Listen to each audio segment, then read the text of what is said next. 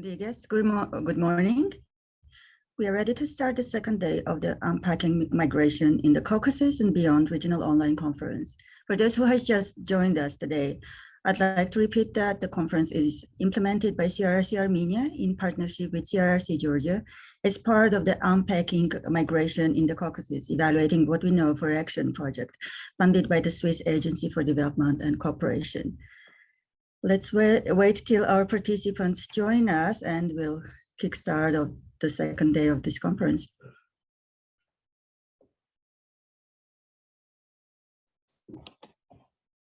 Okay, it seems everyone is here. So let's start this panel session.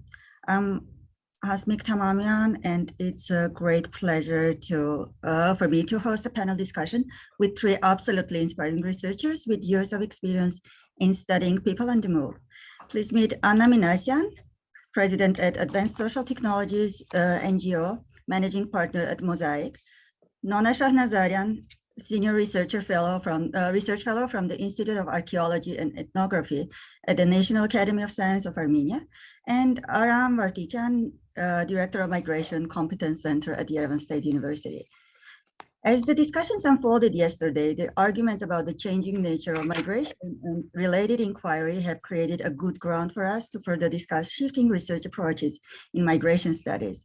In the last quarter of a century, migration theory has undergone fundamental change, moving from the classic individual relocation genre to a variety of new approaches.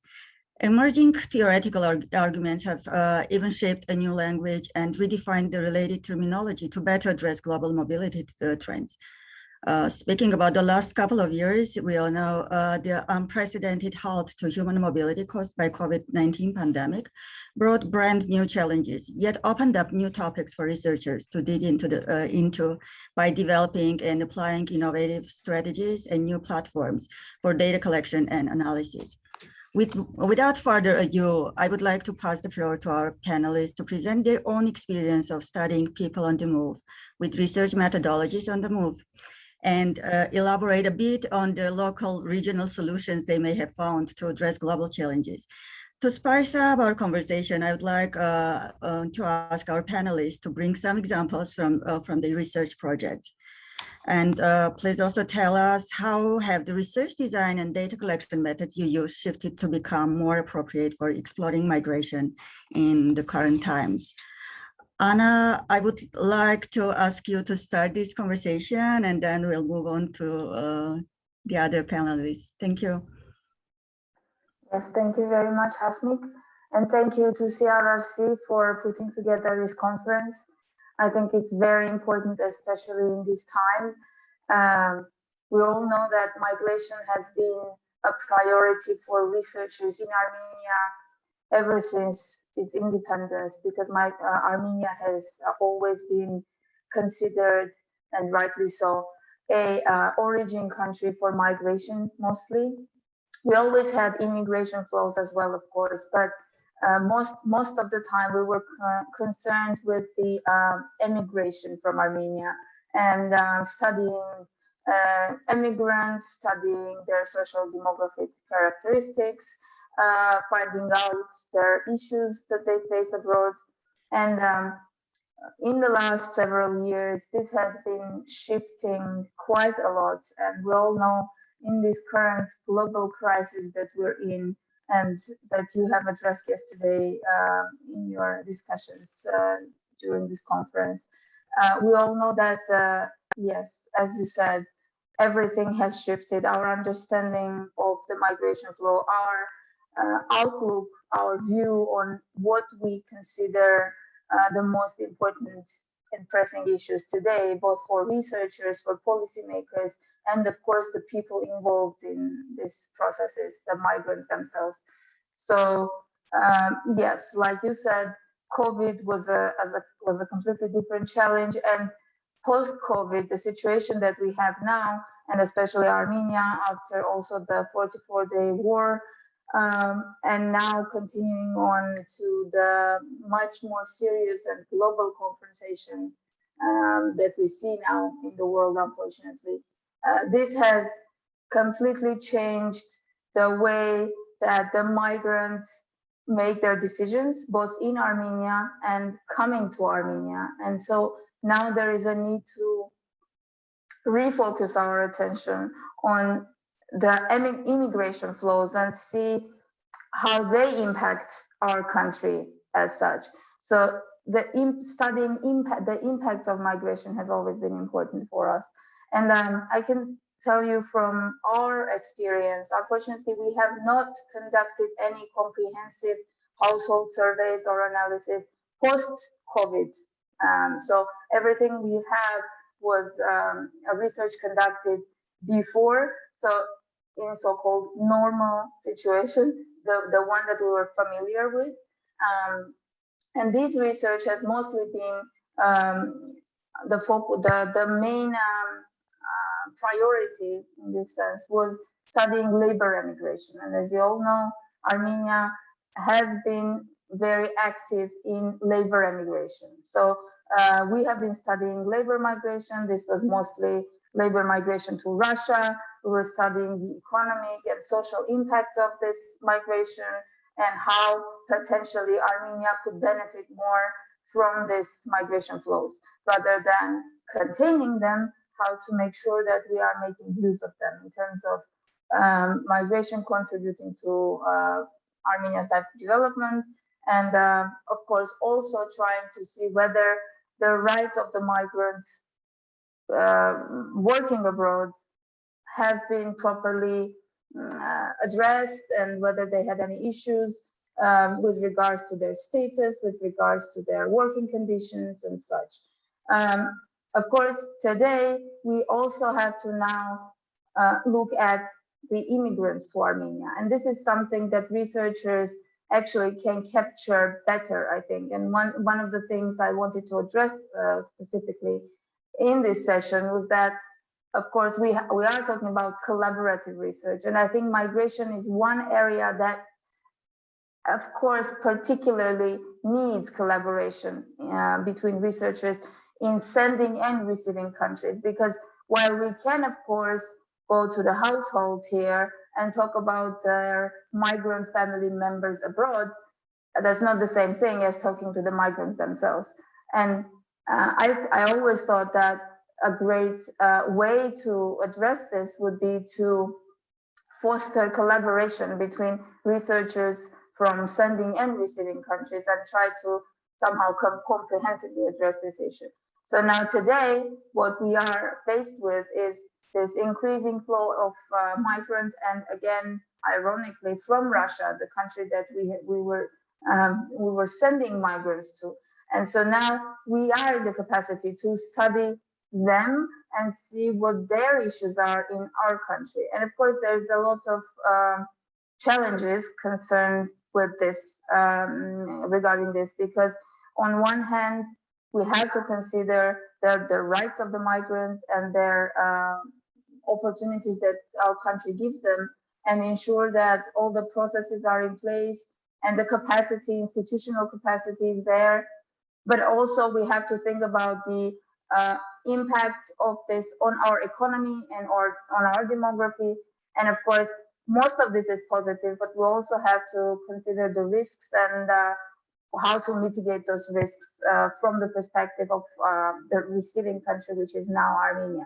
So the policies have to shift, and more discussion needs to be had in terms of addressing this going forward. So I think this is just to start, and I'm sure my colleagues who have been involved in research in this past several years hopefully have fresher data to speak about. And personally, I am involved currently in the development of the extended migration profile for Armenia, which is another chance for me personally to look at the developments in migration in Armenia.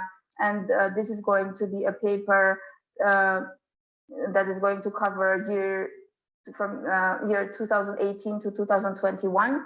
And again, unfortunately, 2022 is not yet going to be covered in this paper, but we are hopefully going to work on it next year and see how this immigration flows what their impact was on our situation here in Armenia.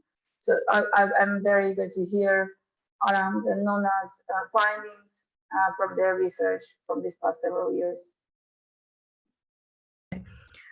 Thank you, Anna. This was a good introduction because you have touched all the topics we are going to discuss today within this 1 hour, starting from all these changes to collaborate, transnational and cross-country collaboration, and then the evidence-based policymaking. So with this, I would like to give the floor to Nona to present her experience and what she observed as current trends in migration studies. Hello, everyone. Yeah, thank you very much for having me today, and it's very nice to be here.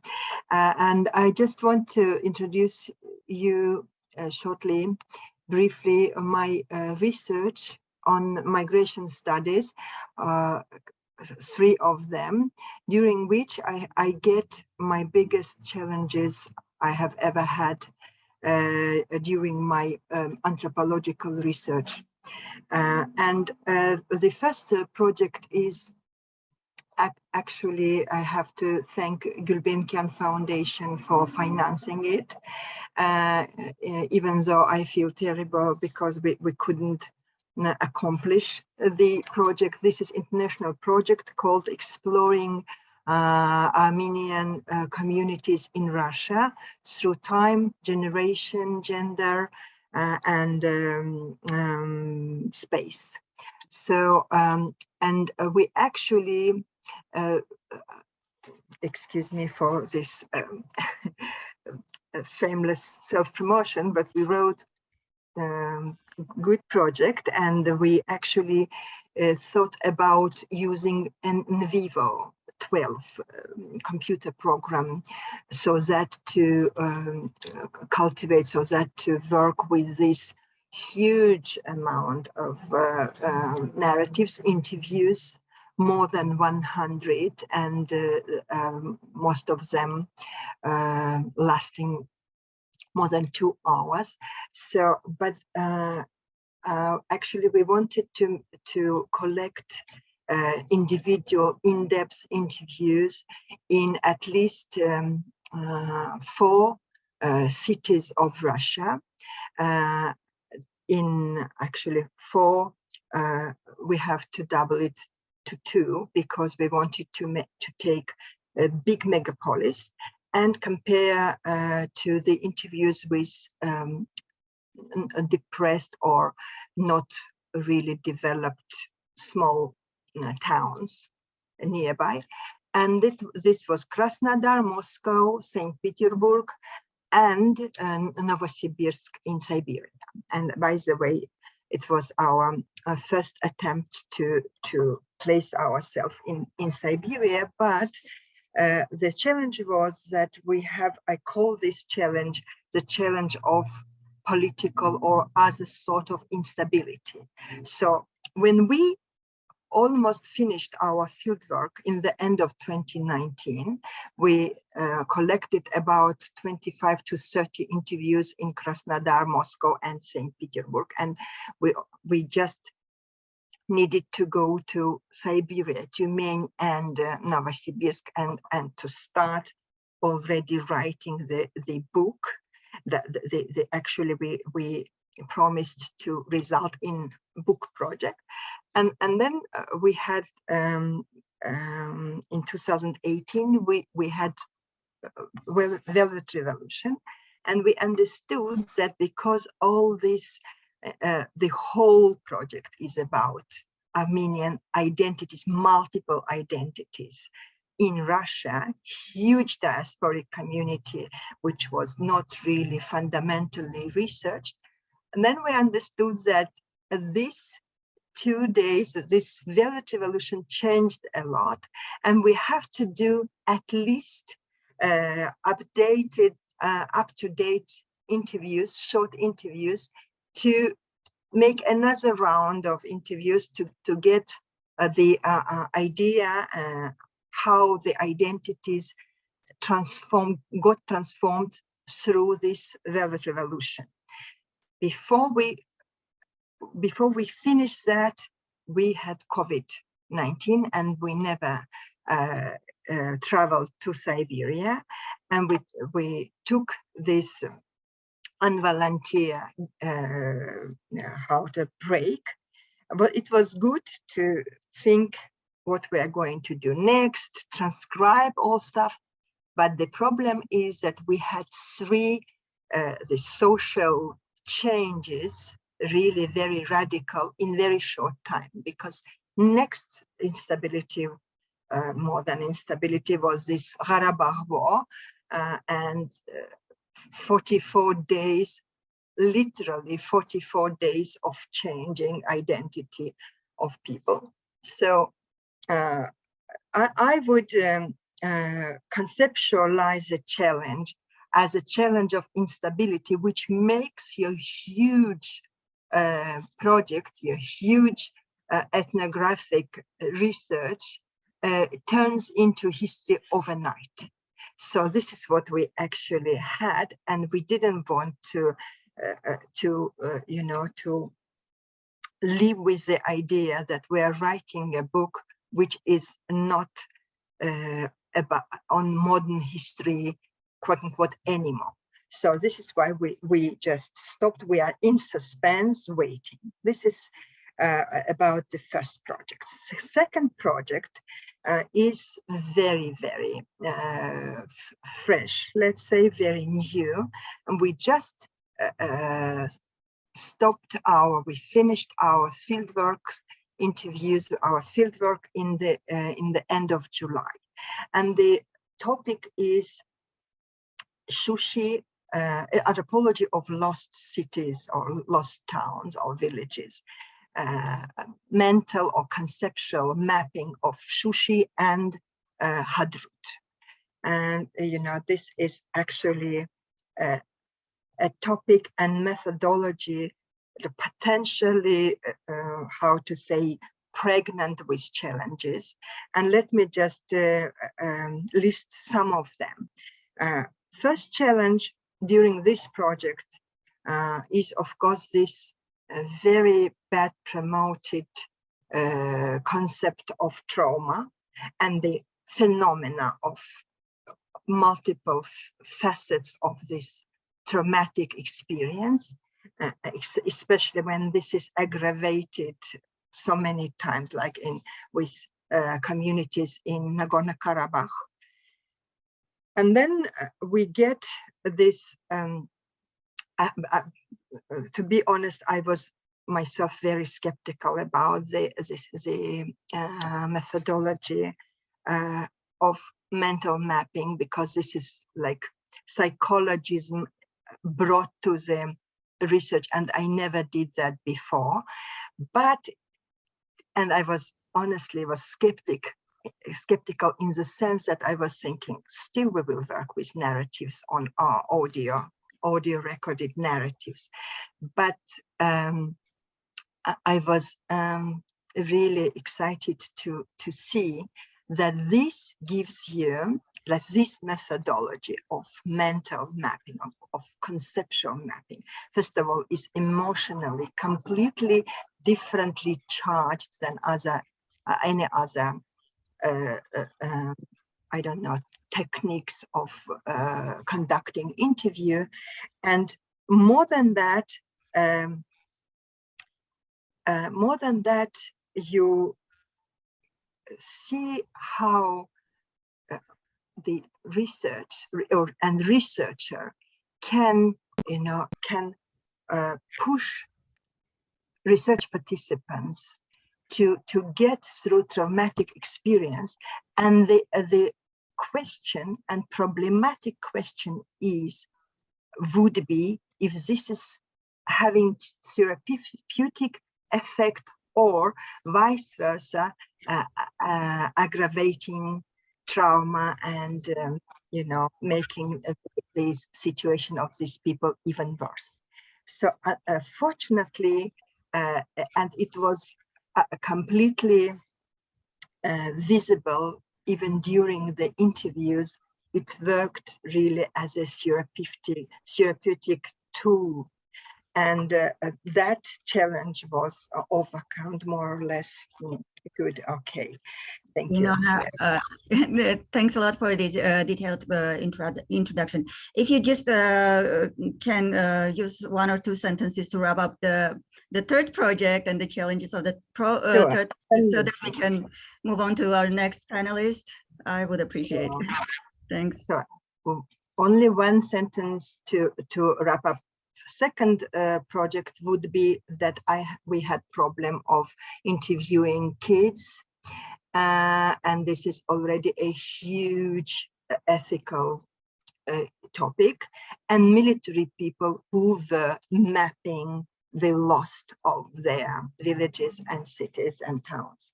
And the last project is on forced migration in comparative perspective. And this is again international project.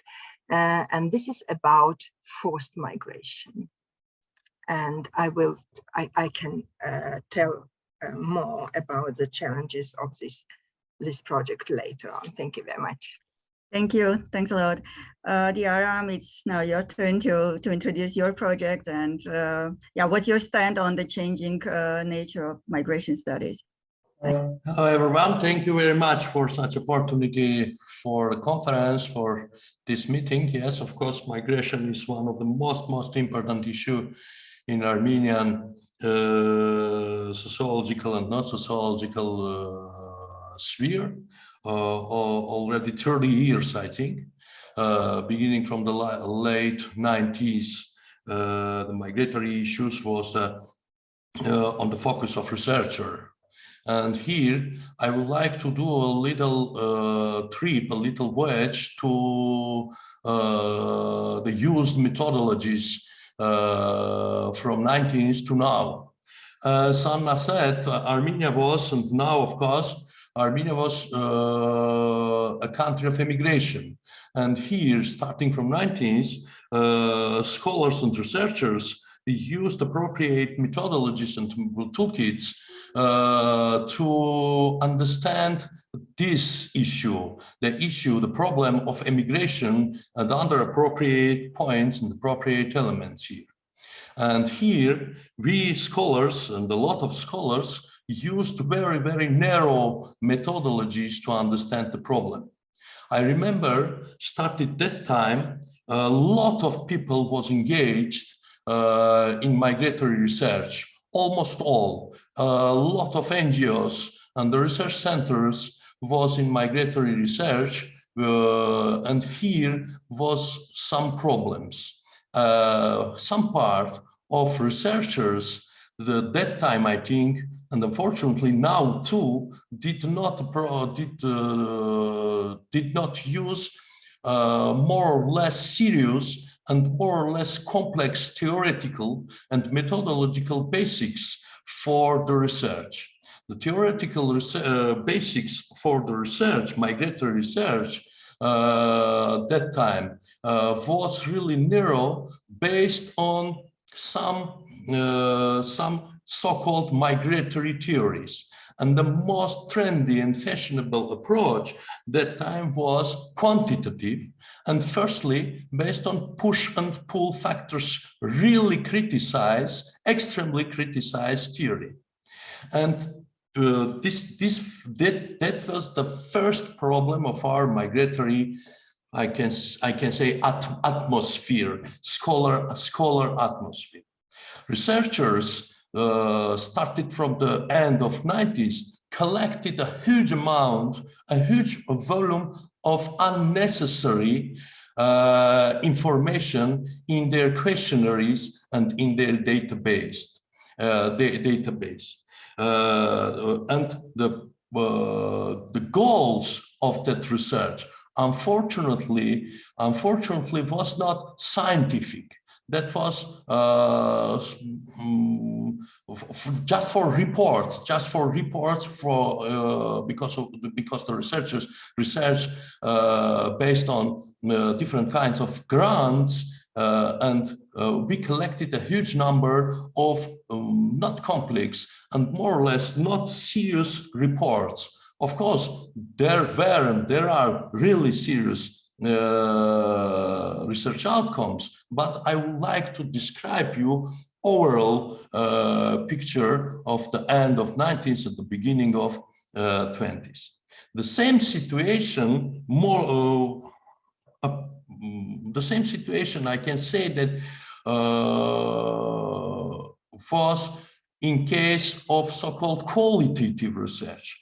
The outcomes of qualitative research reported and published in articles or different kinds of reports that time also was on surface without any serious sociological paradigm to use to have high quality level of the research. This was the first problem. Based on that problem, one of the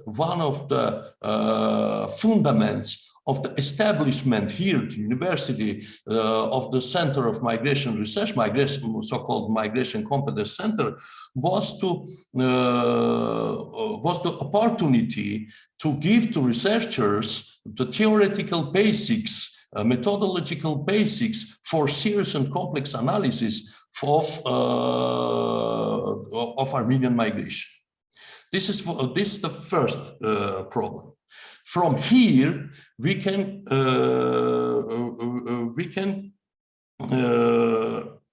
get to other methodological and methodical problems of migratory research in Armenia. Firstly, the migratory research was mainly macro-sociological and quantitative. And here, all kinds of questionnaire we can see are divided to three parts. Past experience of migrant, future goals of migrant, and some kind of situational description of his life. This and here to collect more information for some goals, some researchers and we too, I would like to say that we tried to collect indirect information from family members about his relative at abroad. This technically, ethically, methodologically is problematic approach. Besides, I would like to say that some part of that, firstly, quantitative researches were and are without the most important component of their research design. They are without profound hypotheses. They are without serious research design main elements. Mostly, they are omnibus about everything. Here, at the Department of Sociology, this approach is not the first. This approach is not the most serious approach. Here, I would like to speak about methodological problem. Armenia was and is the emigration country. And the list of toolkits are for emigration issues. But now we have another picture, as Anna already said. We have a lot of immigrants in Armenia, starting, for example, from Syrians during Syrian war, then really new element of Armenian migratory picture, labor migrants in Armenia, which is really extraordinary for Armenian case. Labor migrants from, for example, India. In 2000, as I remember from the data, as I remember from numbers, starting from 2015, 2016, at least 10,000 labor migrants from different regions of India. Till now, we haven't any serious research on their condition here, even on their goals of to come here to visit Armenia, etc., etc., etc. Now we have really extraordinary picture of immigration to Armenia, from 60,000 to 100,000 Russian and Ukrainian. In case of Ukrainian, they are mostly Armenians, but in case of Russia, they are Russians, ethnic Russians, Russians immigration to Armenia. So now, to understand this problem, we need new toolkit. We need the new methodologies. New methodologies mostly suitable for immigration issues. Because in case of emigration, we had, of course, different kind of transformation of Armenian society. And all our thoughts as sociologists appropriate to this transformation, the transformations in case of outflow of some part of Armenian population. Now we are witnesses of transformation of our social reality because of immigration from Russia, etc., etc., etc. We can see, for example, even in Yerevan, not in whole Armenia, the transformation, for example, of the public spheres, of the localities, etc., etc., etc. So we need a transformation of our thoughts, the transformation of our approaches. But there is another problem here. I would like to mention the problem. I'm sorry, I don't remember. Urgency? Please. Yes, the urgency, the necessity of the urgent research.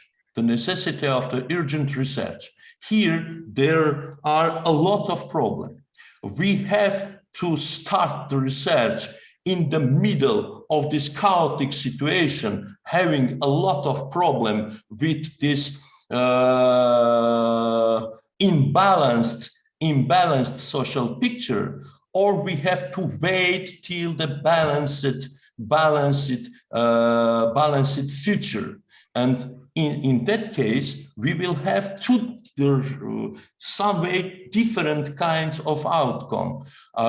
We will be correct if we will start the research in the center, in the middle of this kind of turbulence, or we have to wait for good times, and we have to start or restart our research that time to have more sterile picture and more sterile information about social reality.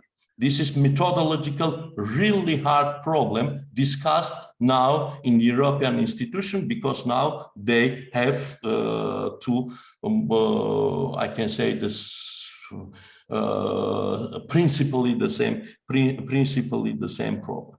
These some elements of methodological, my speech, I'm sorry for that, is a little bit critical, but for the beginning of my speech, I think it was interesting. It is interesting to clarify the methodological atmosphere of Armenian migratory research. Ramjan, thank you a lot, because you approached my next question and you somehow answered to this question. Conventional research processes have to be sometimes compromised when we deal with rapid changes in migration dynamics, like in case of immigrants from Russia, in Armenia, and also in Georgia, and in the region in general. So what's our stand as a community of researchers? What is right, what is wrong? I would like Anna and Nona to elaborate a bit more about these issues and to tell what they think. Do we need to stick to the conventional research processes and research design, or we need to be creative, we need to apply, develop and apply more innovative solutions to research? And yeah, you're free to agree and disagree with any other panelists. So go ahead, please. Who wants to start?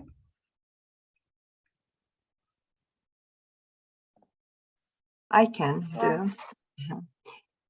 Anna, would you like to? Okay. No, please go ahead. Thank you.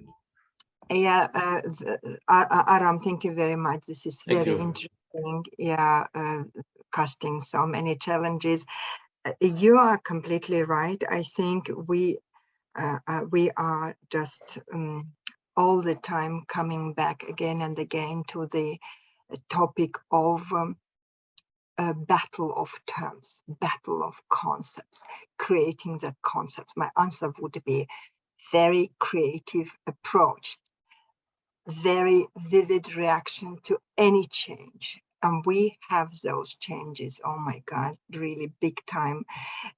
For one generation, that's true, but what can be done? So I think, to me, it was a little bit tricky when Russian quote-unquote relocants, they would refuse calling them migrants. And this is immediately bring you to the idea that the whole concept in Russia is full of all kind of xenophobic, discriminatory, derogatory connotations. So this is why I think it will always be very, very urgent and timely and vibrant topic to polish concepts. So let's say when we speak, okay, relocants, immigrants, because this is white immigration, very high class people, very rich. This is what they want to call them. And still, we come to the problem of omnipresent power relationships, you see. This is, again, if we extrapolate this problem, then we see that, shall we use this concept, this pair, opposition pair, dichotomic pair of hosting society and sending society instead of using more neutral concepts of destination origin. Here we have again lots of problems. If we take this translocality, transnationalism as a new concept to be digged, to be kind of not new really, in migration studies from the beginning of 90s, still relatively new, but again already challenged by the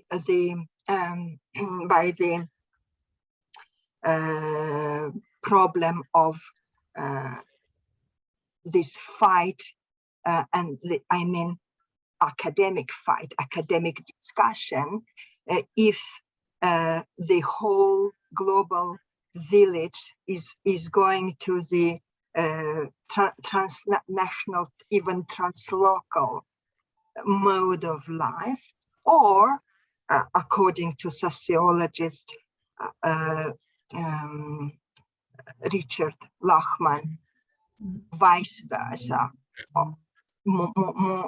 Communities or countries become more and more nation state-like. I would say that these two things are not dichotomical, and many things can live parallelly, and we can see it.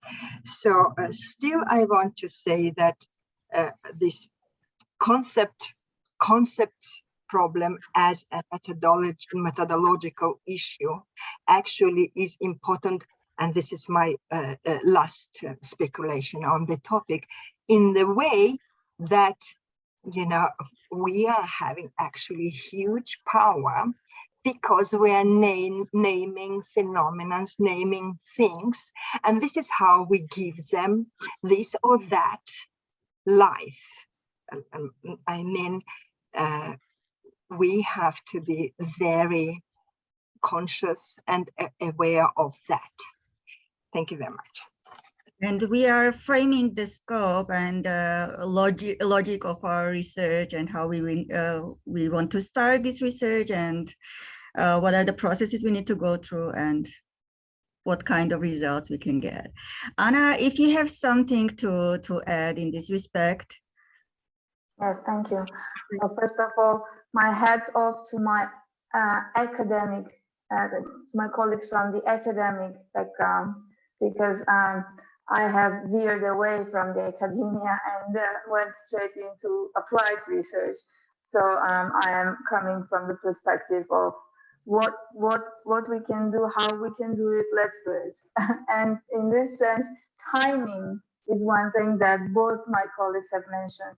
Timing is indeed essential and very important, and it can impact everything. Your research, your design, you design your research in a certain way, certain events unfold, you have to change it, you have to be creative, you have to think on the move. And I think, again, coming to Aram's point, whether we should study the situation today or whether we should wait and then address it.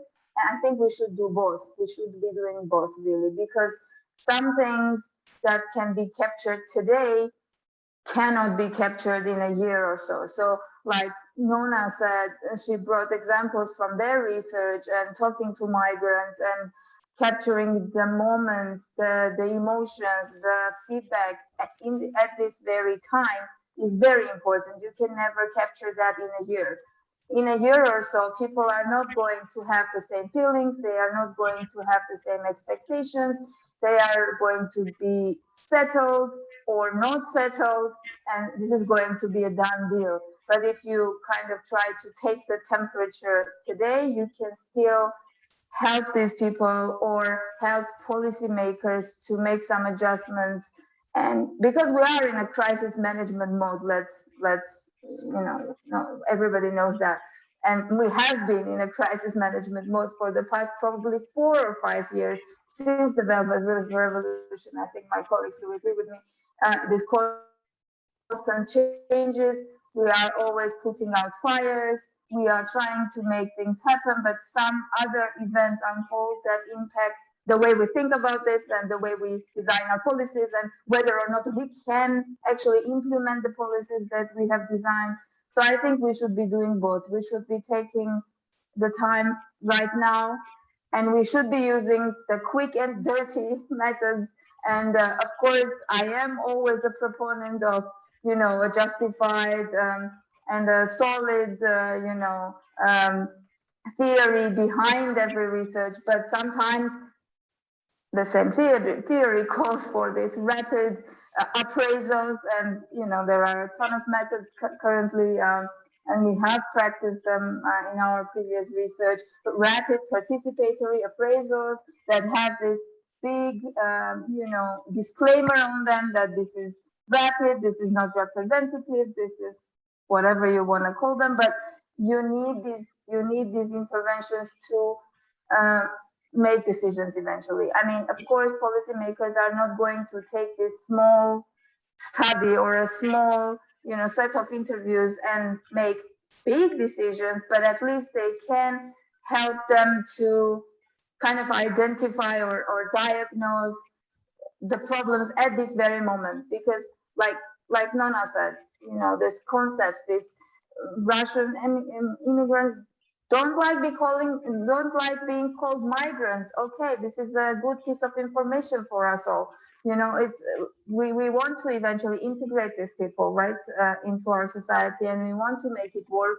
And having these small pieces of knowledge is very important, I think. And also just a quick remark regarding the quantitative surveys. And I know I myself have dealt with that for a long time before the recent changes when we were actively involved in quantitative research. And I agree there has been a lot of it, and much of it has been not very useful. But I want to stress that this has not just been a goal in itself. It has been done and it has been funded because there was not enough official statistics. And still yet today, we have this issue of not having enough administrative official statistics on migration. And migration, we have been working for the longest time with the Migration Service back before the Velvet Revolution and today. And they have the need for this information because we don't know. We're talking about concepts and definitions and what do we call a migrant? There is no official statistics on how many migrants, immigrants, and emigrants we have. Why? Because there is no statistics on these individuals who came to Armenia. How many of them have stayed for over a year? We don't know that. So that's why we need all this quantitative research, unfortunately. And of course, it would be better if they don't overlap and they all follow the same, methodology, that they are comparable with each other and that they make sense. But ultimately, this is what we have, and we have to have those. Unfortunately, we have to have those still. So yeah, yes, I don't know. we have. Yeah. Thank you so much. Because we're short on time, I would like to just to give you the last couple of questions immediately, because we already started discussing these issues. My first question is about the possible collaboration with governments. Again, Anna started speaking about administrative data, open data, etc., how they can provide this kind of data to researchers and how researchers can make the best out of this data with analysis and with especially secondary analysis. And also vice versa, how the evidence that researchers bring to the table can be used by the governments to make efficient decisions. And also, what's your stand on this, on collaboration at local, national, and also international levels? And another question, is there any space, is there any room for cross-country and transnational collaboration among researchers and research organizations?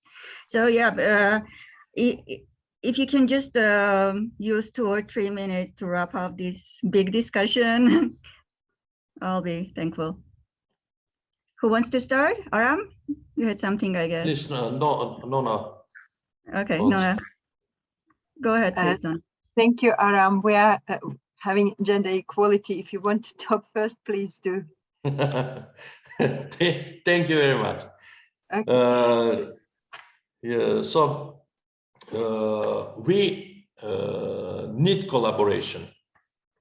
Collaboration with different kinds of institutions and stakeholders is the most important thing in case of any kind of science.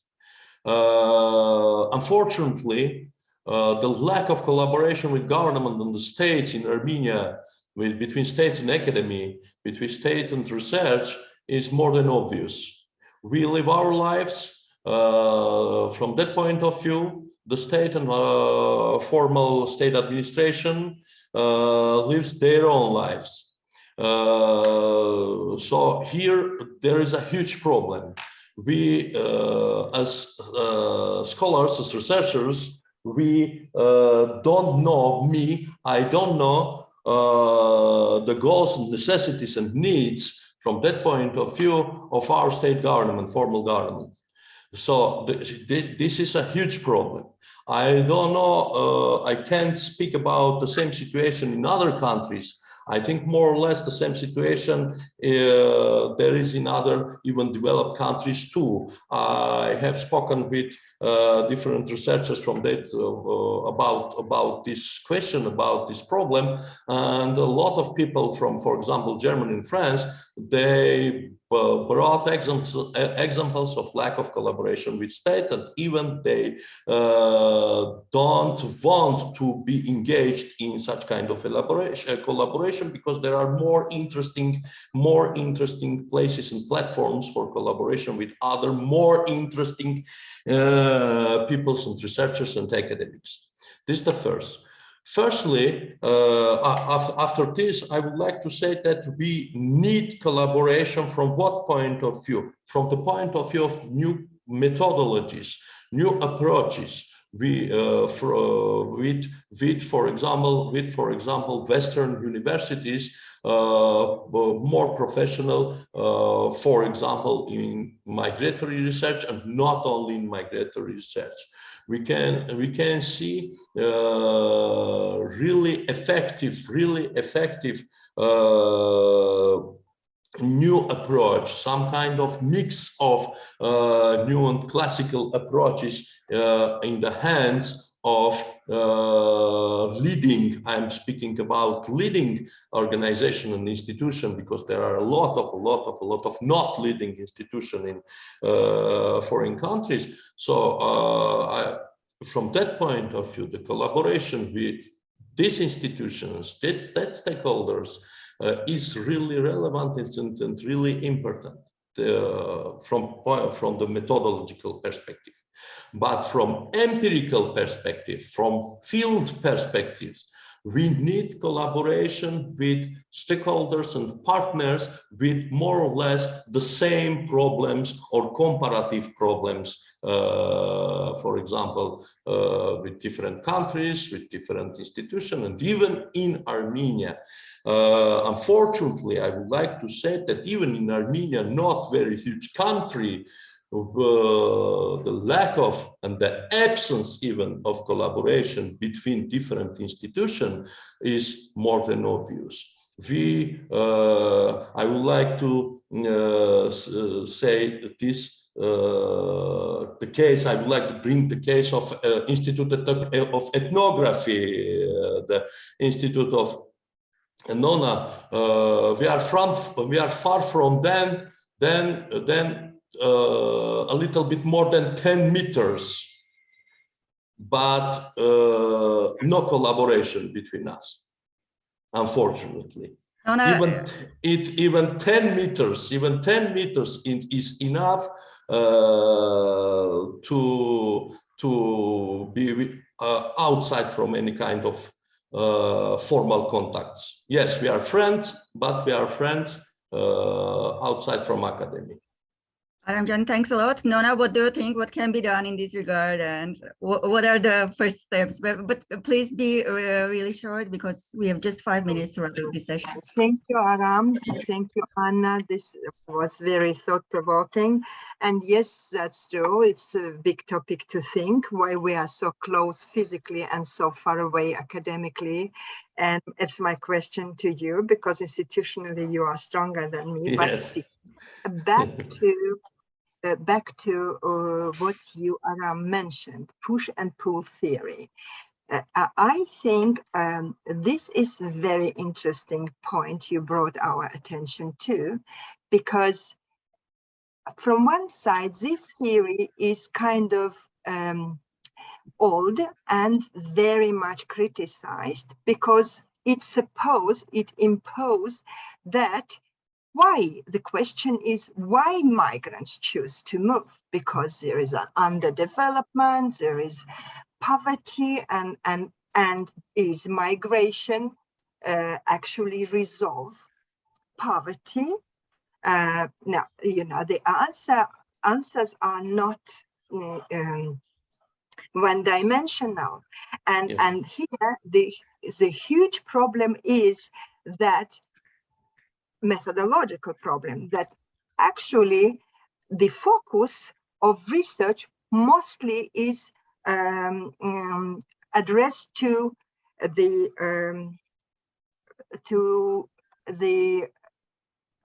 megapolises.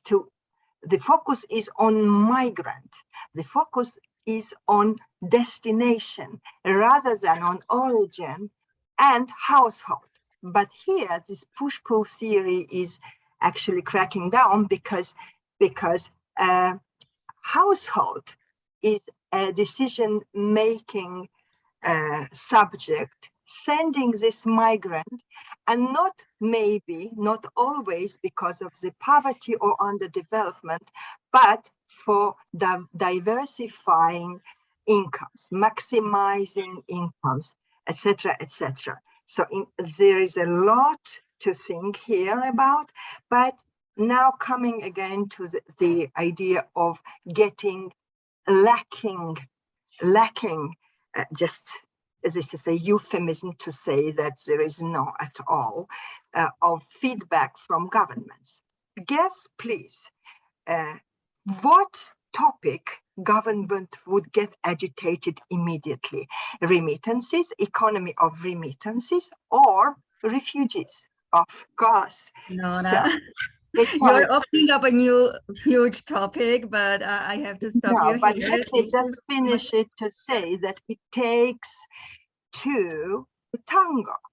This is why this is just, close, claustrophobic academic community doing research, science for science.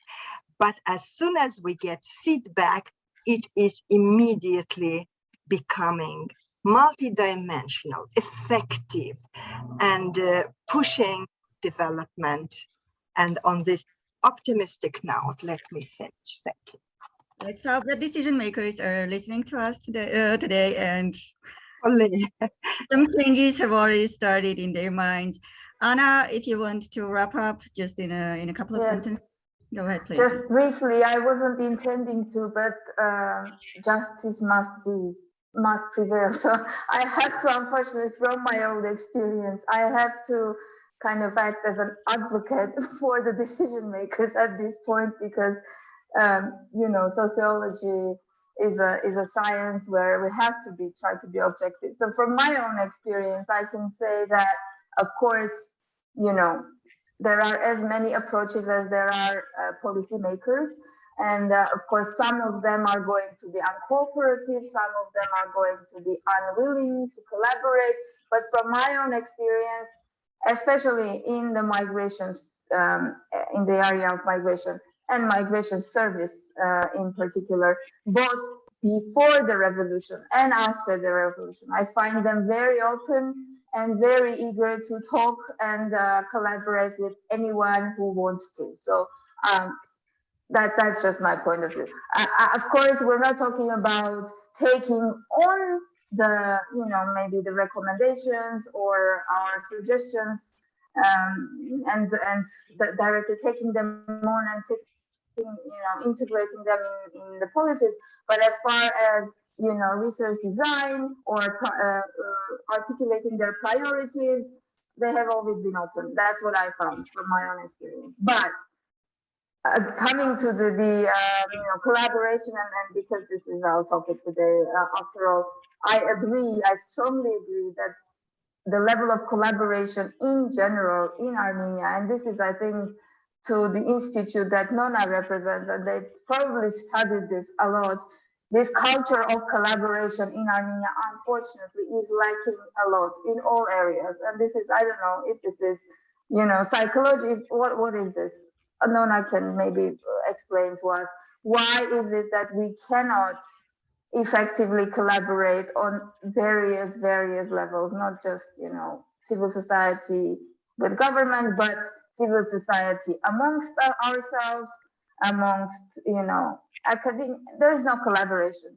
Let's just be honest. And to wrap up, I want to thank CRRC, because you have been a beacon of light in this darkness, in these terms, because for years you have been creating this platform for us to come together and talk. And I met Nona today. I'm very happy to meet her in person. So thank you for giving us this opportunity, and hopefully we can meet later and discuss more of your research and just find ways to be more collaborative amongst ourselves. On behalf of CRRC, I would like to thank you all for this really interesting and thought-provoking discussion. And let's Thank hope you. that this discussion will lead to more actions. And of course, if you need CRRC as a platform, please use it. And please, we are open to any kind of cooperation. Thank you all, and thanks a lot to our participants who joined us today for this session. And please stay with us. We are moving on to our next session, presentation of papers by invited researchers. Have a nice day, all. Thank you. Thanks. Thank you. Nice to meet you all, people. Good to see you. Thank you. Bye-bye. Bye.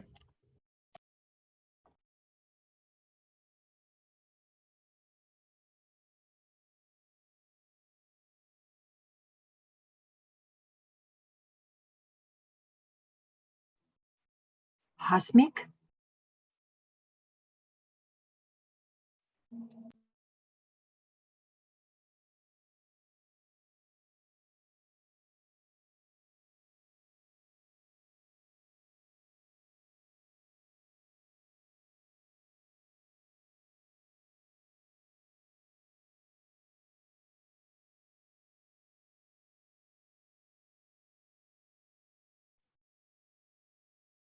Добрый день, коллеги. Слышно, видно?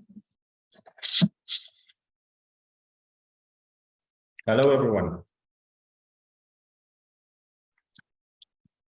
Hello, I'm dear just- colleagues. Hi, I'm just going to say thank you to our previous sessions panelists and to my colleague Hasmik for moderating the discussion. And I am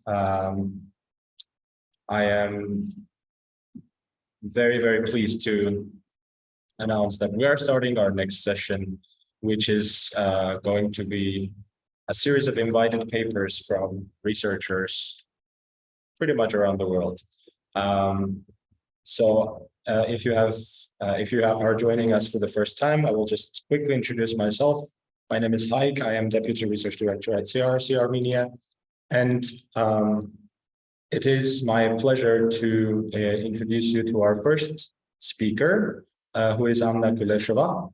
And the research topic that Anna will share with us is Portrait of Russian Emigration 2022 on the example of those who ended up in Armenia and Georgia. And before I pass the floor to Anna, I just would like to remind everyone that we would like to ask each speaker to try to stick with 10 minutes of presentation so that we will also be able to open up the floor for Q&A for another 10. And hopefully we will manage to fit into the time slot. So yeah, without further ado, I'm passing the floor to Anna. Good luck, and we can't wait to hear you. Hello, dear colleague. Nice to meet you, and thank you for the invitation at this conference.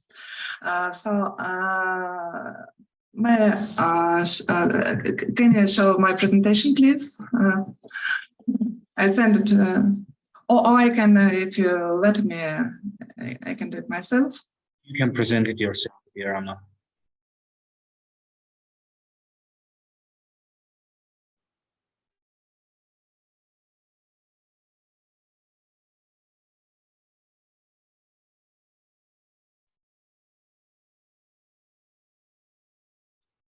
I have no permissions to translate my presentation.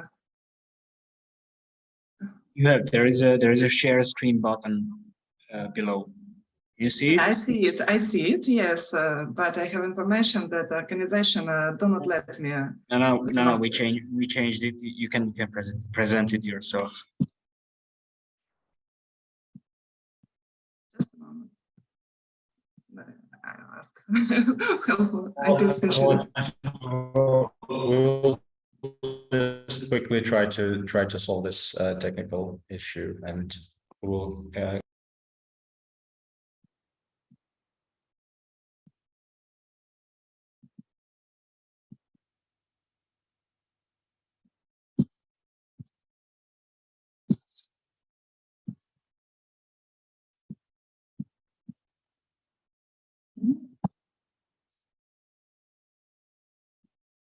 Okay, now can you see it?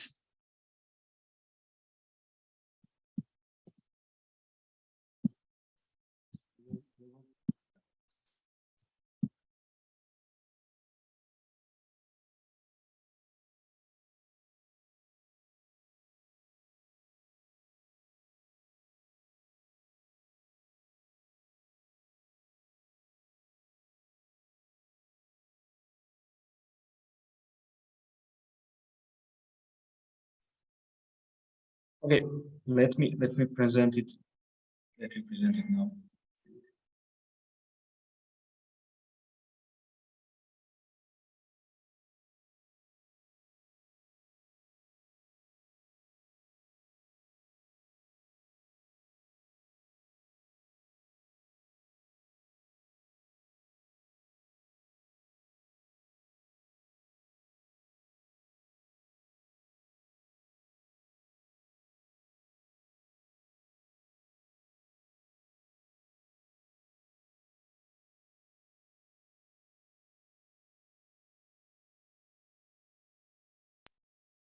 Sorry for this technical difficulty. We are trying to solve it, but for now, if you don't mind, Anna, my colleague will share your presentation. Is that okay for you? Yes, it's fine, and I've sent a second version this morning. If possible, it's better to use that one. Okay. So I can start anyway. So I'd like to speak about portrait of Russian immigration in 2022. So we don't actually know how to speak about these people. In Russian, we use words evacuation or relocation and also immigration, because a lot of people went away from Russia in quite different situations. So the first question, usually when we speak about immigration in 2022, is about how many people left Russia. And we tried to find an answer for this question in our research, and we got information from Federal Security Service. They published this information in Russian newspapers. So they say that about 3.8 million people left Russia in the spring of 2022. And it seems to be just too much people, but if you look back and if you think about 21st first quarter of 2021, and we'll see that at that time 3 million, nearly 4 million people left Russia at that period, because it's time for rest and it's time for good spring. And the situation in Georgia and Armenia is similar if we speak about that period. So a lot of people left with tourism, just something like this. And the only difference we can see that in 2022, most part of people, they told that they have own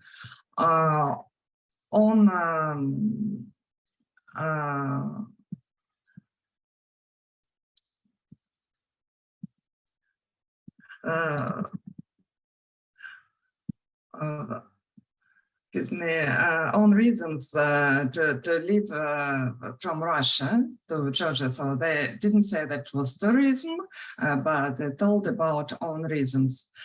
So we still have no presentation. Okay.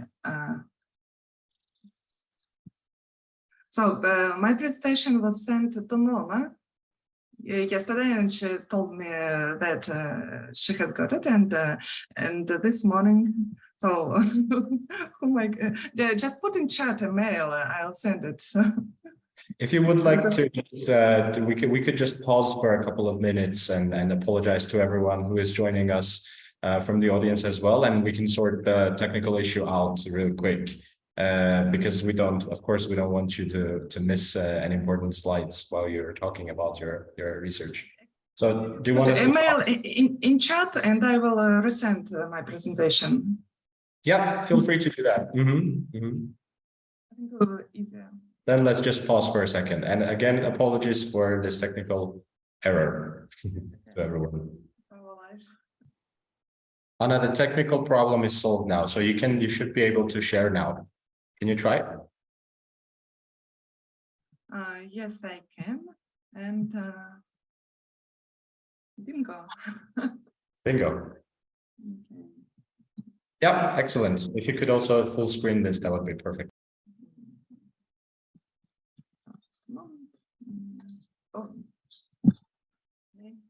I will start from the beginning. So you can see all of the information about our research site after 24.org, and there are a lot of persons, Борис Газовский, Илья Ломакин, Глеб Стукалин, Ekaterina Chigalechik. They made this research both together. And so I've told you about information from Federal Security Service. So they told it about 3.8 million people in the first quarter of 2022, and departure of Russian citizens to Armenia and Georgia. If we speak about first quarter of 2021 and 2022, you can see the difference, but remember about the pandemic of COVID-19. So, but you can see that in 2020 there are about 7 million left gone from Russia to Georgia and Armenia.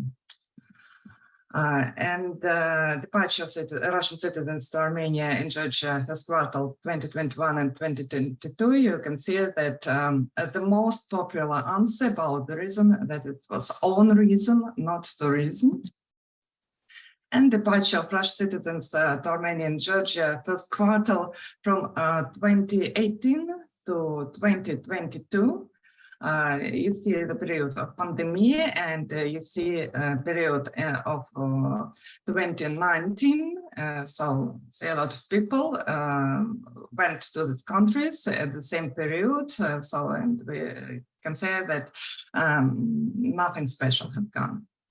And if we speak month by month from the first quarter of 2021 to the first quarter of 2022. So Armenia and Georgia. Armenia is the blue one column, and the red one column is Georgia. So, so this information was from Russian Federal Security Services. And if we take Georgia data, we see the different situation. So about departure of Russian citizens to Armenia and Georgia, and green column is RF data, and a Russian column is Georgia data. And entry of citizens of the Russian Federation to Georgia. So by the administration of tourism of Georgia. So they say that in April, 33,000 of Russian people came to Georgia. And what about the immigration moves in Russia? So Psalm, Form, and Levada Center in the March of 22 asked Russian people whether they would like to go abroad for permanent residence or not. And so the red line is yes, and the blue line is no. And you can see that about 88% told they do not want to leave Russia. So this information by FSOM, and the same immigration moves we can see in the research which was made by FSOM, and the same we see in data that got Levada Center in the March of 2022. So they asked whether Russian people wanted to live wanted to live out of Russia. So just the same picture. So just several words about our survey.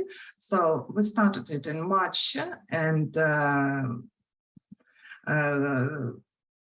quantitative phase, and all our colleagues, they were out of Russia, so they left Russia in the March of 2022, and so we decided to make our own survey and ask people about, we wanted to see the portrait and understand the reasons of this migration. So in our group, there are a lot of people, they are not only sociologists, they are anthropologists, journalists, and other specialists.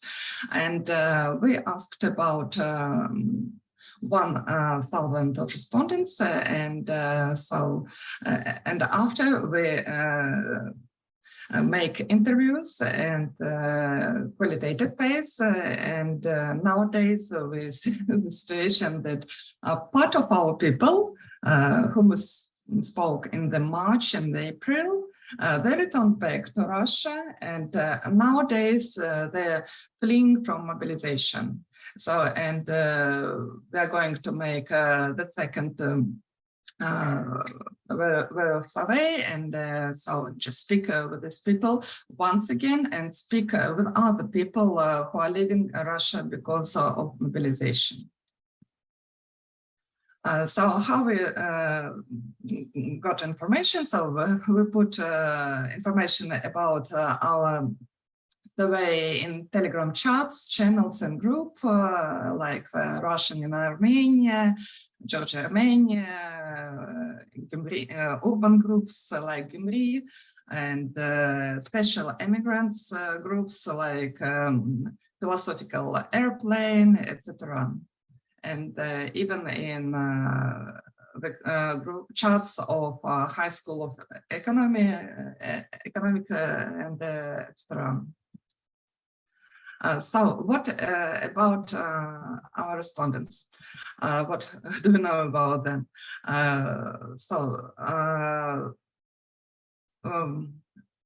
58 of our respondents decided to stay in Georgia, and 42 in Armenia, and 69% were in these countries for the first time. Just 23% were there for 1 or 2 times before. And when did our respondents leave? So you can see that 86% lived in March. So, and just 10% in April. And age and gender, female 51% and male 47%. And what about the date of birth? So our respondents were born in 1919s and 1918s, most of them.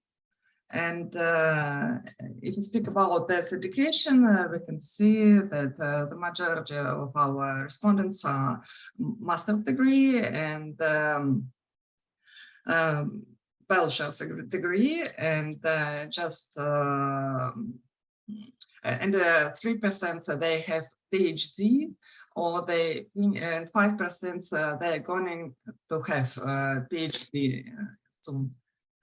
And you can say that previous residents was big countries like Moscow and St. Petersburg, and so the most part of people came to Georgia and Armenia from big cities of Russia. We asked them whether it was current departure from the country, and more than 80% they told yes, it was current, most likely like current, and it was forced. And asked them how did they feel last week before living in Russia, and for 80 of our respondents, 80% of respondents, they were in a trouble and they were in a horror, and it was very difficult for them to stay in Russia. And after moving, since moving, they got calm, and it was easier for them to sleep, to live, just to wake up and do anything. And we asked also about aspects of difficulties when passing through border control, and a lot of our respondents, they expected any kind of problems, but only 1% didn't expect, but have some kind of problems, and 11% they were expected about problems, and they got them.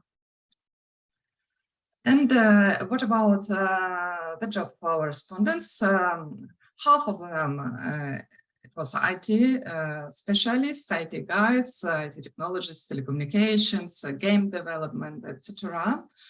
14 it was art, culture, design, architecture, and other services, industries like marketing, PR, legal service, and you can see that non-profit sector, it was just 2%.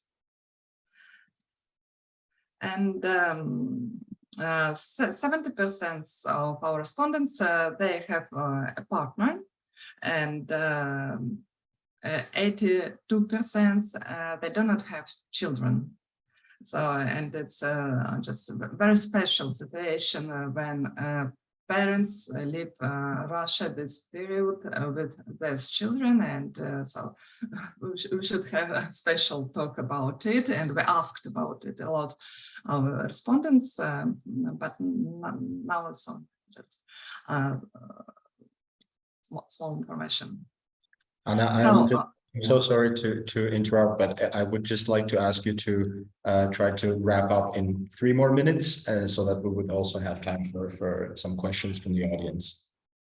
Okay, I'll try to do my best. Okay, so what about reasons of living in Russia? It was disagreement with Russian foreign policy and difficult psychological situation inside the country, and threat of closing borders of Russia. And what about motives dictated the choice of the country?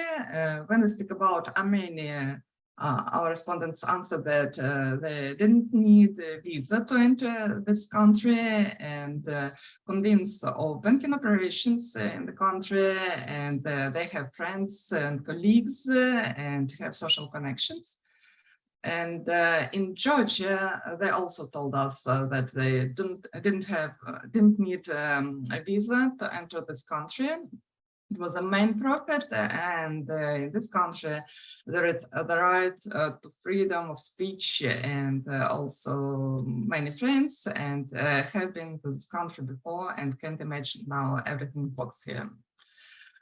Finding accommodation in Armenia. So you can see that 61% have some kind of difficulties to find a flat, but they didn't have any problems about the nationality. 81% answered that they didn't have such kind of problems.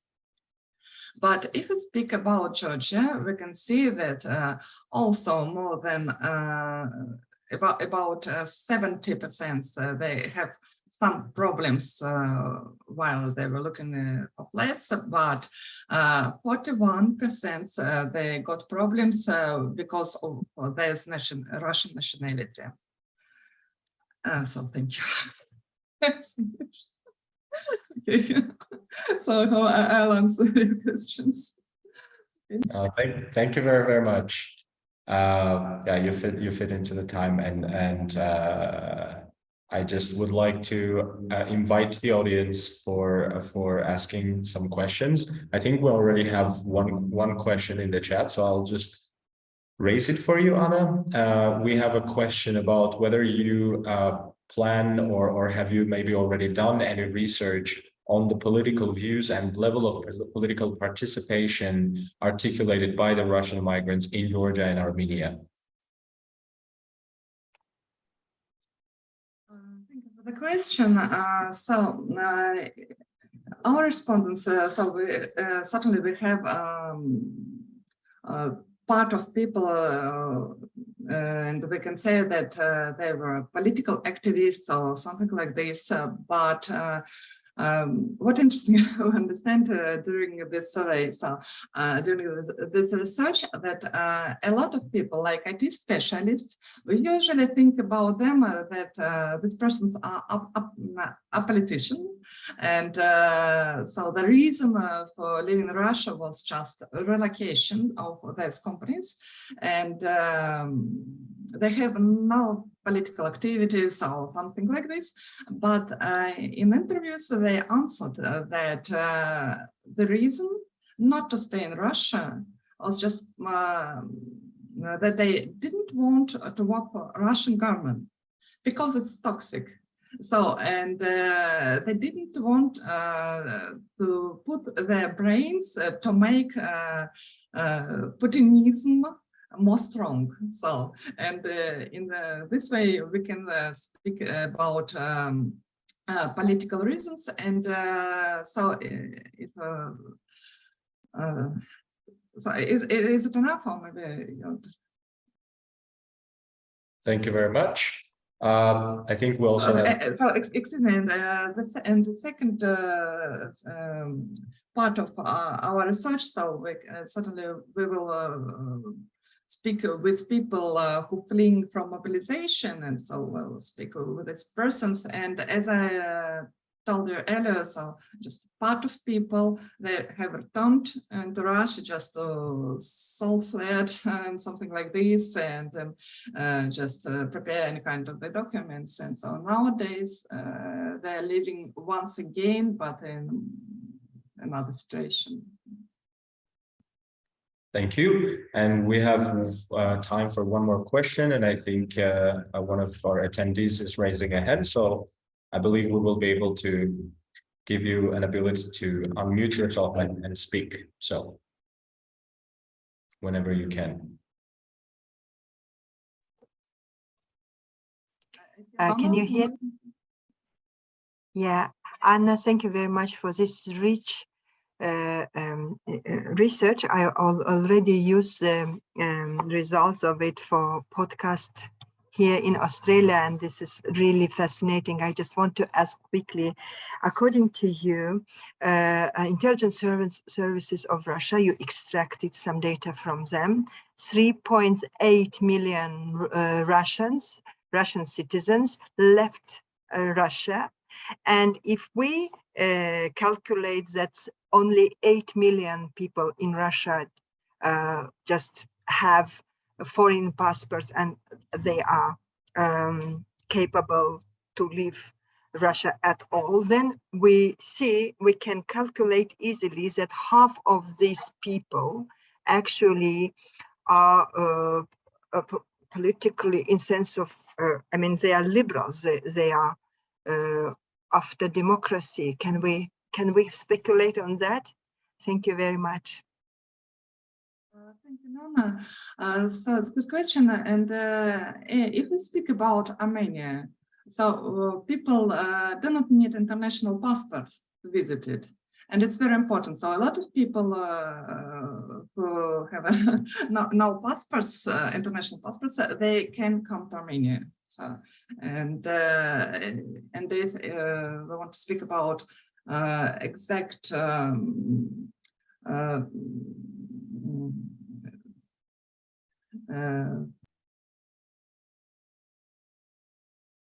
about exact number of people who left Russia. So I think nobody knows the exact number nowadays, because a lot of people, they have just come and they returned back, or they have come to Armenia or Georgia, and then they left to Europe or Australia and the United States, etc.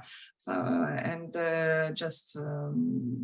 we should have time to understand how many people has left.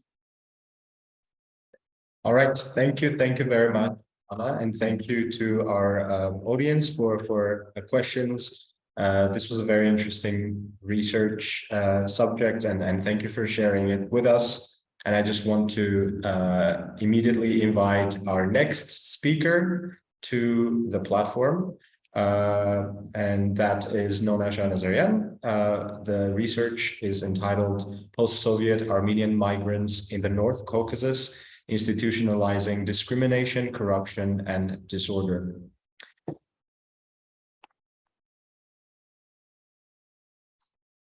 Nona, whenever you're ready. And just a reminder, again, I just want to ask to stick with 10 minutes so that we will also be able to hear some questions from the audience. And I'm so sorry that I have to interrupt you at some point in case I feel like we're not managing with the time. So here you go. No worry, Haik, but the thing is, I send my presentation to you. I'm in PowerPoint. Shall I share it with you, or you are doing that? You can go ahead and share yourself. Thank you. I think it would be better if you follow the pace yourself. Sure. So can you see it? Yes, only if you could full screen it, that would be much better. Yes, I will try. 1 second.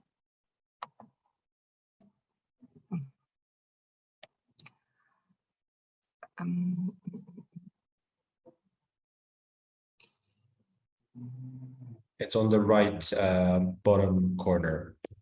I see, but I can't. 1 second.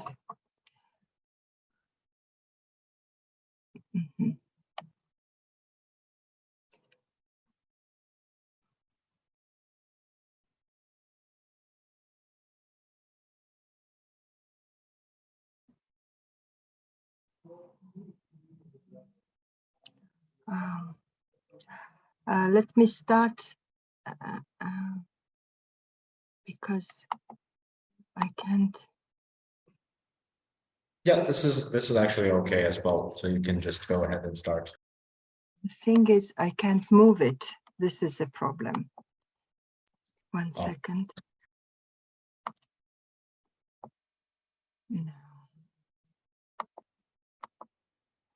This is.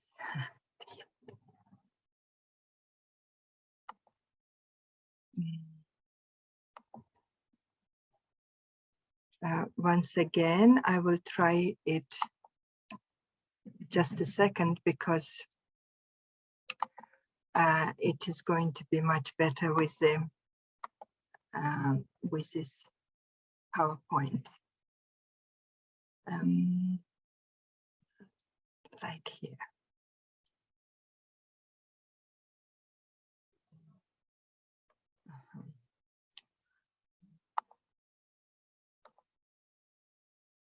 Here we are.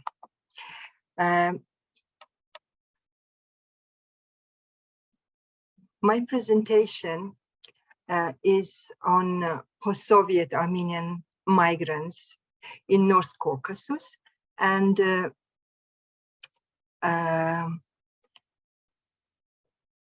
actually this is empirically very strong, because I was doing participant observation and longitudinal kind of research. And the thing is that I have to, first of all,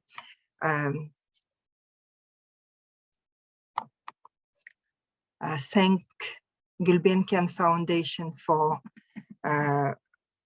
financially supporting this research.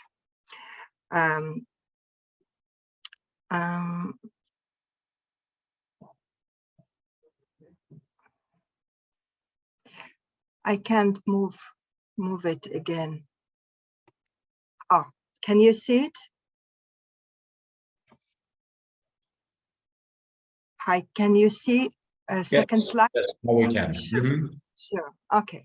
So the question of methodology is very important because it took me a lifetime, and it's my participant observation actually began back in early 2000s, and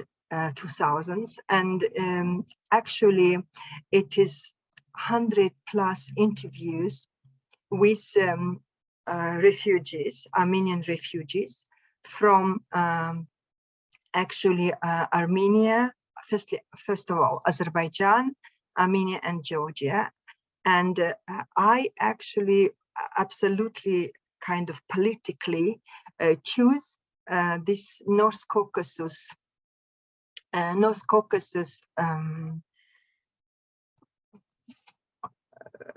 subjects, political subjects, I mean administrative subjects, so that to show how different migration policy was performed in Russia through time. The thing is that sometimes we are actually completely lost in sense of getting 3 regions, Rostov Oblast, Krasnodar Krai, including Adygea, and Stavropolsky Krai. And actually, it is very, very confusing that these three regions, provinces, Russian provinces, are being located so close to each other, and still we have 3 completely different patterns of migration policy. The thing is, I have to quickly just feature these three provinces. First is Stavropol region, and it is interesting, excuse me to spoil it from the very beginning, but it is interesting that the governance, the regional administrators of Stavropolsky Krai, they used this situation, being actually receiving the biggest amount of migrants in early 90s. They actually started their struggle for resources with a federal center. They asked Moscow, they put the idea that they have a lot of migrants and they need more funding to regulate, to administrate the situation. And actually they got those fundings, and the interesting thing is that they actually politicized migration, ethnicized, securitized migration less than that was done by Krasnodar region. It's interesting also to note that Stavropolsky Krai's proximity to Chechnya, where this ethnic conflict actually was going on, was also another factor to push securitization approach to migration.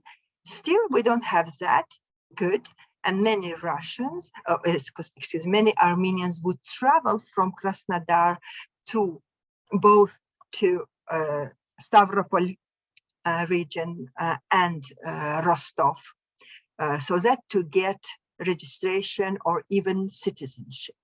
So why Krasnodar is so harsh?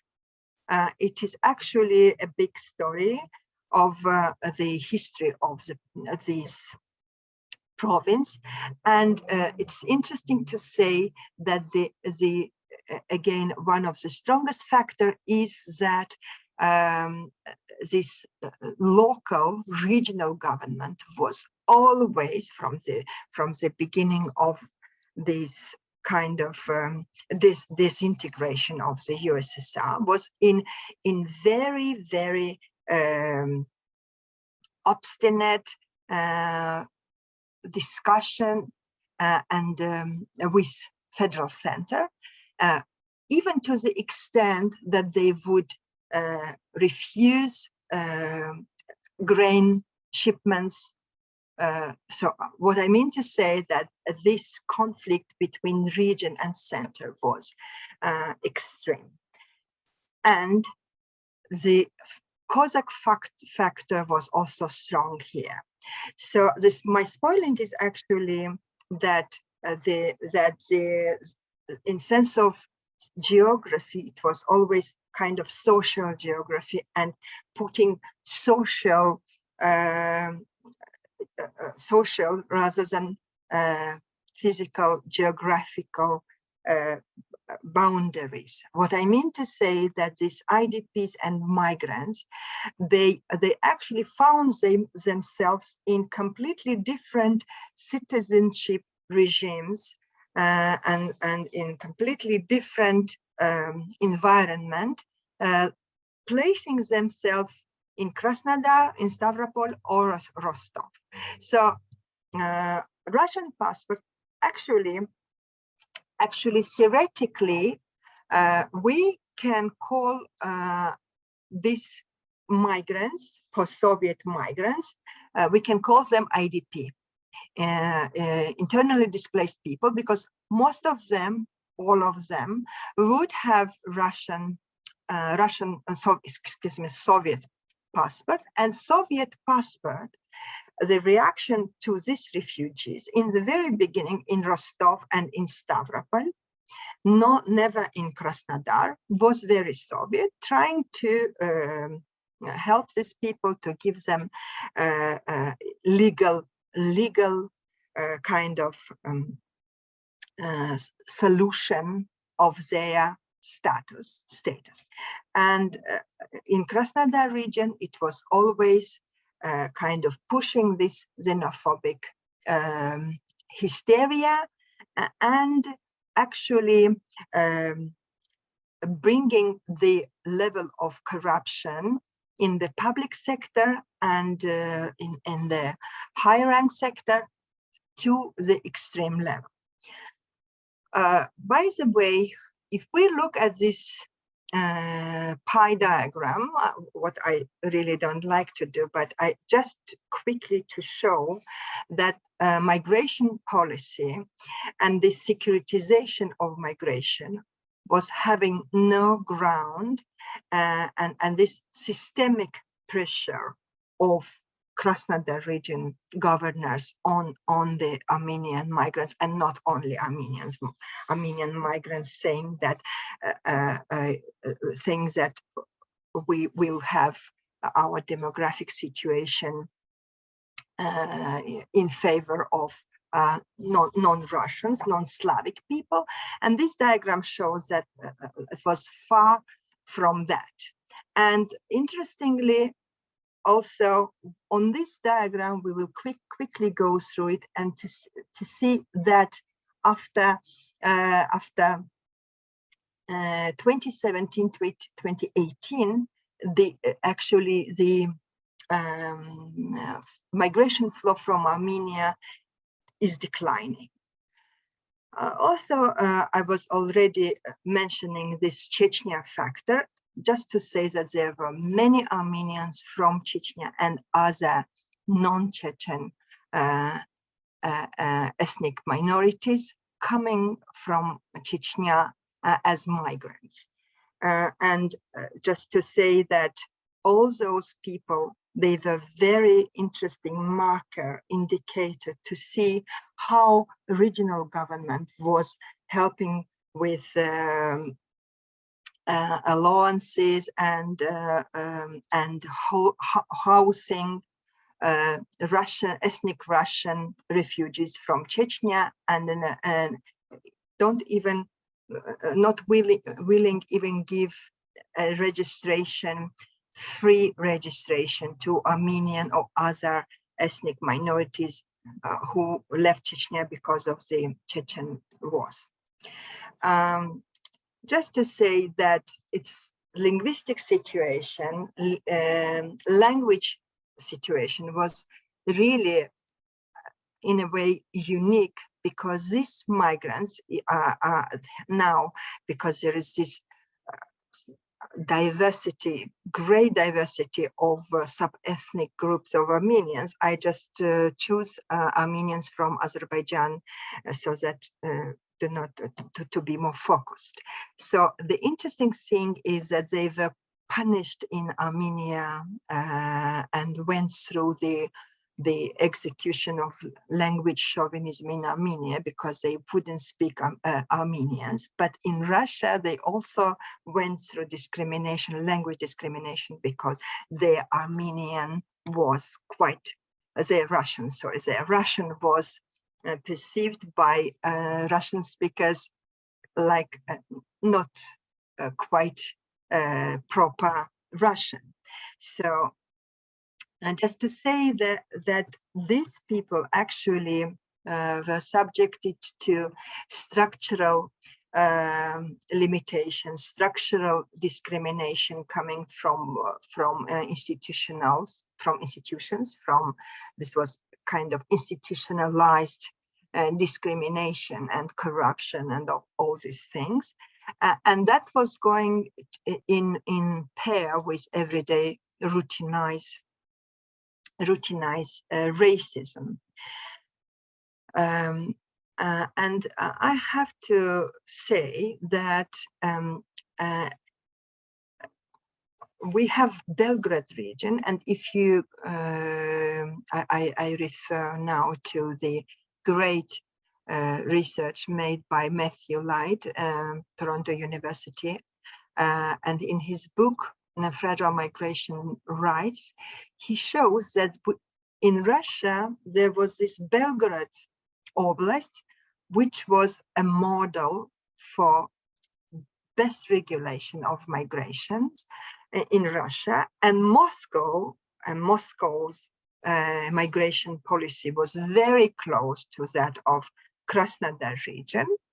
And this is very interesting question, why in the country where we can see that especially in early 90s, we could observe aging, shrinking, and unhealthy population of Russia, which means that migrants, especially labor migrants, they're very, very much wanted. Still these migrants actually up to 2006 were subjected to institutional discrimination, except some places. Actually, Adygea, being an enclave of Krasnodar region, was one of the places where one couldn't see any discrimination to migrants. No, I'm so sorry I have to cut you off, but if you could just take us to your conclusions and then the main findings and just wrap up in one final minute, that would be appreciated. I have 2 minutes, I see. Okay. Just one. Okay. I wanted actually just go through these slides to show that I wanted to bring your attention to the case of Elina Agajanova Arutyunyan, and I took her case to show how much is citizenship worth. And these excerpts from interview, you can see how long it is, shows what she actually had to go through to get this quota to get just really temporarily residence permit. At the same time, her son Arman was actually performing this transnational being, transnational existence, providing military service in Karabakh. And just to say that many people, I have cases of Shana who were again showing their transnational existence, traveling from Kochogod, Artsakh to Moscow, and then back to Noramark, deported back to Armenia. And in Noramark village, she went through even some plastical operations to change her appearance so that to go back to Russia and get her work. I have to say also that the labor market was segmented, is segmented in Russia, which means that there is this double labor market, which one is supposed for employing migrants, and the other one for Slavic, for locals. I wanted to talk about remittances, but actually not today, another time, and about feminization of migration because of this arbitrary treatment by police to migrant principle, and this is huge topics which I will leave for another presentation. Thank you very much. Hopefully I will get questions and will answer some. Thank you. We only have actually time just for one question, and we have an audience member who would like to speak up the question. So let's just ask the technical ability to unmute themselves and ask the question. And then we will have to wrap. Sure, would be glad to answer. I have one question. Do you hear me? Oh, yes. Okay, great. Thank you very much for your presentation. This is really great because I really do believe in qualitative research, and the extracts from the interviews and from the conversations that you have conducted also showed that it's multi-layered and multi-level topic that is also necessary to cover.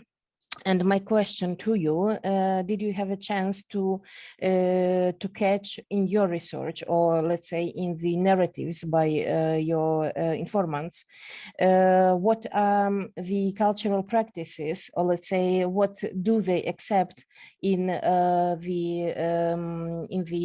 nations, in the national groups that they are living with? I mean, for instance, do the Armenians accept anything new from the cultural point of view in their daily practices from, let's say, Adygean or North Caucasian other nationalities? Thank you, Olga.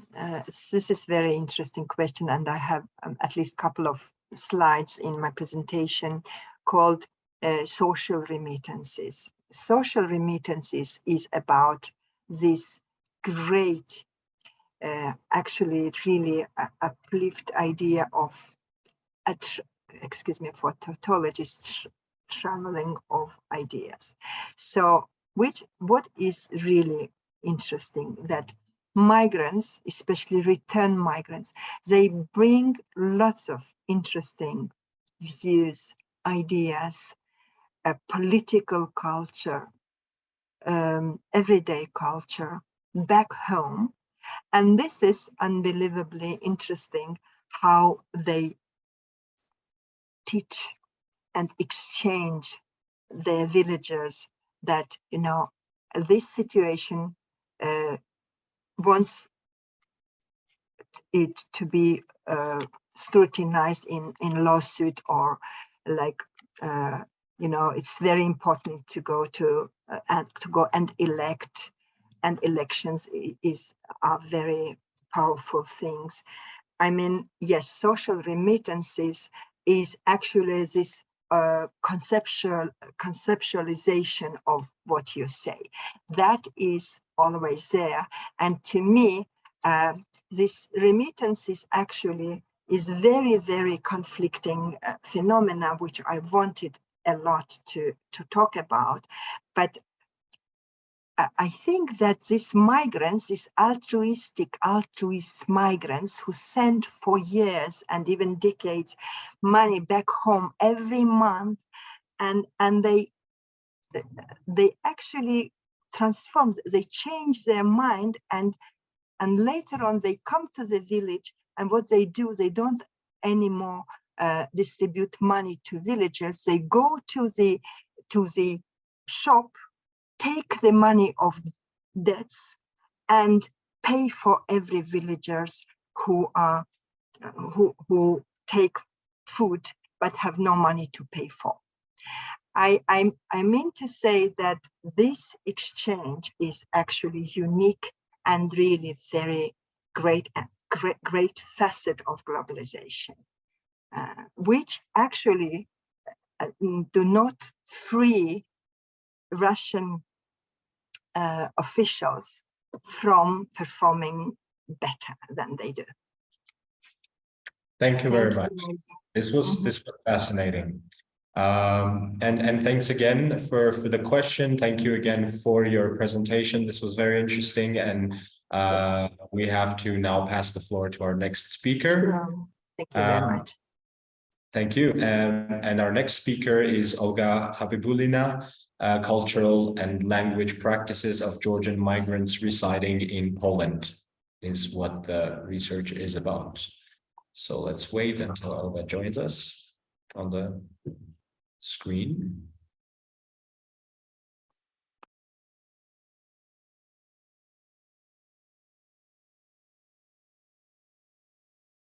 Hi, nice to meet you. Do you hear me? Do you see me? Okay, great. Yes. Hi, Olga. Hi, nice to meet you. I will share my presentation in a moment. I am a PhD candidate in the Polish Academy of Sciences at the Institute for Slavic Studies.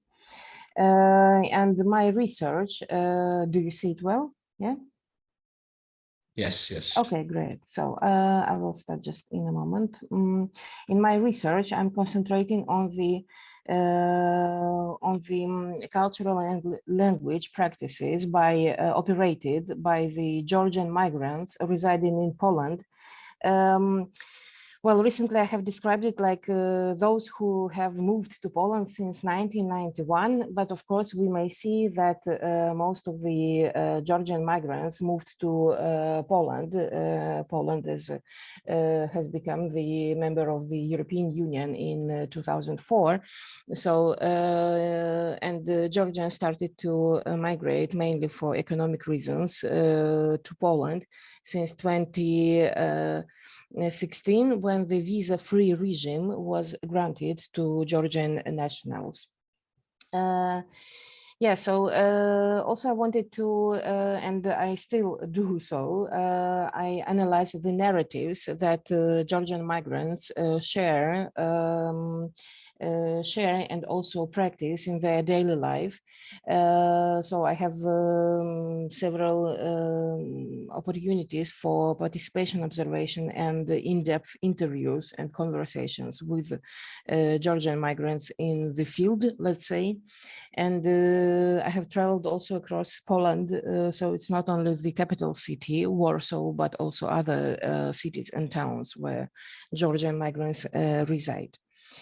Today I wanted to show you the connection that together with my colleagues and also myself, I have discovered during the research. So the connection between different language use and its impact on the language biographies that Georgian migrants operate.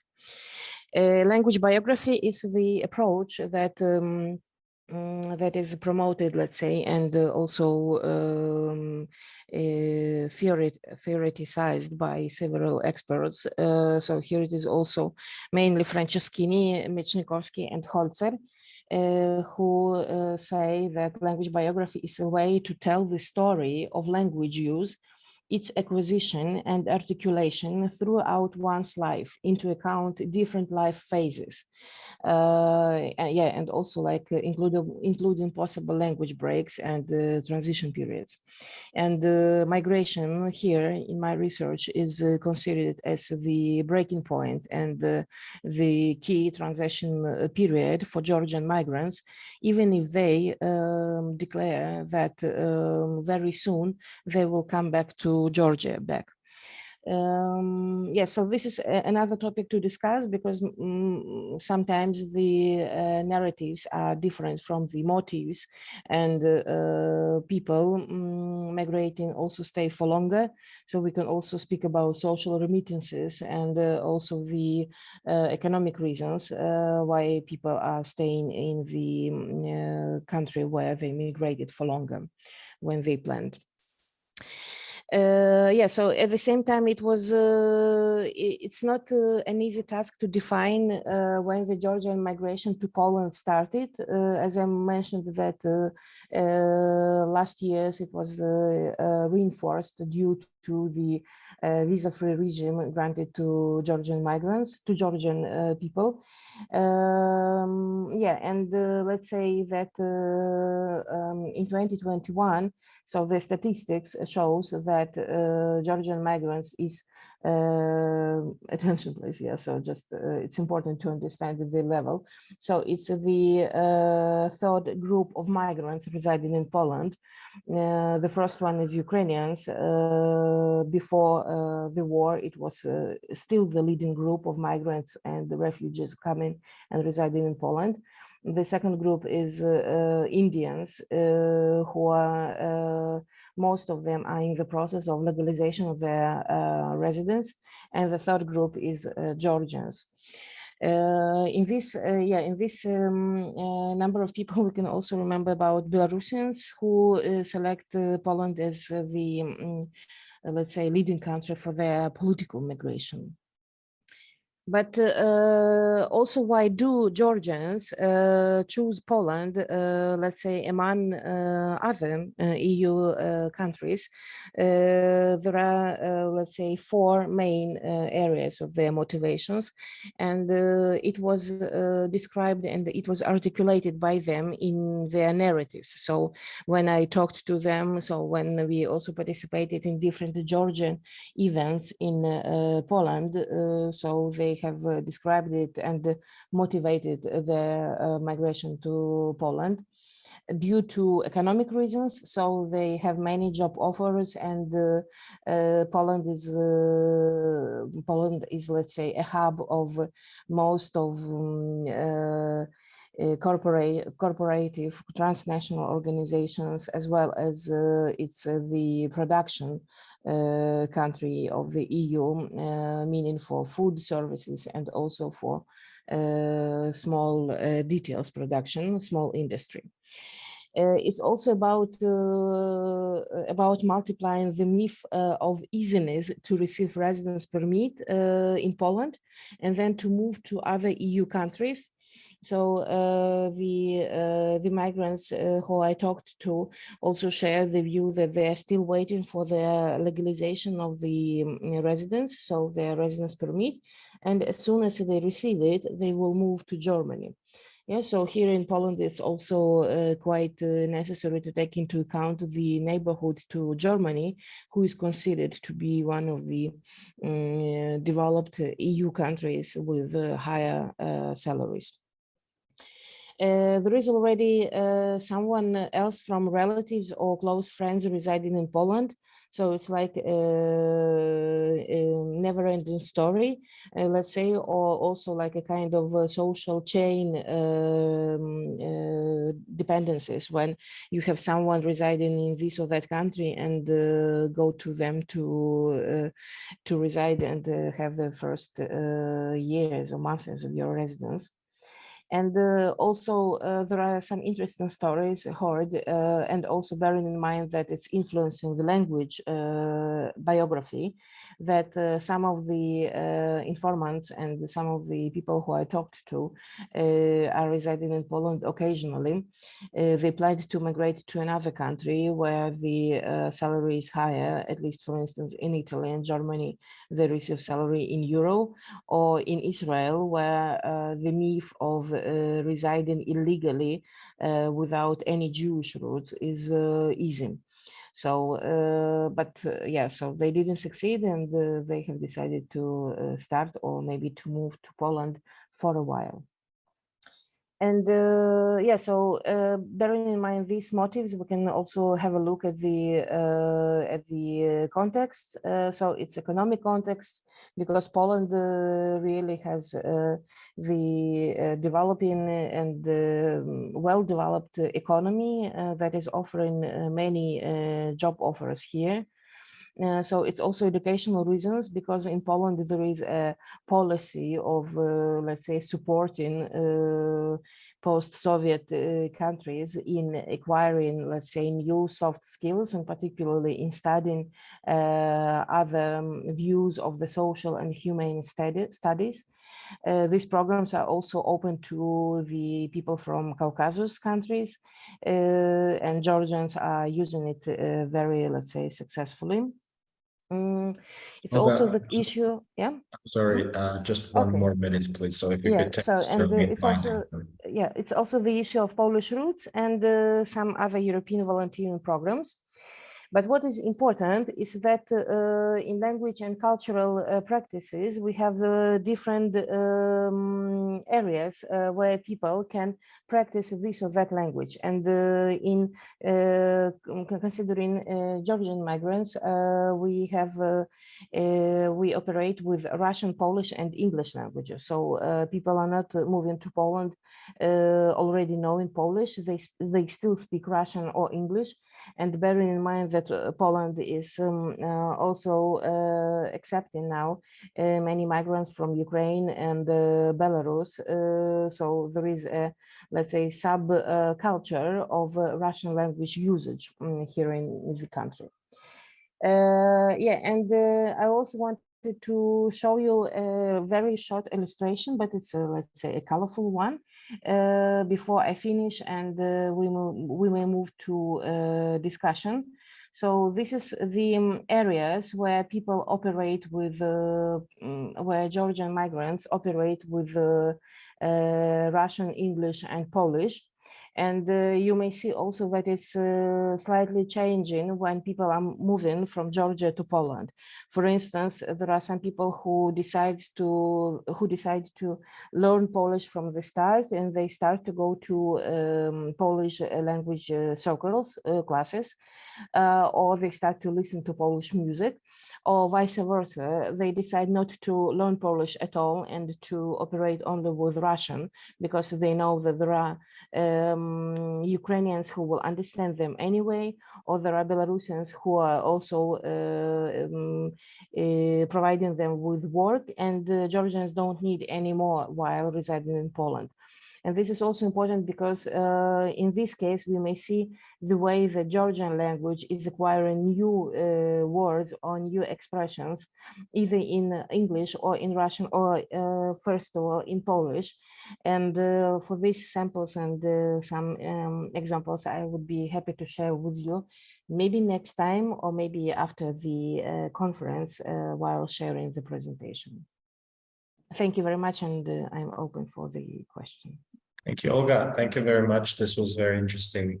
I would like to ask if we have any questions from the audience, and if you do, please pop them in the Q&A chat or just raise your hand, and we will give you a chance to speak.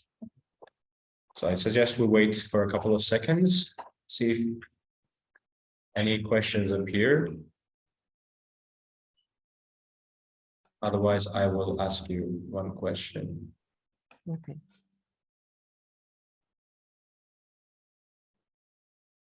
Okay, let's just go ahead with my question. Olga, I just wanted to ask if you could share or elaborate a little bit about your method, because obviously the context and then the area of your research is also super interesting. But I was wondering, the researchers that are gathered in this conference can have some kind of a methodological takeaway from your method, and I mean the method that you use specifically for this research, and if you could also share your personal reflections on how these method worked for studying migrant related issues, and if you thought on the way or at the end retrospectively that you should reconsider your method or not. So yeah. Yeah, thank you very much for the question. So first of all, my research is concentrated on cultural anthropology methods. So I mainly use the in-depth and regular meetings and conversations with the informants and first of all, of course, with the Georgian migrants. It happens like it has been rooted from my personal experience, because I'm a migrant in Poland as well. However, I operate with the Polish language much better than it's now seen from other perspectives, from the perspectives of other migrant groups. And at the same time, I operate with Russian and basic Georgian, which I learned at the university. And I would say that this my kind of medium position between the accepting receiving society and between the migrant communities is benefiting me, and also allowing to enter some, let's say, close groups of Georgian migrants. I mean the ones, for instance, when they are residing in the hostels, in the work hostels, in the very small towns of Poland. And these hostels are connected to the, let's say, this or that industry, because as I said, Poland has many plants and factories across the country that is providing materials or substitutes to the whole European Union. So and there I'm allowed to enter, so I also observe, and here it is my second method is observation that I use in two areas, like active participation, when I am participating in the holidays and events that Georgian migrants are organizing in Poland. Last time, being not a religious person, I had also participated in Easter holidays organized by Georgians. So it was also quite important to see the way that people, for instance, change their cultural practices, like they are buying cheese available in Poland, but they do cook khachapuri, or for instance, they practice, they have the same, let's say, names of their dishes, but of course these dishes are cooked in a Polish way, let's say, or in a European way, as they say to me. So yeah, and the second level of observation is passive, when I'm just entering anonymously to different areas here in Poland. I have also done sub research, let's say. One of my small parts of the research is the culinary practices by Georgian migrants. And here I mean the cafeterias and bakeries run by Georgians and Armenians as well. And it's also important to see the level of, first of all, the relations of power between Georgians and Polish people, because of course the ones who have capital, let's say the money, is the Polish people who are really obsessed of Caucasus, of Georgia, Armenia and Azerbaijan. And of course, there are Georgians who are cooking it and who are working even at very low and small prices of their salaries, wages.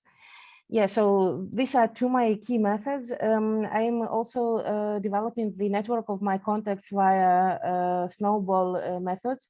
However, it doesn't work well because I want to see different perspectives. And here I see also the ones who don't have education, higher education, for instance, the ones of a different age, because the migrants in Poland from Georgia the migrants from Georgia in Poland are really of different age. There are people of 18 till 65. 65 is the oldest person I have talked to. So, and I use also sometimes, so this is like the last sentence. And I also use online forums in the Facebook using my basic Georgian, but of course later on switching to English or Russian. And in the forum, I'm monitoring the situation, you know, like to see what are Georgian migrants, what Georgian migrants are in need of. Or what do they articulate, or what do they express about, let's say, Polish situation, because Poland is quite an interesting country and quite contradictory in the political way. So there are some challenges also in political development, or vice versa. What are their reflections about the Armenian-Azerbaijan war, for instance, or for instance, war in Ukraine. So, and this is also important because Georgians in general are quite politically active. And the question maybe for my postdoc research, but the question is which way they participate politically being migrants. So these are like the methods I use. I think it's great that we have this broader European perspectives coming into dialogue with more local ones, because I think we can always learn, at least on the methodological level, from each other. So thank you for bringing this subject into our conference. This was very useful, and thank you for joining us, Olga. Thank you very much. I'm still staying. Pleasure having you. Yeah, thank you. So let's go to our next speaker, who is Tamar Nadibaidze, and who is going to present a paper, The Economy of Knowledge in Migration Policy, Understanding Georgia's Migration Policy Within the Modern World System. So hello, Tamar, and I'm going to pass the floor to you. You have strictly 10 minutes. Hello, thank you very much for this opportunity to present my paper. I would briefly tell the attendees that I am a recent graduate of the Linköping University, where I did master's thesis in ethnic and migration studies. And with that, I'll go to my paper. So I studied Georgia's migration policy, specifically the migration strategy, along with its enclosed documents, which sets the state migration policy, and it's developed with the engagement of civil society sector, local and international organizations. And this particular strategy, it's very long term. It sets out basically a 10-year long state vision around institutional management of migration. It spans from 2021, 2030.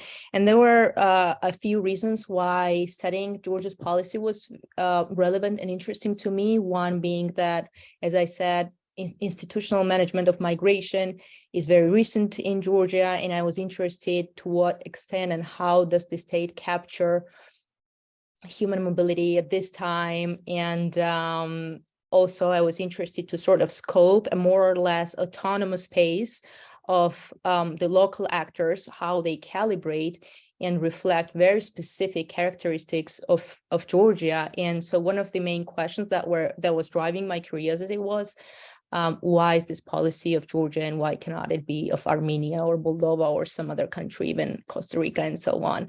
So I had two main research questions.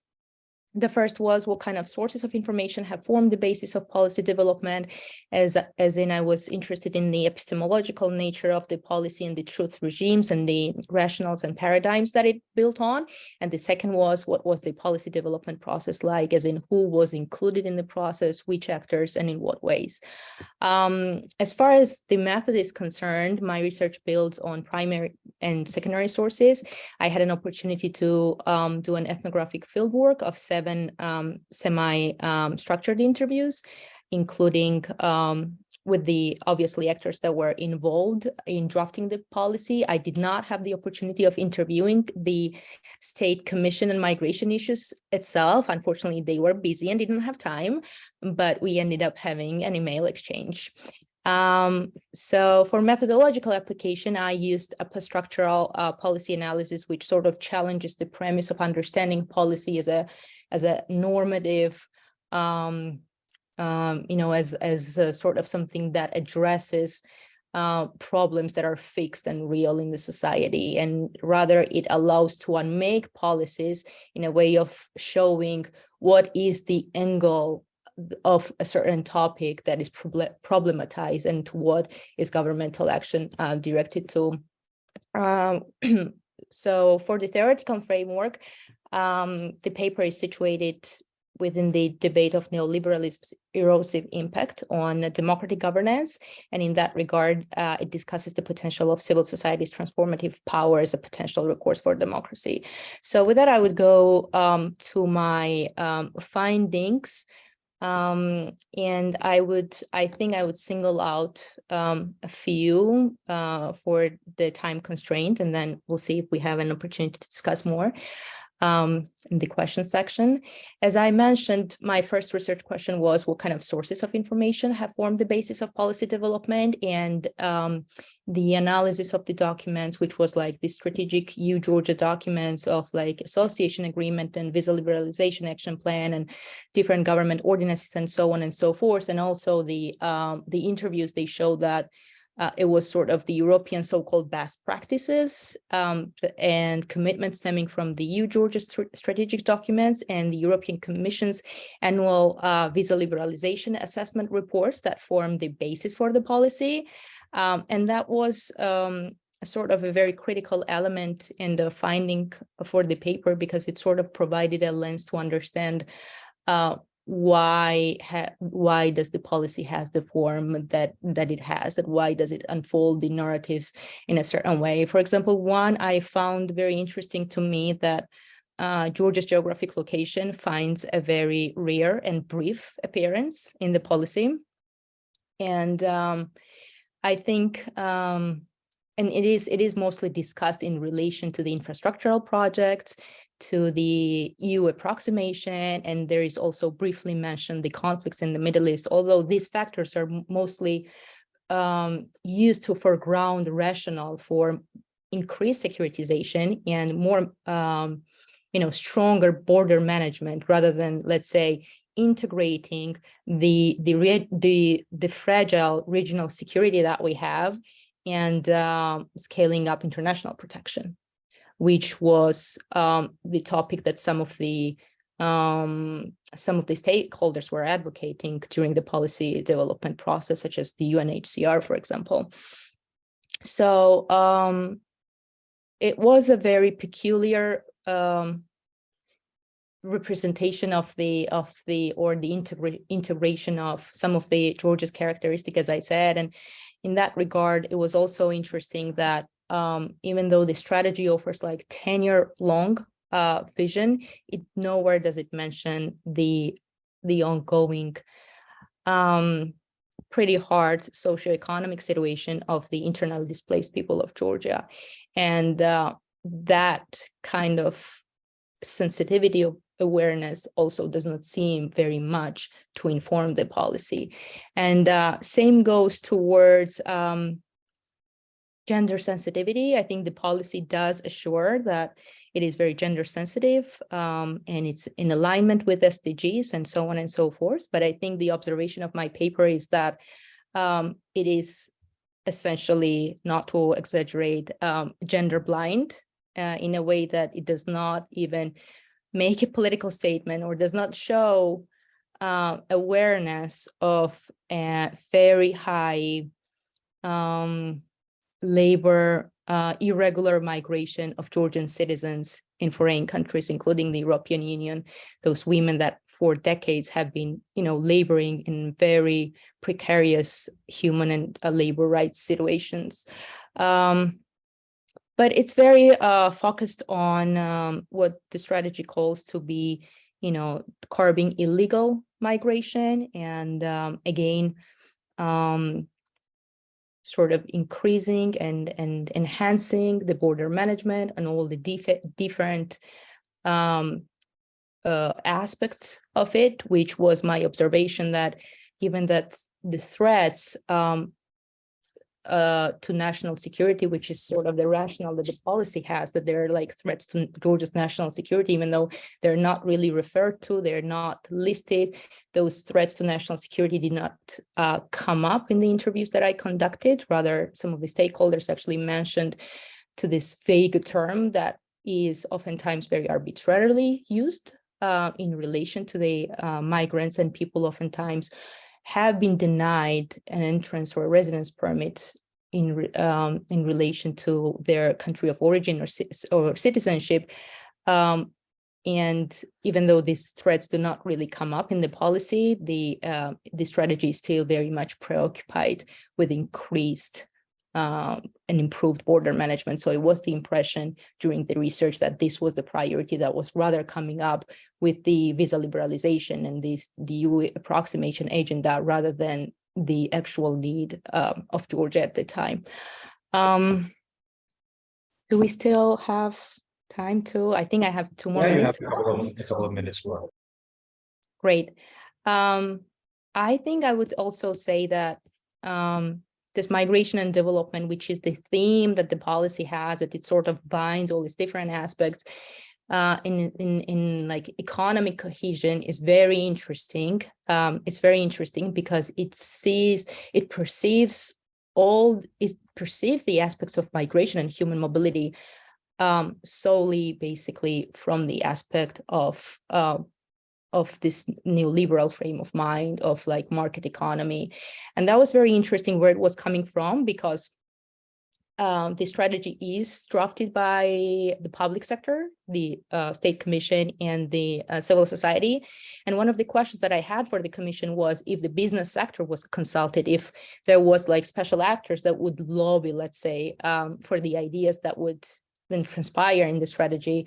But no, as they said, the business sector was not involved, but it was something that I guess is so part of the knowledge system that exists, sort of the neoliberal knowledge system, that it still binds very strongly the entire document together. And I think I would only add one more aspect.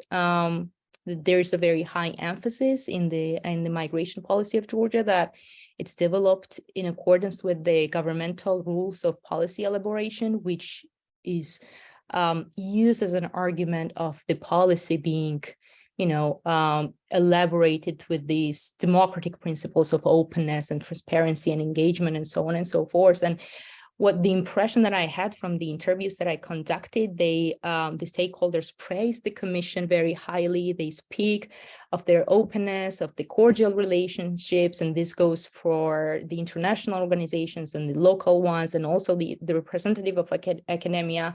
And they speak of what a benign environment and open this governmental agency is to their ideas.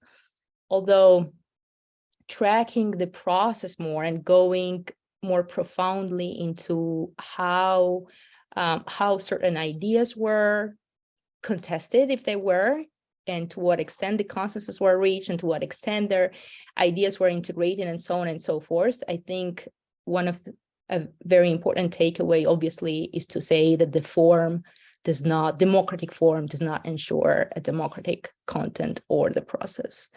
So I think I would wrap up my presentation with that. Many thanks. This was very interesting, and especially the part where you were talking about and also mentioned in your abstract about disorganic development, or let's just say detached from each other policy and reality. I think it's something that is quite common, not to overgeneralize, but it's quite common in our region, or at least in Armenia as well, in different fields, not necessarily just the migration. So I was wondering if, before we potentially have any questions from audience members, if you could just zoom in a little bit on this aspect of policy and reality being further apart from each other, or maybe detached, or I think you called it dislocated. Dislocated. Yeah, if you could just elaborate on that a little bit. Yes, I think that's a very interesting point, and thank you for making that emphasis.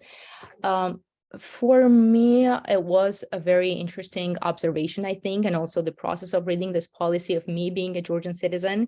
And I had this impression of the country reimagining itself of being located somewhere from Sweden to Switzerland.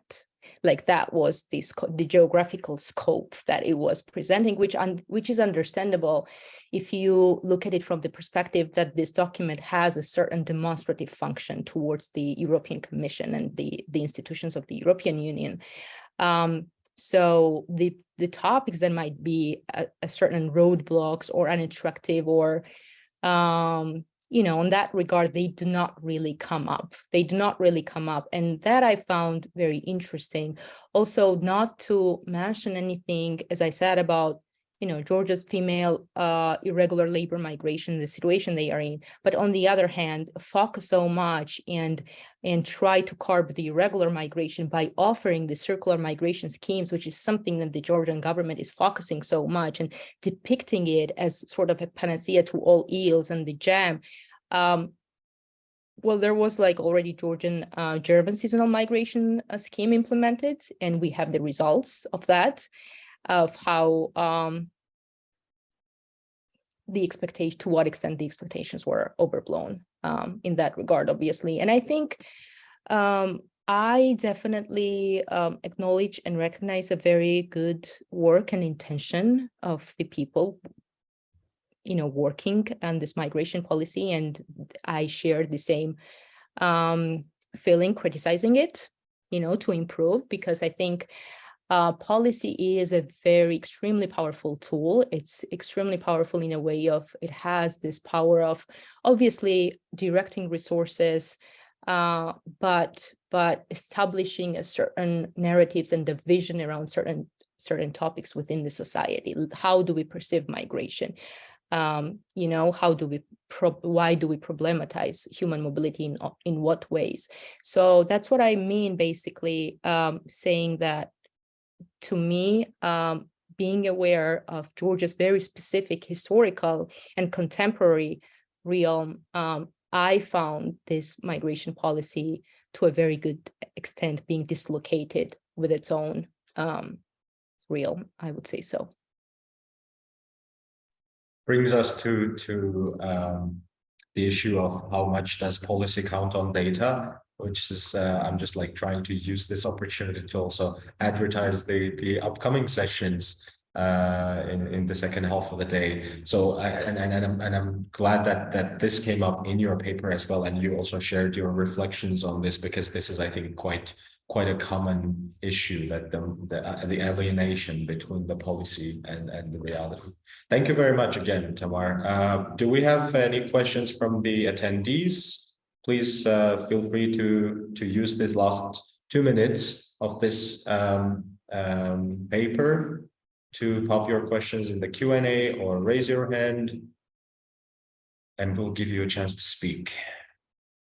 Let's just wait for a couple of seconds, and then we'll wrap up.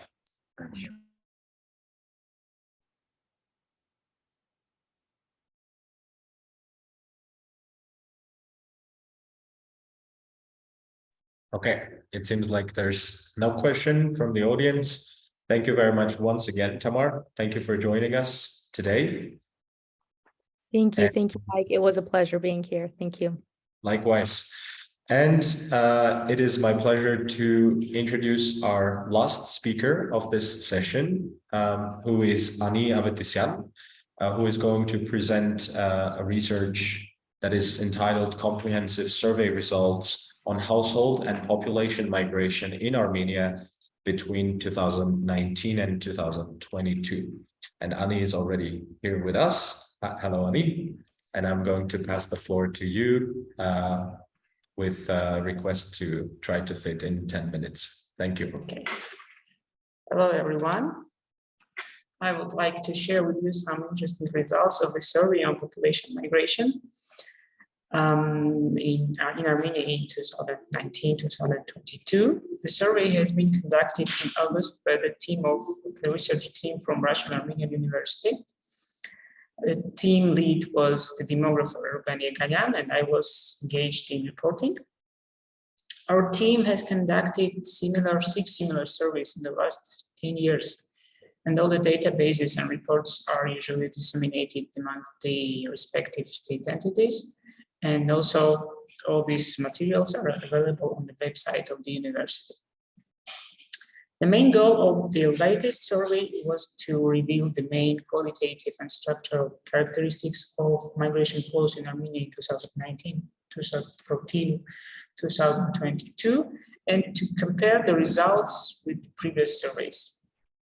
Thus, this survey focuses on the main factors, reasons, and consequences of migration, external migration, in order to come up with the possible ways of dealing with the problem of migration in Armenia.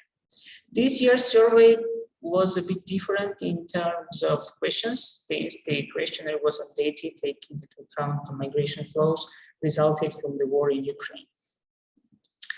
I would like to talk about some key findings. I will talk about the key differences between the results of this survey and the previous surveys. And the first key finding, first difference, is the number of respondents who do not rule out going abroad for the permanent residence. In general, the total share of those who have intention to migrate decreased this year in comparison with the previous year. In 2021, about 26.5% had intention to migrate, and in this year, the share increased to 18.6%. But we can see the drastic increase in share of those who do not rule out going abroad for permanent residence. In 2019, it was about 7.4%, and in 2022, it's about 13.4%. And mostly, we can see that there are the residents of Yerevan. In Yerevan, it was 12.3% in 2019 and 23% in 2022. According to age structure, those are mostly adults and working age population. Next finding is the share of those who have reviewed their preferences in terms of destination. Those who have an intention to migrate, they reviewed their preferences, and we can see that the share of Russia has decreased from 61.2% to 46.2%. This is particularly typical for Yerevan. And nevertheless, Russia still remains the first destination for Armenian migrants. Such a decrease obviously is a consequence of the war in Ukraine and sanctions that were imposed against Russia. And we can see that there is a share of those for whom it doesn't matter where to live. The share of these people increased from 5.5% in 2019 up to 15.8% in 2022. And those are basically the people who have no intention to leave for Russia for future purposes. The Ukrainian conflict influences plans to migrate in different extent. And the respondents who mentioned the influence of this conflict was about, the share was about 20% of those who have intention to migrate. Related to the reasons or the preconditions to give up their intention to migrate, although the first and second most preconditions are the same, there are social standing improvement and security issues, we have some changes in the third and fourth places. Thus, now improvement in political situation is more important than the improving of the economic situation in general. And the last and most worrying finding is the number of respondents who are planning to migrate in order to earn a living, which has decreased. It's been the first time in the last 10 years that the number of respondents who are planning to migrate in order to earn a living has decreased so dramatically, from 6.4 in 2021 to 47.8 in 2022. And the fact that majority of those who migrate with no aim to earn a living end up acquiring permanent residence is quite worrying. They may bring about increase in the number of migrants from Armenia, and it means that we need to elaborate measures to prevent such kind of migration from Armenia. I think that's it for now. Thank you very much. Count our limitations in time. Thank you, Ani. And I would like to invite the audience to ask questions if there are any. So let's just again give them a couple of seconds.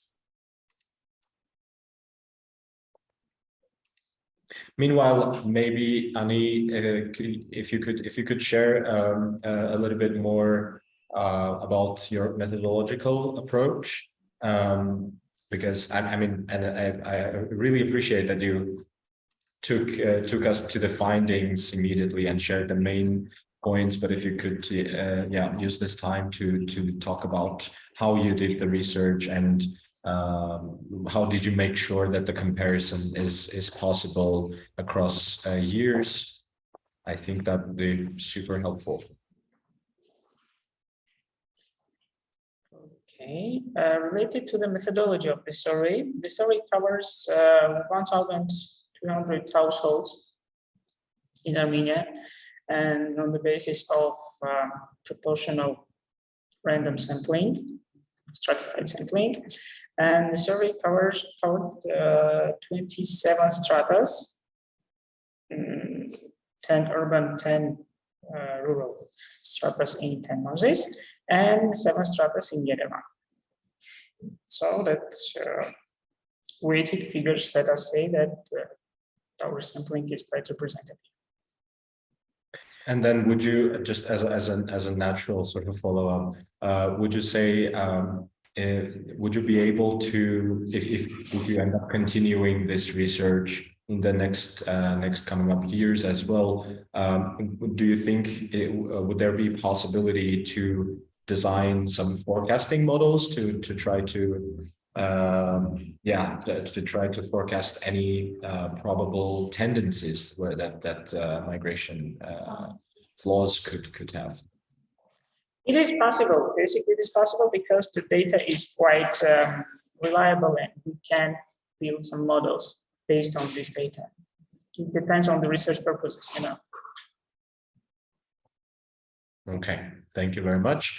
And then we have an audience member specifically asking you to share the link to the report or the database. So I believe we can organize this at some point during the conference or after. Sure. And do we have any more questions from the audience?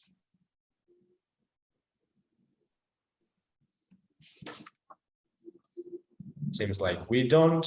So I'm going to send you many thanks for your presentation. Again, very interesting. And thank you for joining us on this session. So this is it for this session, dear participants, dear attendees. I just would like to quickly draw on the upcoming sessions of the second day of Unpacking Migration conference. We have very, very interesting panel discussions coming up right after lunchtime, so starting at 2, and we are going to talk about evidence-based action, and we will have invited speakers who will reflect on whether or not policy counts on data. And then afterwards at 3, we will have another panel discussion, the final one that will try to bring together the main research and policy, let's just say, structures functioning in Armenia and the region, to try to build a dialogue infrastructure, or let's see if we can talk about things from the same page. So this will be the main sessions, and then we will wrap up by 5 p.m. So I encourage everyone to stick with us. Don't leave us. We will be back after the lunchtime. Thank you for being with us so far. Bye. Hi, Varduhi. Can you hear me well? Yes, and you hear me? Yes, very well. Hi, Anna. Hi, colleagues. Nice meeting you. Nice to meet you too. How are you? I'm good. I'm good. You're both in sunny, warm Armenia. I'm in cold, wet Holland. Ah, you are not here. Yeah, it is really sunny today. Nice. I hope Anna is, Karine is joining us today. Kuyumcan. Can I ask a question before starting? Sure. I have another meeting at 3 o'clock. Do you think, I mean, in 1 hour, do you think we will finish by 3 o'clock exactly? Yes. If not, is it possible to leave? Of course, but we will finish before 3. Yeah, okay. Thank you.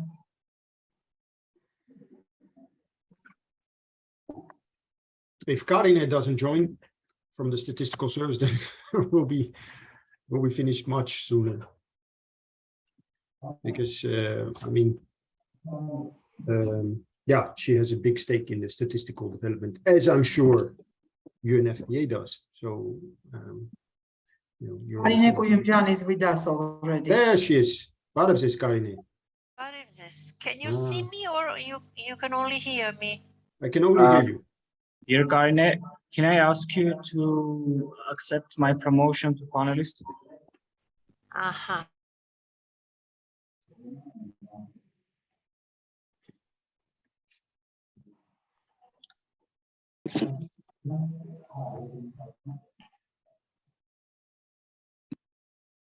Now we can see you. Thank you. Nice seeing you again, Karine. Long time no see. Yes, nice to meet you. Thanks. I have invited already from the IT department, thinking that the problem from my computer. So we can start. Very good. CRRC colleagues, do we start the session, or is there some introduction that you would like to do? All right. Well, colleagues, dear panelists, participants, welcome to the next session. Thank you, CRRC, for organizing this, Swiss Development Corporation for sponsoring. Today's panel will be about the importance of data collection and dissemination in the formulation of migration policy. Judging from today's world, you think it doesn't matter anymore if we have data or not to take a decision, but we still believe that policy and also migration policy should be data driven. So today I'm joined by 3 colleagues who will be doing most of the speaking. Karine Kuyumcan from the National Statistical Service of Armenia, Anna Harutyunyan, who is with UNFPA and deals with youth and education. Anna, correct me if I'm wrong. And we have Varda Duns, who is working for People in Need Czech NGO, implementing a number of migration-related projects in Armenia. My name is Karl Hofstra. I'm the local head of the ICPD office in Armenia. Now, by way of introduction, let me say that there has been much talk about data and migration. This session will focus a little bit on Armenia, obviously, because we have an all Armenian panel, that's that's just how it is. I'm sure some of these problems are actual for other countries too, including Georgia. Collection of migration data is spread over many organizations in Armenia as in other countries. In Armenia, among others, it's Migration Service, it's Statistical Service, it's Border Guards, it's MFA even, it's OVIR. So how do you combine it all? How do you make sense of it all? And how do you make policy on that? That has been in the focus of the Armenian government. There have been international support projects since a number of years to support the streamlining of data collection on migration. I remember myself many years ago, or 2014, 15, 16, a Danish twinning project with Statistical Service. It wasn't only focused on migration data, but it was part of the remit of the project. There was a Swedish project to assist the Migration Service. Then my own organization from 2016 to 2019, 20 rather, implemented a project, a part of which also looked at improving statistical data on migration. And we focused then on harmonizing Armenia's migration data collection with an EU regulation of 2007 on the collection harmonization of migration-related statistics, notably on international protection, illegal migration, and return. So that was the focus of some of the assistance, trying to get Armenia to harmonize its collection of migration data in line with EU standards in order to also facilitate exchange of information with the European Union. Now that, I think, is a nice point to start our discussion. I also call on the panelists to ask questions. I mean, this is, we're not only talking, we can also ask each other questions. But perhaps I would like, first of all, to give the floor to Karine and sort of fill the blanks in the short overview of what I just said. You know, where has Armenia progressed after, let's say, 2020, in the last few years? What has been done on migration, statistics collection, and harmonization? Karine, if I could ask you. Thank you, Karel. Hello again to all the colleagues. In fact, as you mentioned, migration data is always problematic, not only for Armenia, but for all the countries, because it is always difficult to capture the information totally about the migration of population. That's why Armstat, using all the existing sources in the country, is trying to improve the migration data. But anyhow, we know that the first and foremost data source is the administrative register. That means the state population register, which is covering the more informative data about the population movements. And all steps are carried out towards the improvement of population register data. The one good improved thing about which I would like to mention for the first is that for the upcoming census of October 2022, the population register is correlated to the border management information system. The data, both data are combined, and the dashboard is on the existing in the statistical service, which will be used for the census purposes. And furthermore, we are going to use it after the census to improve the data for the population count, as well as we will have information about the movement of population entering the country and leaving the country with a duration, keeping in mind that anyhow migration is we need to accept the internationally accepted methodology. Who are migrants, who is immigrant, who is emigrant. That means this dashboard, this information system will give us the opportunity to improve the population data. Karine, if I can just ask a follow-up or clarifying question. So it means that the folks at the statistical service who are preparing the census have access, indirect probably, to the border management information system. We have access to population register. Oh. Yes, which is combined, but this is anonymized. We don't know who is who, but this is identified information. And it is combined with the border management information system in order to find out that on the census date, how many people are in the country from the population register and how many of them are out of the country. What is the duration of their absence or presence in the country? As well as we know, we have foreigners entering the country, foreigners leaving the country, the duration of their being in the country, and if they have left, when they have left. In order to identify the de facto, that means the present population and the permanent population number of the country. This is an improvement number one.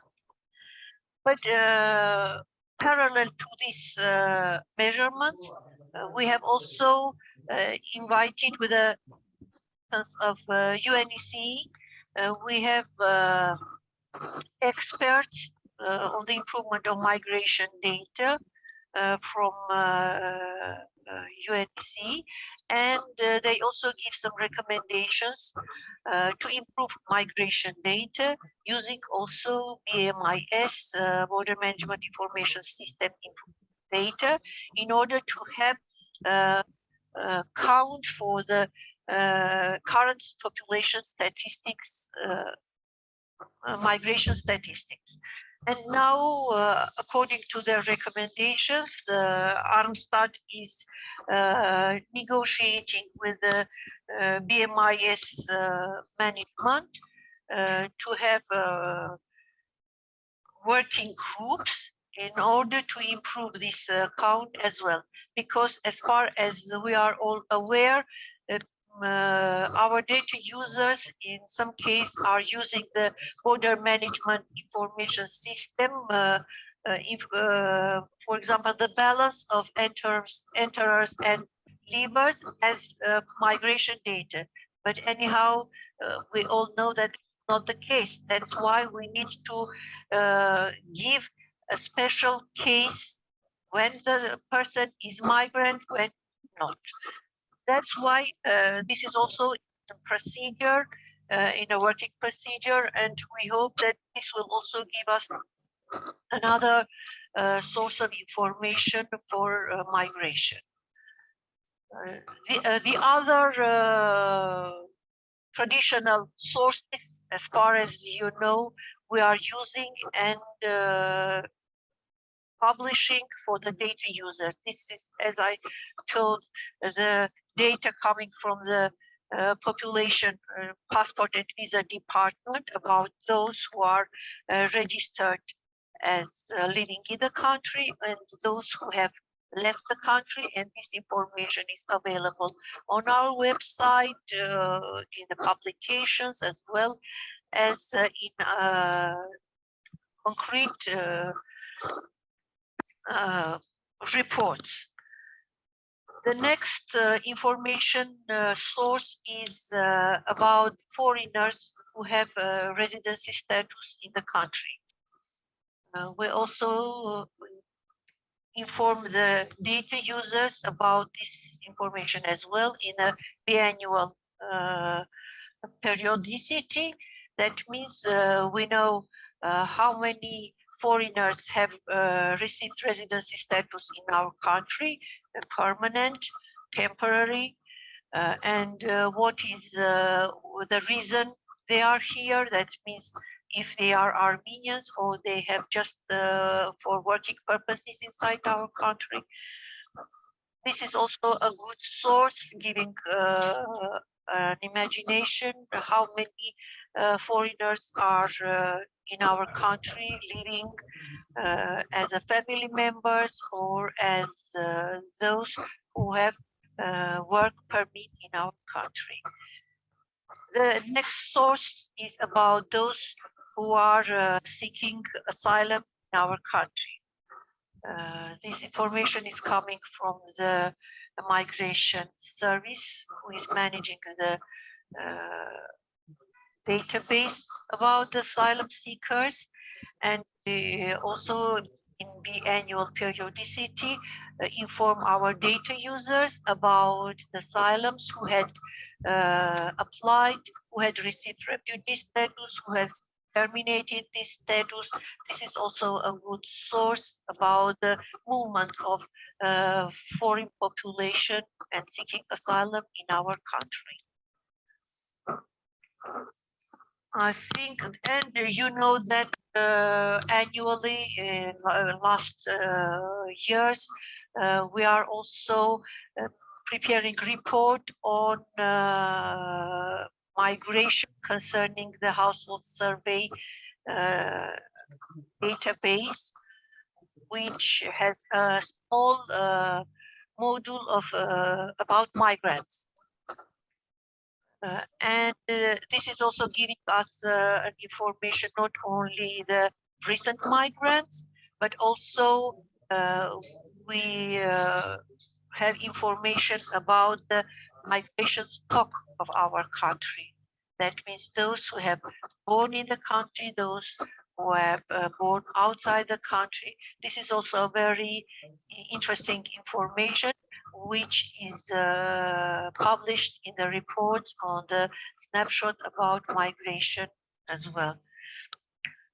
This is mostly the information that we covered these last years.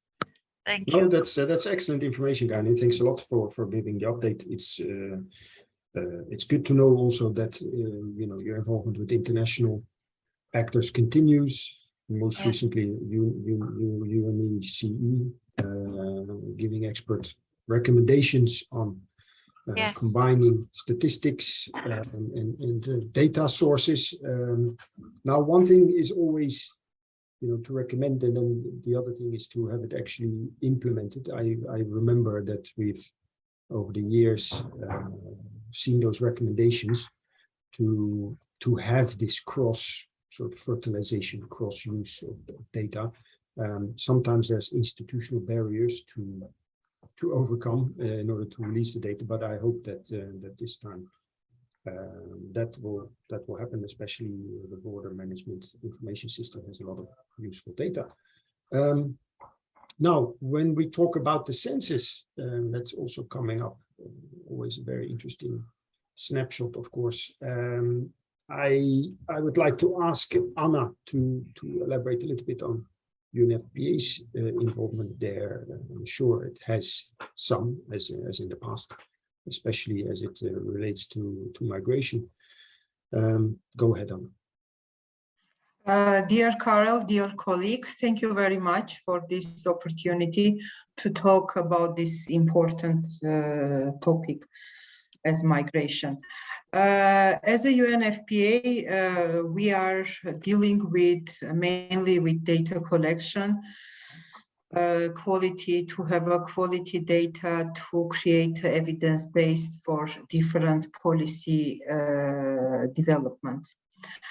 So normally we use data from official statistics, and we use data from Armstat, normally, but there are some cases when we are requested by government or by other institutions dealing with data collection as well, to collect data through different sample surveys, researches, and quantitative data through in-depth analysis and focus group discussions. So in this regard, I would like to stress the recent activity which we have implemented in terms of migration statistics. Last year, we have been approached by migration department. They asked us to conduct sample survey on migration situation assessment, because they were implementing this survey every 3 years. And last year, they didn't have enough financial resources. So jointly with them and with some independent local experts, we have implemented the survey. The Armenian version of survey is already published and it is on UNFPA website. And very soon, in a coming week, we will have an English version of this report. Although it cannot be considered as an official statistics, but still I am sure, or I mainly hope that it will be interesting to read and to compare the data, because there are some in-depth descriptive data which cannot be found on, let's say, from information provided by Armstad. If you want, I can send you the report whenever it is ready and it is published in English. But taking this opportunity, I just would like to add a piece of information on importance of quality accessible data collection. As a UNFPA, data is everything for us.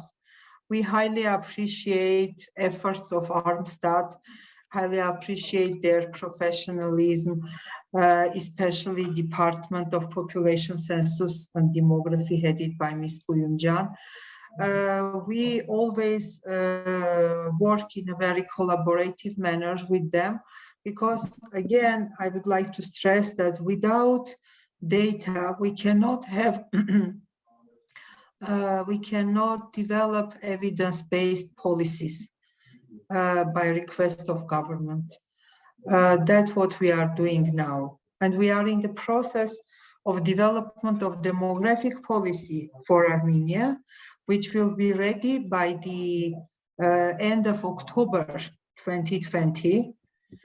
And I hope that it will be accepted and approved by government of Armenia, as we are doing it by their request. Is that, sorry, Anna, demographic policy? What did you? Demographic policy, yeah. Policy. What does it exactly cover? Demographic policy and results framework for Armenia. It covers whole demographic aspects and activities which should be implemented toward the improvement of demographic situation in Armenia.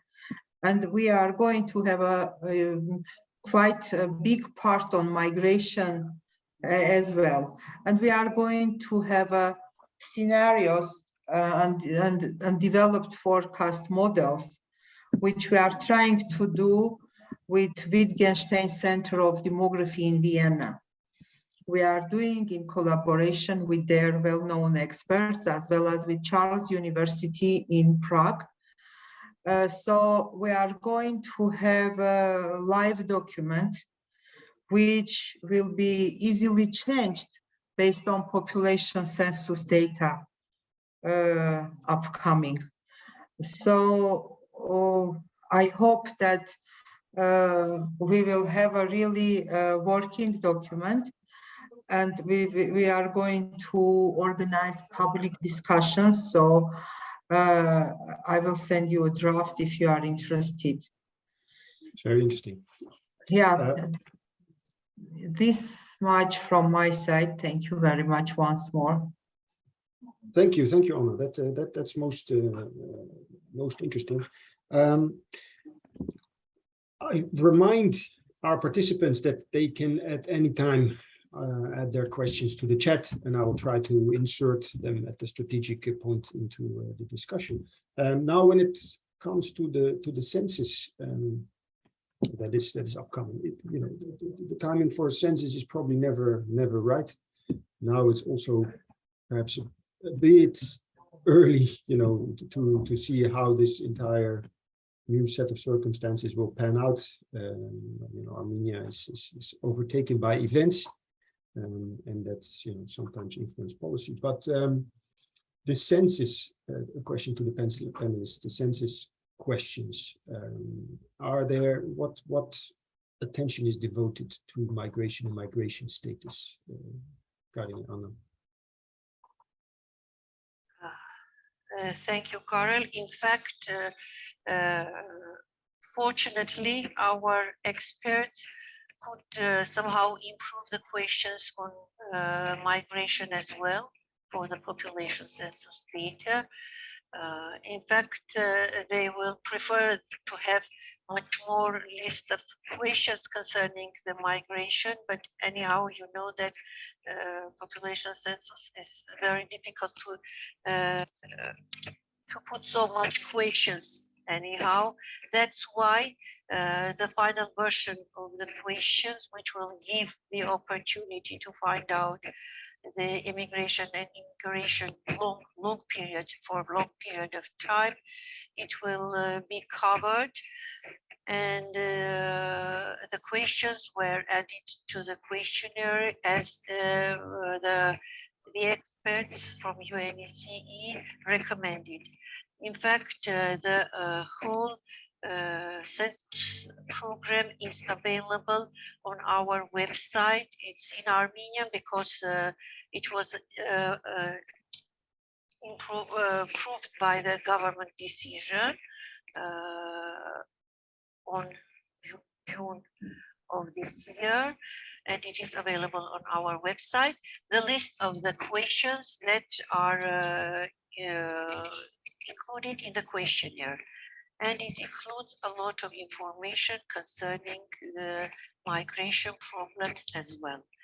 And this is also one more improvement about which thank you, Karen, that you asked, because I spoke about the BMIS, but I forgot to tell about the improvement of the questionnaire as well concerning the migration questions.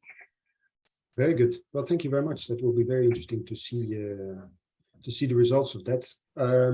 Yes. That will probably be somewhere next year. Yeah, I guess some preliminary results after a few months. Yes, the preliminary results will be in the first quarter of 2023, and we hope that the final results will be published by the end of the year 2023.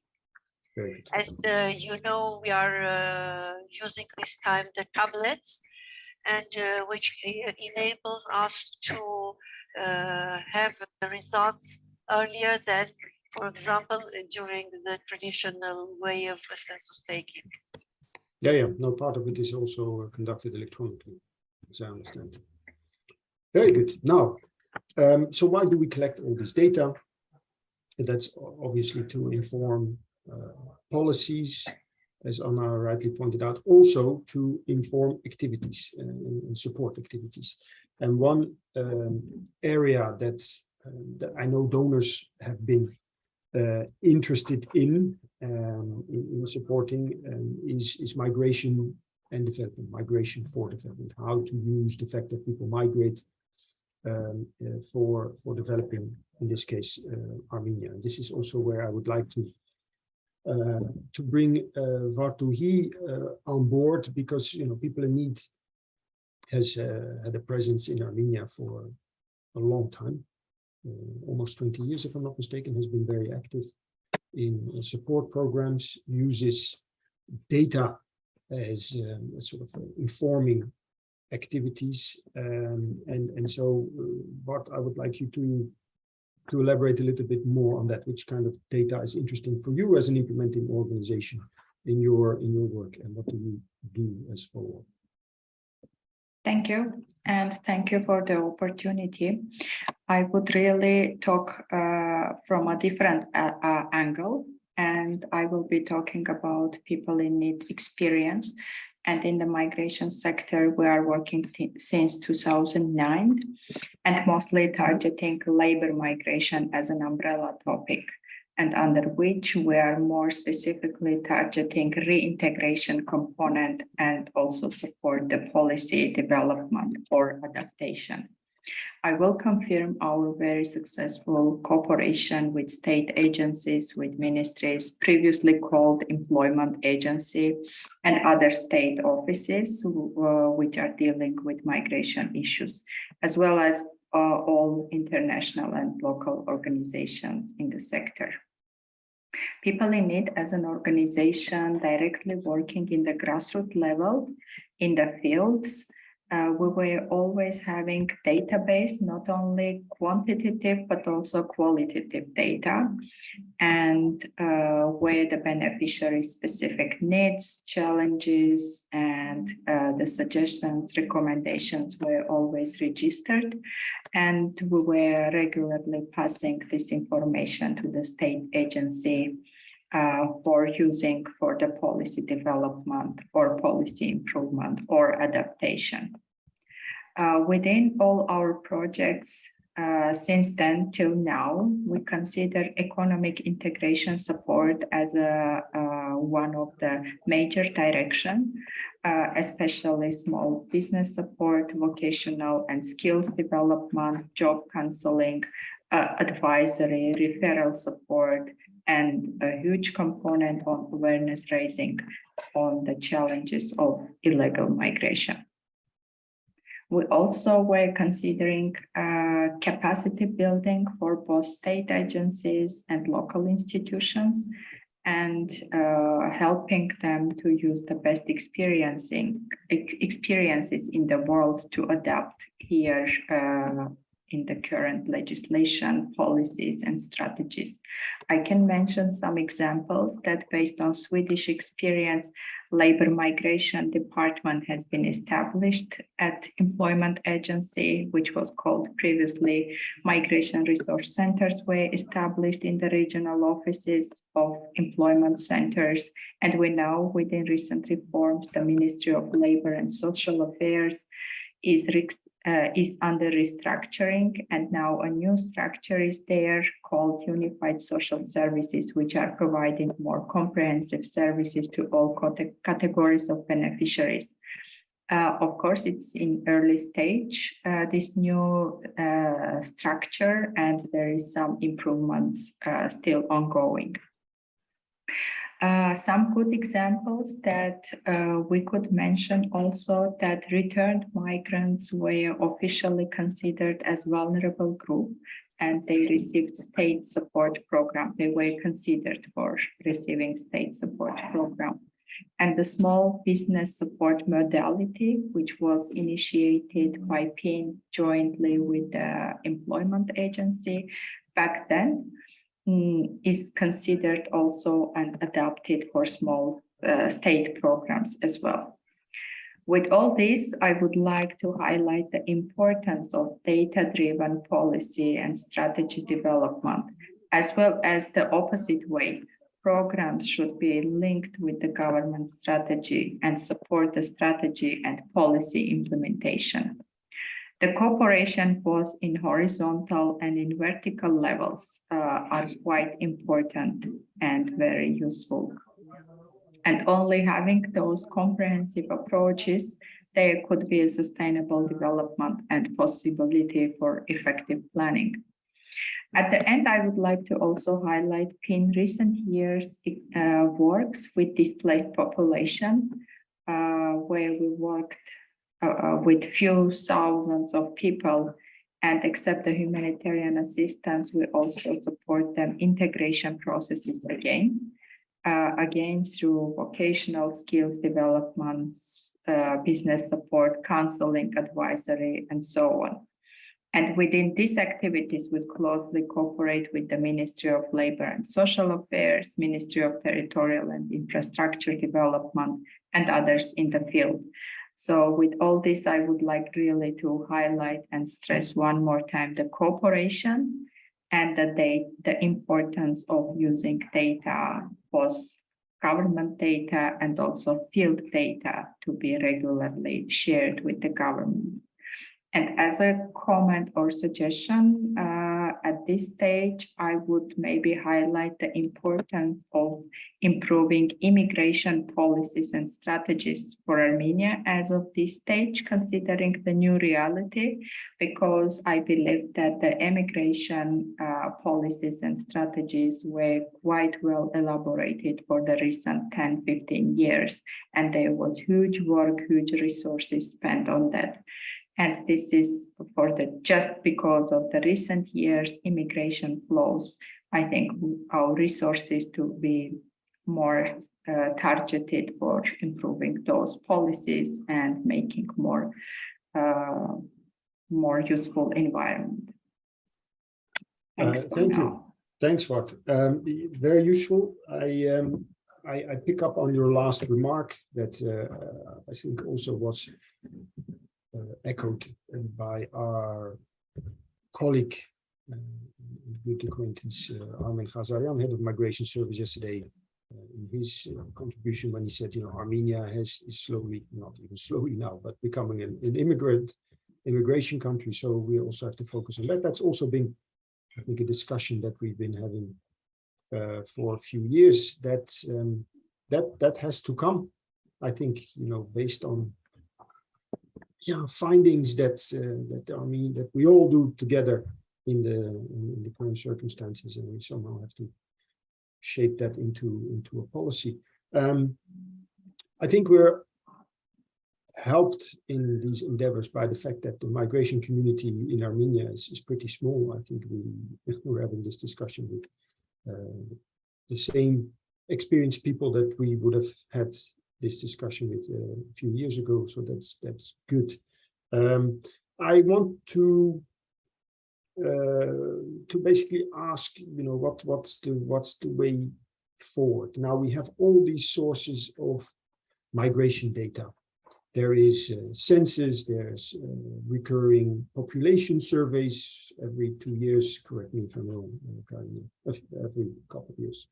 There's the population registry, there is border management information. There are different surveys that we all do.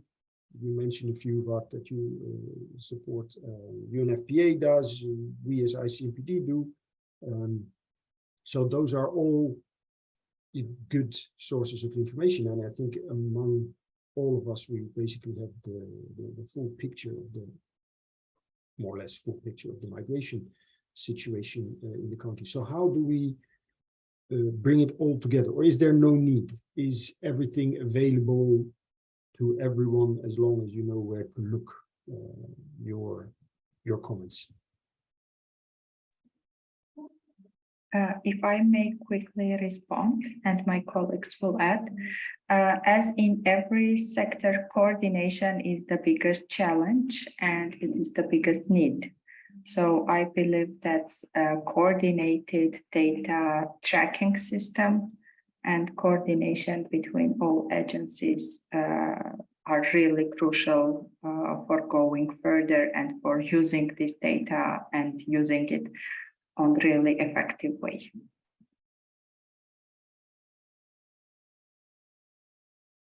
Excellent. I have a question also from the audience for you, Wat, from our colleague and friend Helene. She asks, how do you get information on displaced population that you have an activity for? Very good question. And as I mentioned, we are closely cooperating with the ministry level. And as we are in the ground, in the field, we are also working with the municipalities, local municipalities, and unified social services.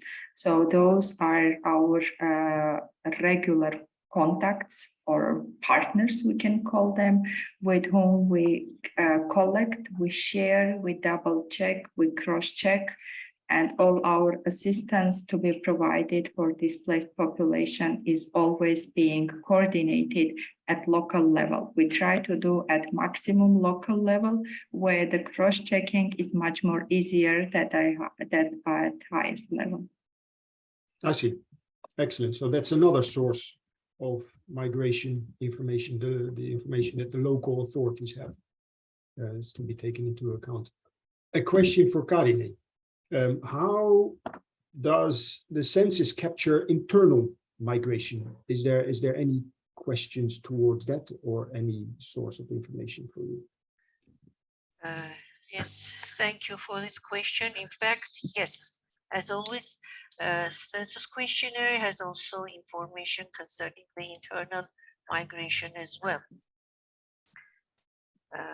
And starting from the question, living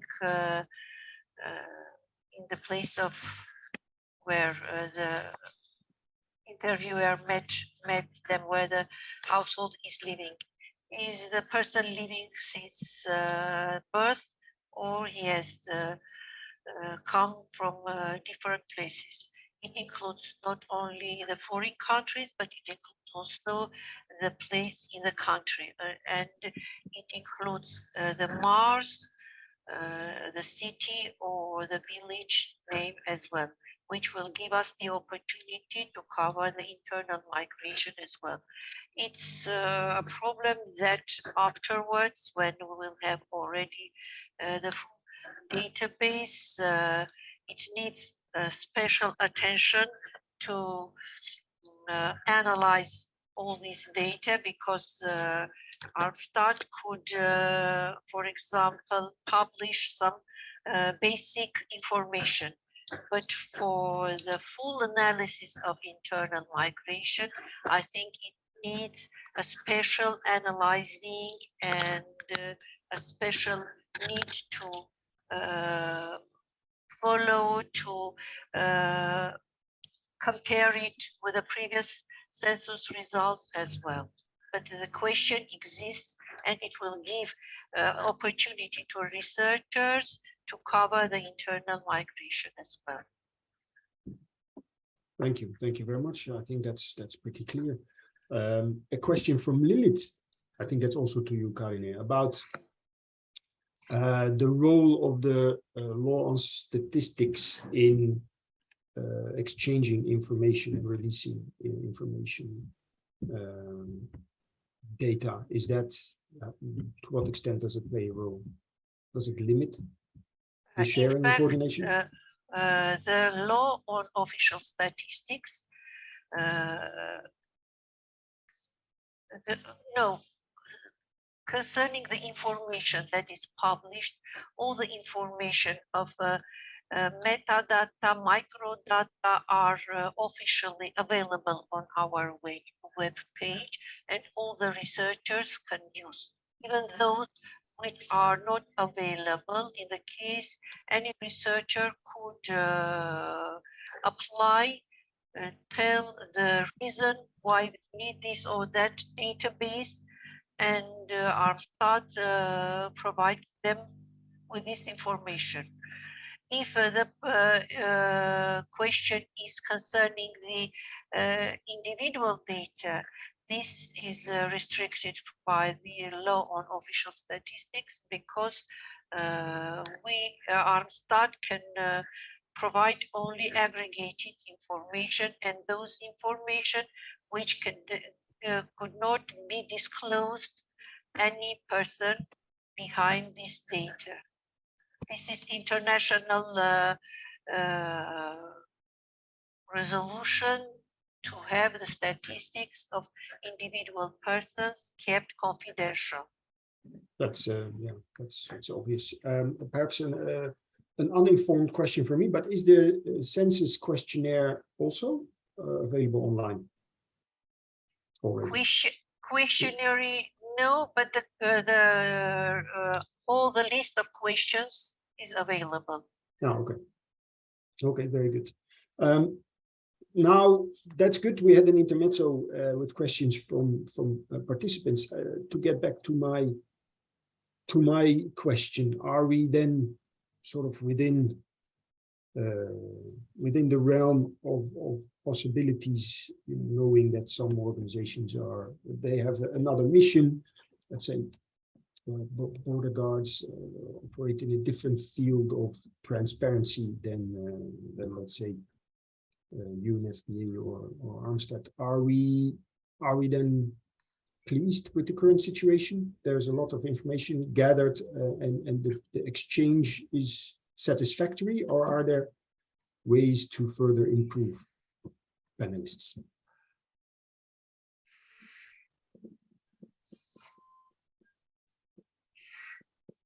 Don't hold back. Anna, you have an opinion on this? Or Vart?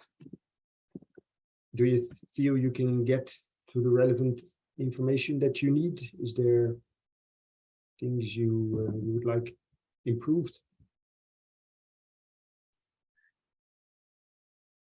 A difficult one. Before Bart will think about that, just I want to say that statistics is always working to find new data sources, new availabilities, new ways which will improve the quality of data. And this is the way that we are trying to improve the information that will be used by the data users. And in fact, we can say that we are all satisfied now with the data which we have. No, we are always trying to find new opportunities to improve the data sources, to improve the data quality, to use international experiences which will improve our data. This is from the opinion of data producers. But in fact, I know that all the data users are also not satisfied always, because they are looking for so many questions to find, for example, the information which they cannot find. But really, Armstead is working. I'm not just telling only concerning the migration. This is one of the topics, but Armstead is working in the whole spheres of our economy and trying to use all the available sources of information that exist in the country to improve the data and to make available to data users. Very good. Thank you for that. I think, Vart, maybe you have to, you want to add something to that. I think the panelists are voting with their feet, and Anna has already had to leave the session. So I think we'll soon wrap up. If you perhaps have to add something. I just want to shortly mention the importance of the quality of the data. Yes, it's true, it's important, but also the sources how to find. I believe there are some experts who easily find the needed information, but not all the organizations, especially civil society, who really need some specific data, specific sectoral data. Not everyone, especially the grassroots organizations, they are not that easily finding the relevant and the verified or the most recent data. So I would here stress the awareness raising among the population, where to find the relevant data and how to coordinate to get the most recently updated and the quality data is quite crucial. Yep, that's clear. there's also, of course, own responsibility, and a responsible, educated, critical citizen should be able to find most of what he or she is looking for. But still a good point. I have one more question from Sona before we wrap up.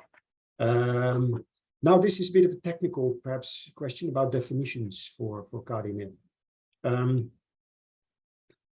Why does Armstad use different measures to measure migration across various surveys?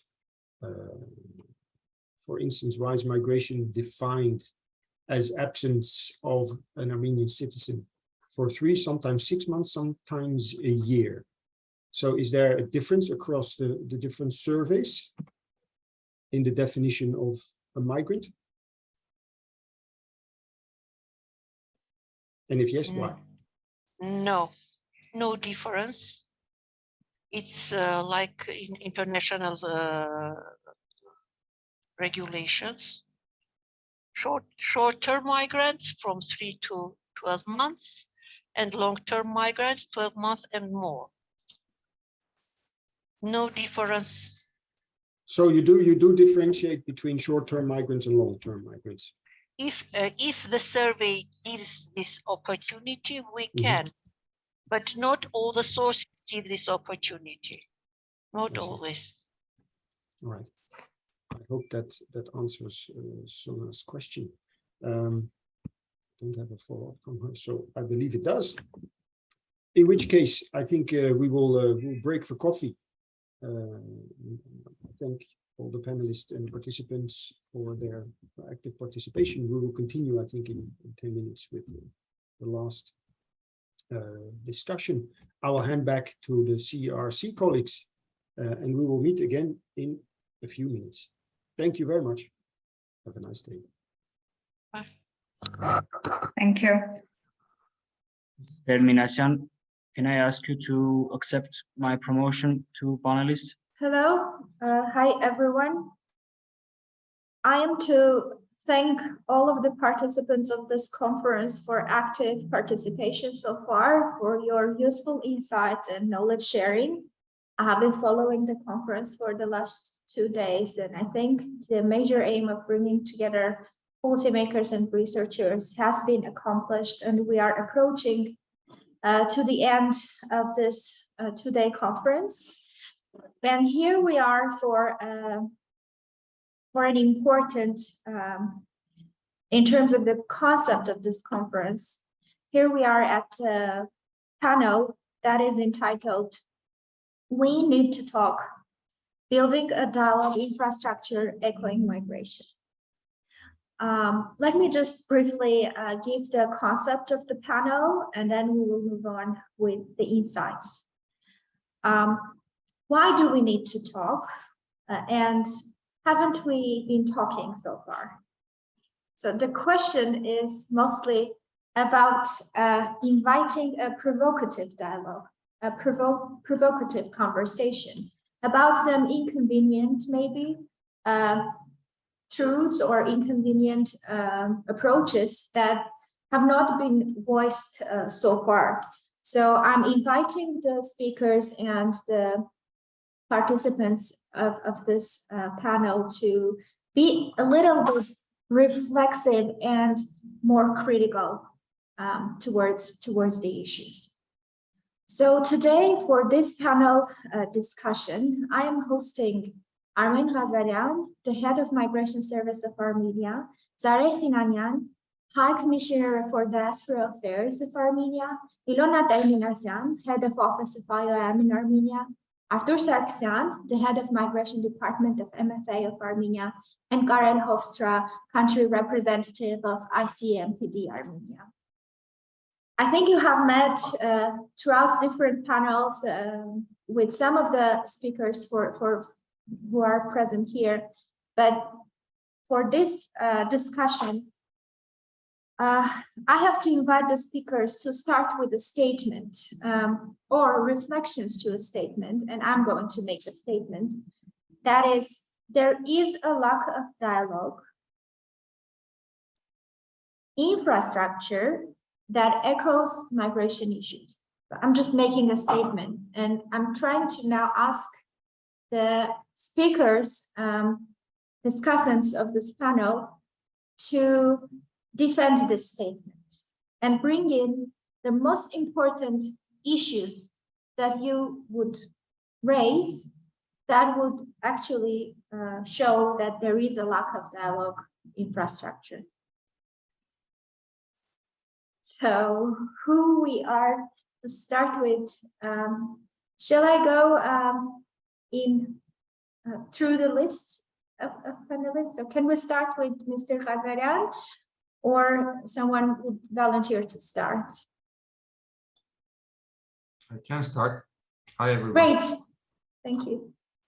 So first of all, I want to say thank you to CRRC for organizing this event and for providing a platform for a dialogue on migration issues. And secondly, I want to say that I completely disagree with your statement. So there is, I don't know how provocative that is. There is no lack of infrastructure for dialogue on migration. Absolutely not. That is not the case.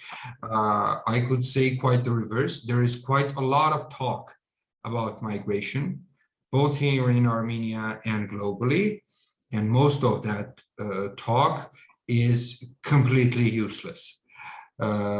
Because it is just talk, it's nothing else. So that's why I won't say that there is lack of dialogue. There is lack of meaningful conversation. Meaningful conversation, I would say that is something which is results oriented, which is oriented to changing situation on the ground. And I think if we go from global to the local and to the situation here in Armenia, so globally, to my mind, the issue is that for quite a long time, the international agenda has been to push migration out of politics, to try to keep it non-political, to say that, you know, we are doing stuff which is purely humanitarian, purely like regulatory, and there's no politics behind it. And this has been also strongly promoted by international organizations. That has brought very few results because migration is inherently political.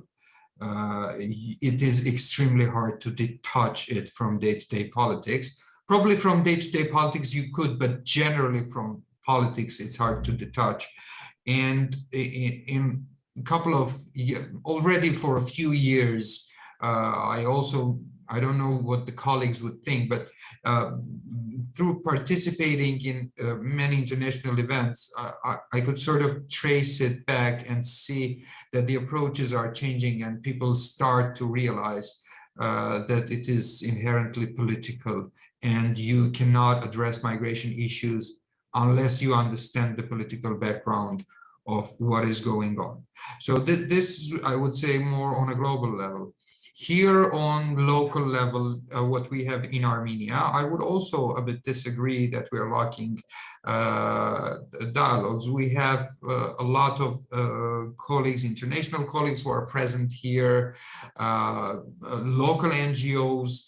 There are spheres and areas in migration in which we don't have really active NGOs. And by the way, we were talking with IOM about this issue, and there is a project now with IOM colleagues here trying to encourage NGOs to get into migration business. But this is also partly because of our tradition. Our NGOs have been heavily engaged with refugee activities, but now we have incoming labor migration, incoming migration, etc., with which they are not used to work. But, and Mr. Sinanyan, I think, will attest to that, we have good local NGOs that work with repatriates. There is also a good tradition of that. So there are a couple of new trends to which I'm sure our local NGO community will adapt as well. And basic lack what we had is that we have old institutions. we have institutions that are not ready for the current migration trends, for the current regulation of current migration challenges. And colleagues here know how long we have been struggling to try to make institutional changes and try to adapt current state institutions to the migration realities. And Mr. Sinanyan feels my pain as well, I'm sure. So it has been quite a challenge, but we are slowly moving in that direction, in changing, redistributing functions, deleting the function that we do not need, and putting in and improving functions that we need. Sorry for talking so long. Thank you so much. Thank you very much. This panel discussion is basically for talking and critically talking, which you basically did with not agreeing with the statement. And you raised the issue that there is no lack of dialogue, but there is lack of meaningful conversation.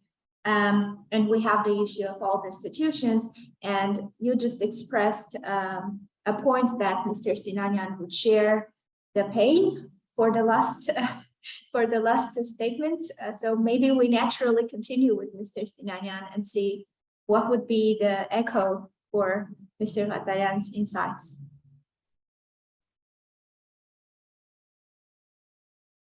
Shall we? Yes, we shall. I was wondering if I turn off my mute button.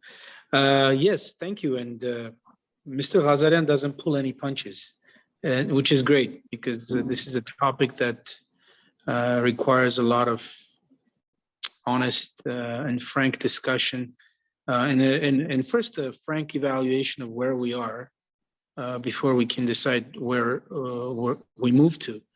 And he did an excellent job painting sort of the 100-mile view picture of where we're at and how this is impacting us. What the type of migration that we deal with, of course, is a little narrower, and it deals with specific Armenian migration from within into Armenia. And it's an interesting concept in a sense that we've gotten used to Armenians migrating out of Armenia and leaving the country. But whether people realize it, whether they like it, whether they don't, there is ongoing repatriation. And the infrastructure that deals with movement of people, as this conference is called, is also the infrastructure, I believe, that would be very helpful in dealing with repatriation. Now, it's interesting that we, in the last 30 years, ever since Armenia became independent, have been in reactive role.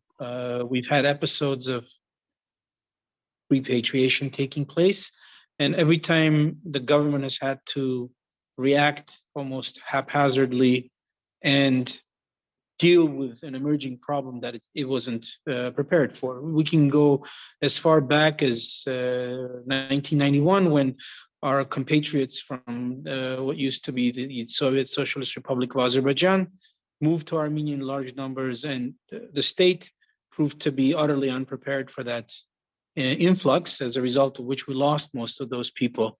They mostly left Armenia and moved on to Russia, United States, and Europe. And that trend has continued with sort of these punctuating movements of people, especially from Iraq in the early 2000s, and then the much broader repatriation migration of Syrian Armenians starting with 2011. Again, in this case as well, the state was unprepared to cope with this movement of people because of the absence of infrastructure and because of the absence of a strategic plan on how to deal with these movements, and whether we want these movements or whether we want to keep the people that come. Of course, to you and I and to I think the average Armenian, the answer may be obvious, but if the infrastructure isn't there, then your stated goals don't necessarily coincide with the outcomes, as we've seen happen to a lesser degree, but also with the Syrian Armenian influx. Since then, we've had, since 2018, again, we've had these movements that have peaked at one time or another of people. The most recent one was from Lebanon after the, following the economic troubles, the crisis, and then the big explosion in 2020. But now we're really witnessing something remarkable where there is an influx of Armenians from the Russian Federation, to a lesser degree from Ukraine, but it's happening at the same time where there is an influx of non-Armenians from the Russian Federation, mostly, to Armenia. And again, I think Mr. Ghazarian already alluded to it, that the lack of dialogue, he talked about on a global level, but also on the local level as well. And the lack of sort of a vision or preparedness is impacting the situation. And I loved how he stated that, these movements of people are very political. Migration is political. And again, we're witnessing that happen as of the last 6 months in connection with the crisis in Ukraine. And I believe we'll be witnessing this develop in one way or another, I predict more intensely in the coming years. And I think we can look at this as a wonderful opportunity to, again, although reactively, but gear up for this process, create the necessary infrastructure for it. Because anytime we assume that history is a finite kind of process where it happens and it ends, we're proven wrong, because history is ongoing. Things keep happening over and over and over again, and those entities, those states that are ready for it, benefit from it. But we, just briefly before I end my comments, currently we are working on filling the gap of infrastructure for repatriation. One example of the steps that we're taking with this regard is the creation of the Repatriation Integration Center, which we're modeling after the experience of other states that have had a positive experience with repatriation. And it's in progress, and we're really hoping that the creation of the Integration Center will add an important missing link in the infrastructure that frankly should have been created a long time ago. Thank you very much for these comments and insights. And I'm to continue this conversation by inviting Mr. Hofstra and Mr. Minasyan to reflect on what was said, but also to start with the agreement or disagreement to the statement on lack of dialogue. But what I'm hearing so far is that there is no lack of dialogue between random people who talk about migration, but there seems to be a lack of dialogue between institutions and maybe between the state or the civil society, between different actors. So it's what I'm hearing is that it depends on who is talking to who. Shall we take it from there? But you are, of course, free to pick up any ideas. Ilona, go ahead. You are in the field even longer than I am in Armenia. We're both dinosaurs. Yeah. Yes, it is. No, first of all, thank you so much, of course, for this opportunity to talk. Agreeing or disagreeing, and who talks to who, it's how to say, migration is a super comprehensive thing. Yeah, if you talk migration, it's not only about moving people, and it is related to almost anything in our life. Yeah. So it's extremely intersectorial, and actually we would also see, for example, if people ask, okay, who are our main partners in this country? Yeah, of course we say migration services, but then we start to list, and there are so many different issues which may be related to migration. That's why, you know, to have a comprehensive dialogue in one place, it's almost impossible. So in terms of the dialogue and in terms of agreeing or disagreeing, first of all, and Mr. Ghazarian also mentioned about the actually global level and making migration topic less political. Yeah, Global Compact for Migration was adopted. Yeah, and it was actually adopted by the UN member states. And the whole compact, yeah, the agreement, which has 23 objectives, it was very difficult to adopt and very difficult to agree basically on the content of the document, exactly for this reason. And for the member states, for the countries, it's super important to have control in terms of how they manage migration. That's why it is almost impossible to tell member states, oh, you should accept everyone from that country, or you should, it's impossible. So this is the state-owned process, and it's very difficult to change. That's why the Global Compact actually focuses on the issues which are rights related. And that is why, you know, there was possible actually to get a consensus in terms of and have a buy-in from the member states actually to come together on this Global Compact. And this year, we actually had the conference, International Migration Review Forum, yeah, which was organized in New York, and where actually Mr. Ghazarian participated, you know, headed our delegation, for member states to have an opportunity and chance basically to present where they are and have a dialogue.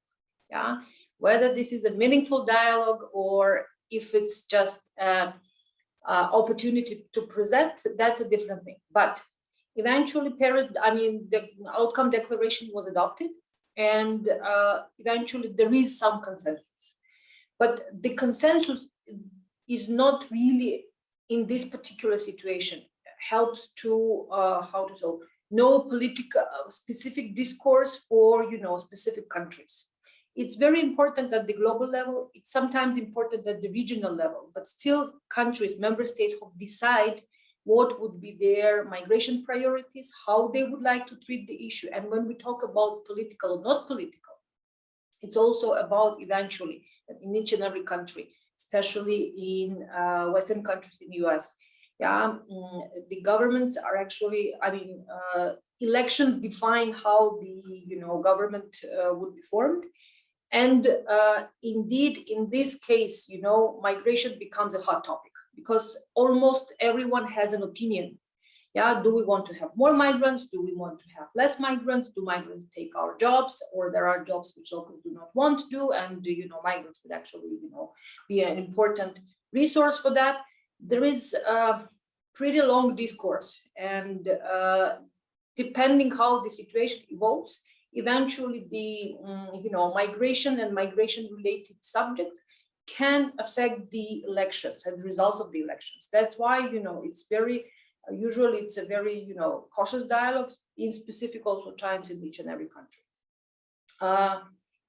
In terms of meaningful conversations, indeed, we need to have very clear vision. Yeah, what exactly we want to discuss and what we want to decide, because otherwise, you know, we end up in meaningless discussions, and this is just, you know, some statements and some theories which are being discussed.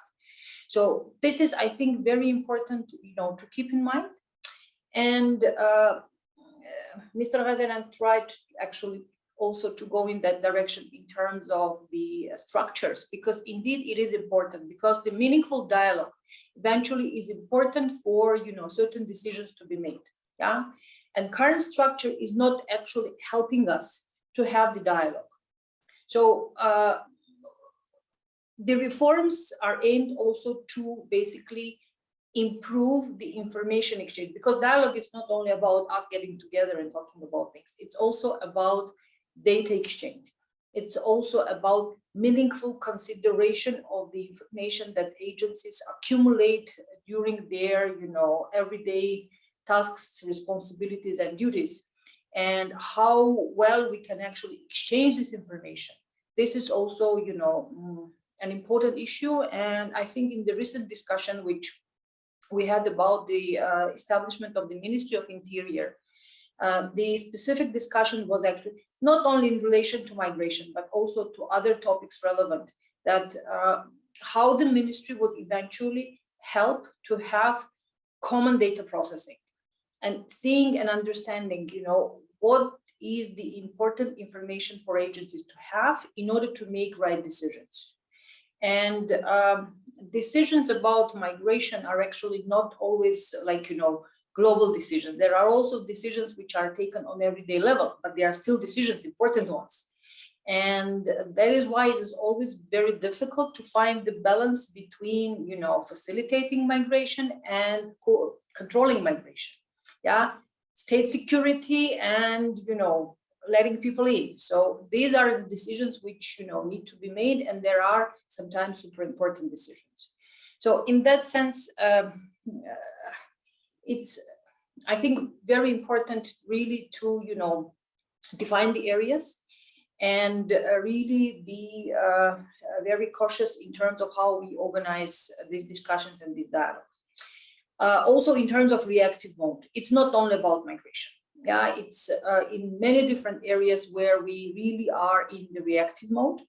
And whether, these are situations which, we come across for the first time, or, this is because we sometimes do not learn from the previous experience, that's definitely the case. And that is why it's, again, very important to be able to keep the dialogue, really to discuss the experience and discuss the experience of, previous years in terms of what was done, how it was done, and what we can actually improve, because this is really something where I think we are slightly lagging behind in terms of really trying to, monitor and evaluate whatever has been, implemented in the country.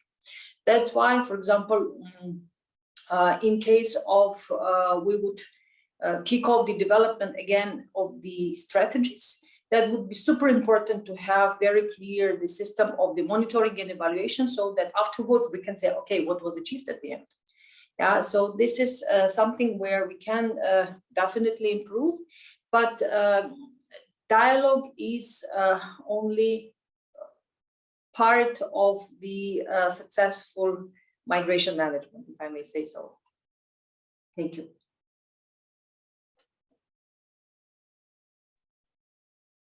Thank you. Thank you, Ilona. Thank you, Sona. Colleagues, I'm glad Ilona partially covered the sometimes cacophonia that is international dialogue on migration, so I don't have to do that.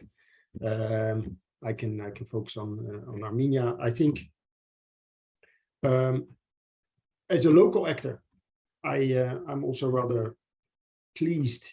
I don't want to sound smug, but I think we have certainly enough engagement moments on migration in Armenia. There's always room for improvement. We have various forums that we meet through quarterly, including discuss our activities, we exchange information. We can certainly tweak here and there, involve more actors. I was just thinking as I was moderating the earlier panel that for some of our events, we do not really involve the statistics committee. And so that's for improvement, definitely. Now that Zare is also here, of course, I think we also need him and his colleagues in more of these events. But that's basically the lipstick, right? The additional, the improvements that make the whole structure even better. I think overall there is meaningful dialogue in Armenia. I think in general, what I want to say is, and that's always been my way of thinking about migration, is that we need to talk about migration with less emotions, not only in Armenia, of course, internationally. Migration is often, unless it is not, a rational decision. And by and large, migrants know what they're doing. They're not always vulnerable. You know, very often they're better off than their peers. And migration will happen in any case. People are rational decision makers. They will move here back and forth. So how to control is almost impossible unless we are looking to be a totalitarian state that I don't think we want to be. So better make use of migration. That should be the focus. To look at it with less emotions, more as a rational activity. How to use the benefits of migration, and also as a basic thread, a red thread in the back of my head always. What does the government need to do and what does it not need to do?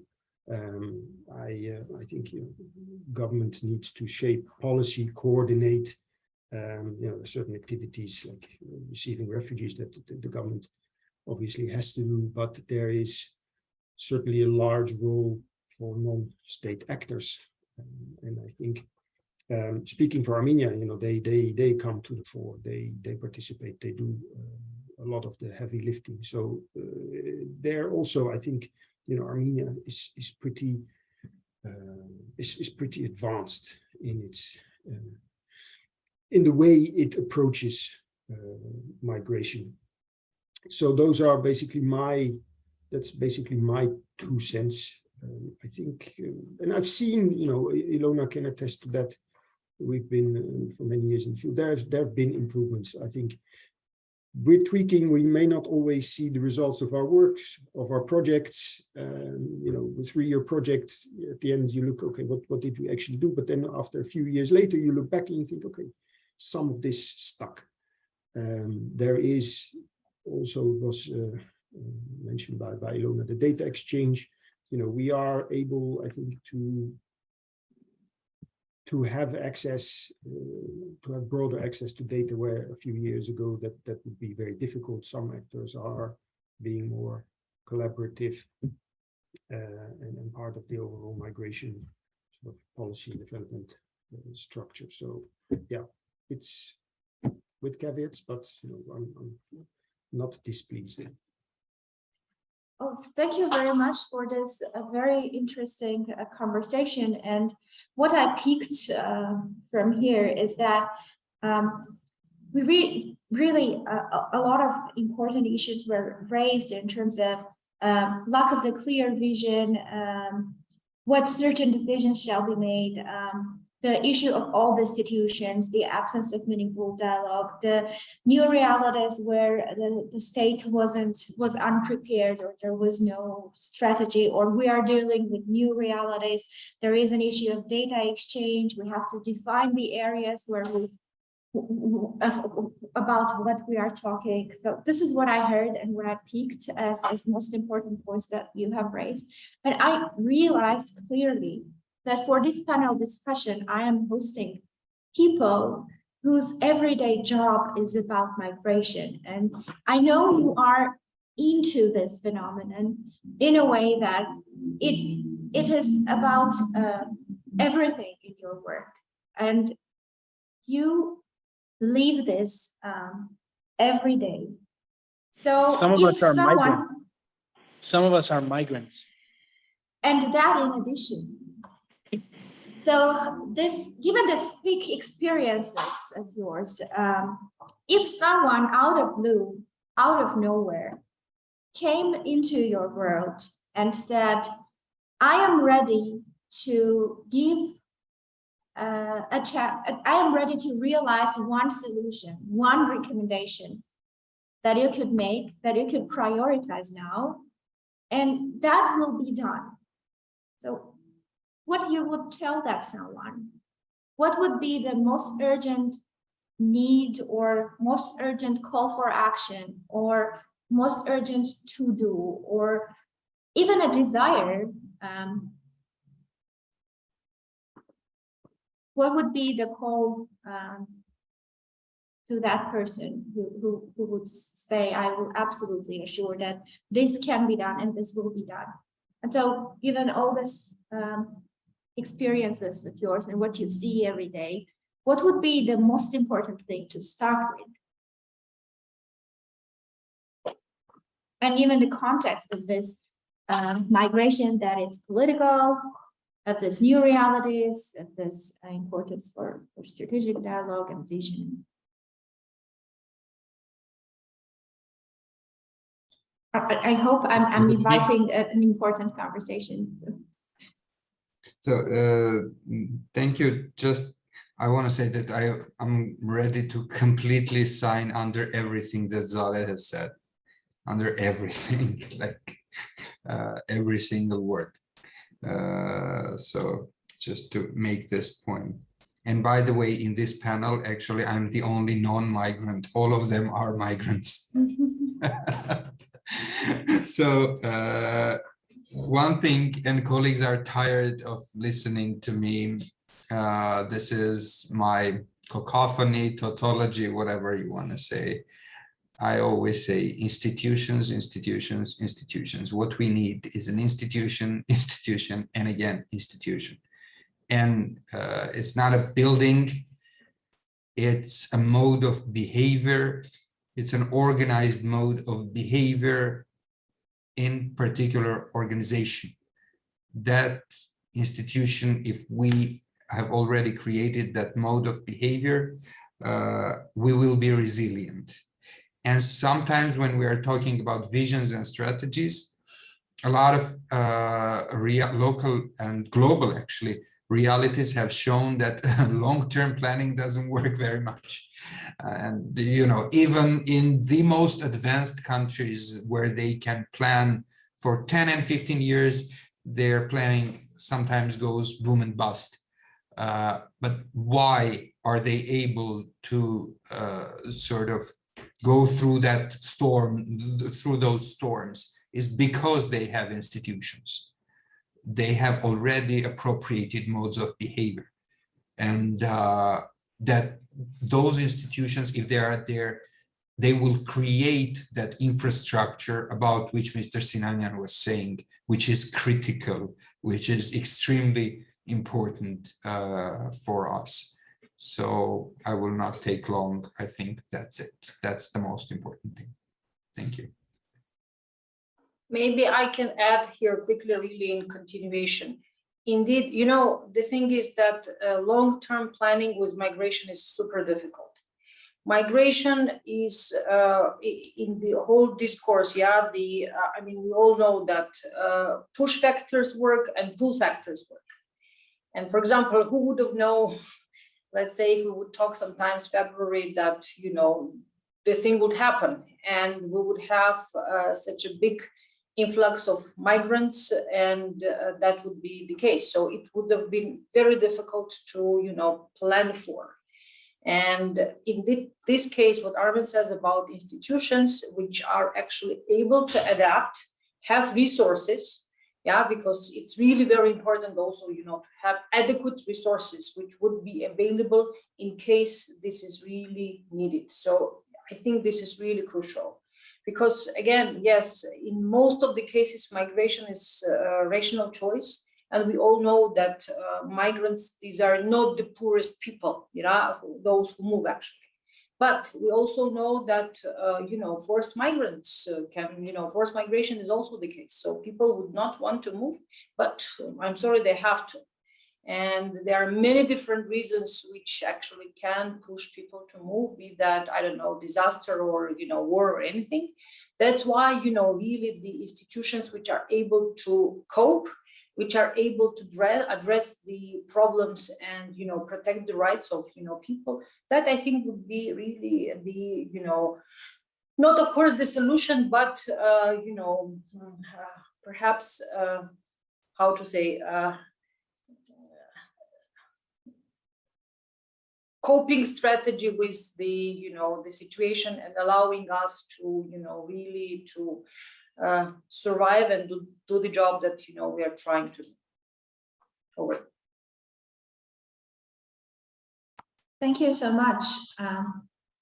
if I can add something to both Armin's and Ilona's comments, you know, with our type of migration, which is admittedly specific, and I talked about the reactive aspect of it that has existed so far. It's also, you know, the creation of these systems that Mr. Ghazarian spoke about, and the infrastructure that I mentioned, is also a means of gaining some kind of control over this specific type of migration. In other words, repatriation is the kind of thing where, you know, there's the English saying, if you build, they will come. If you have the infrastructure in place. And infrastructure isn't merely a matter of buildings. It's not a matter of a single institution. It's the entirety of the ecosystem that's necessary to make migration, in this case, repatriation, successful.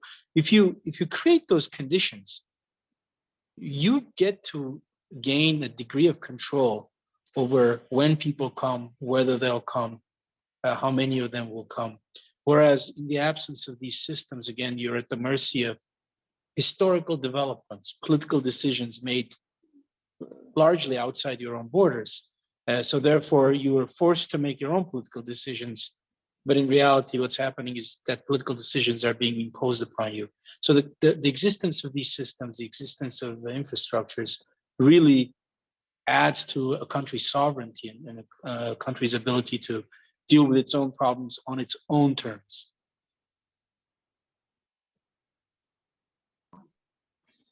Thank you. Mr. Hofstra, will you be making a wish? No, yeah, I can just add quotes to you know, to this. It's all it's completely. I align myself. You know, Armenia needs institutions to manage day-to-day activities and policies, and then, you know, needs friends to jump in when there's mayhem. You know, events. That's what Harold Macmillan, the British Prime Minister, said when he was asked what is the biggest challenge for a statesman. He said events. So, you know, we are all constantly struggling with events. We try to do something, and then this happens and that happens, and I don't exclude that more stuff will happen. But yeah, just continue the good work. Don't be distracted much. I think, you know, regardless of the international situation, also on the borders, Armenia just needs to quietly and in a coordinated way build institutions, including the immigration field. So basically, yeah, that's. Thank you very much. So now, excuse me, my being a researcher here, so I have to sum up what I heard. Mr. Ghazarian, you said build institutions. Mr. Minasian, you said give predictability and give rights to people. If I'm wrong, correct me, please. Mr. Sinanian said take control and create conditions. And Mr. Hofstra said manage day-to-day activity, build partnerships, stay productive. With no events. So coming to this keys to how to do this. I mean, what is the know-how? How we can do this? So the recommendations I took from you right now were the following, what I just listed. Create institutions, give predictability, give rights to people, take control, create conditions, continue the good work. But how do we do this? And if we don't do the events, what would be our to-do list here? What would be our priorities to start doing what you just recommended? What would be the know-how, in short? I understand that we then shall reflect on the institutional capacities and how to build these capacities, how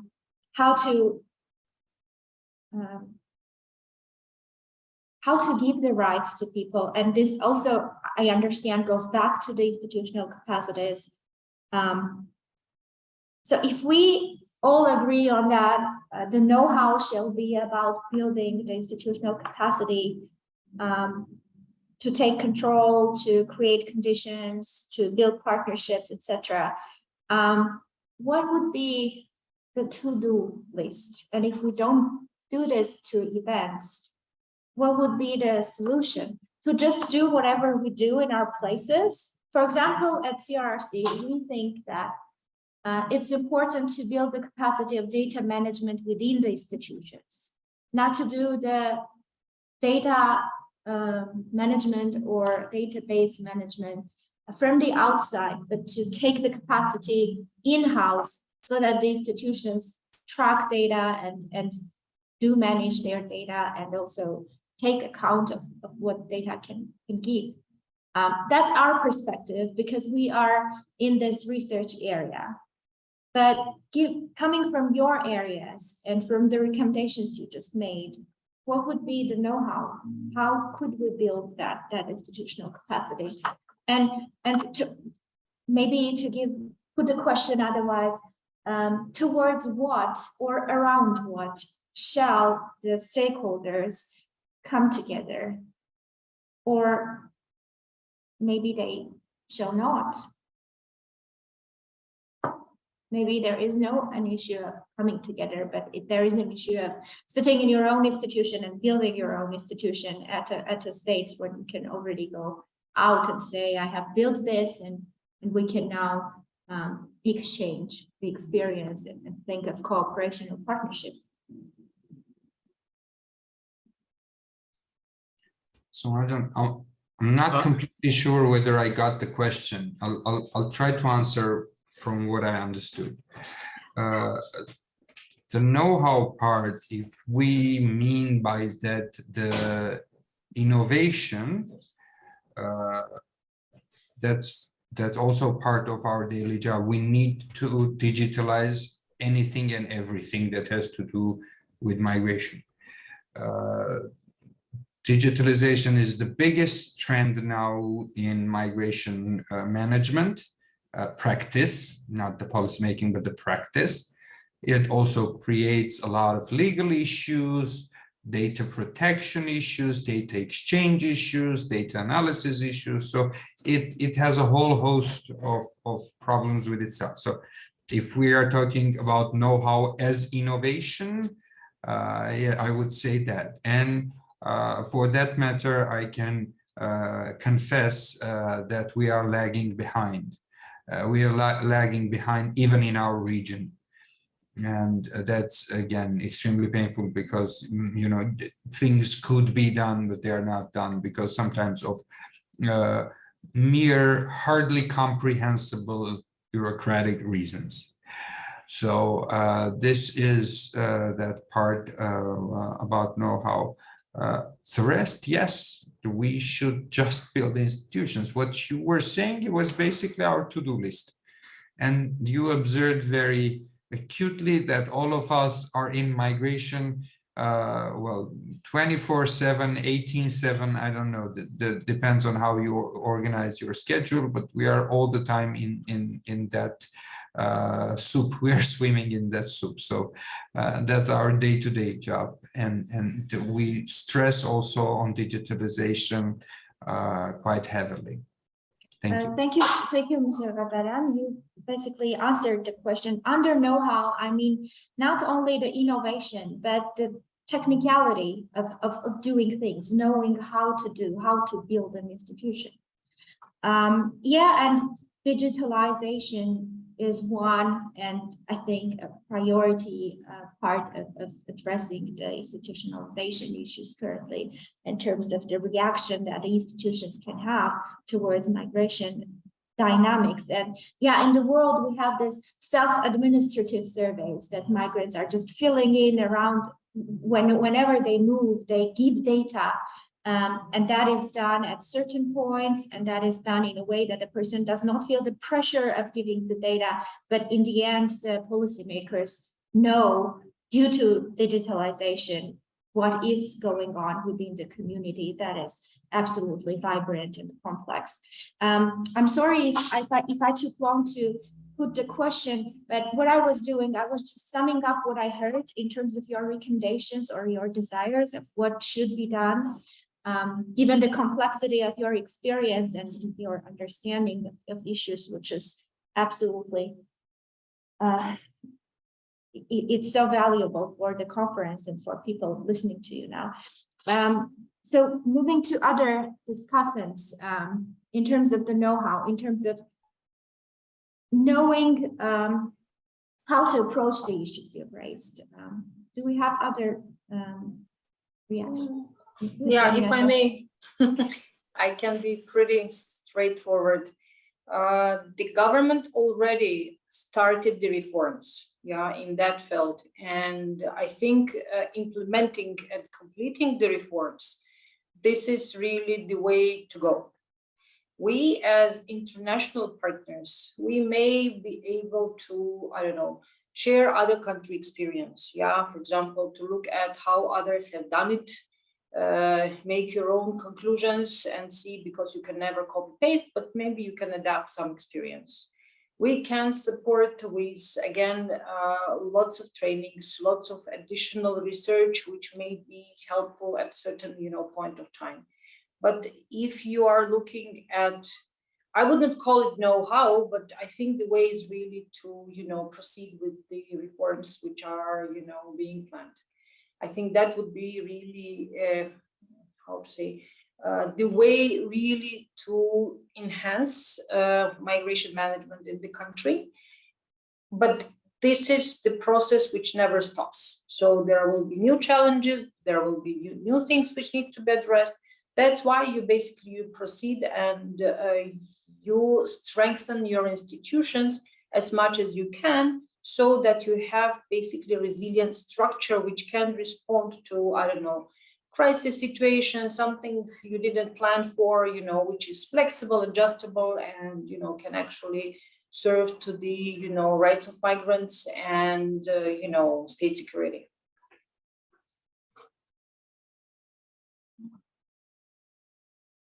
Thank you. Mr. Sinanyan, Mr. Hofstra, do you have I'll quickly add that I'm a big fan of shamelessly copying the good experience of other states, because very often there's no need to recreate the wheel, rediscover the wheel. It's just a matter of taking a good experience and adjusting it to the realities in Armenia. And of course, I also agree with everything that my colleagues have stated, but very often, just it's a matter of accepting the fact that others may have done it before us and others may have done it much better than us, and using those experiences and again adjusting it to very particular realities on the ground. And I think over time, as you refine those processes or those systems, you may be something that others will want to emulate and copy in the future.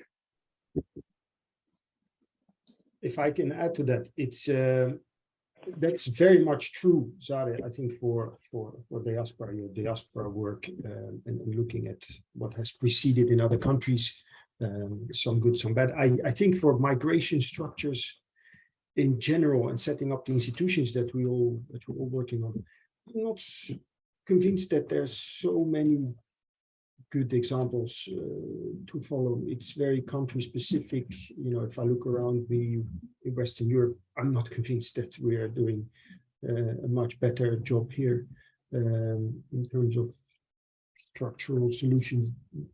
I think sometimes it's good and flexible and well-coordinated structures in institutions, and throwing a lot of money at problems is convoluted. I mean, there's some sort of, some crisis happens here, let's say in Western Europe, governments throw hundreds of millions of euros on it. And so, of course, the problem will go away at some point. But is that good collaboration? Is it a result of good institutions? I'm not I'm not always sure. So I think Armenia is very well able to plot its way forward, and basically on a shoestring. Of course, Armenian budgets are much smaller than those abroad. That's basically my contribution.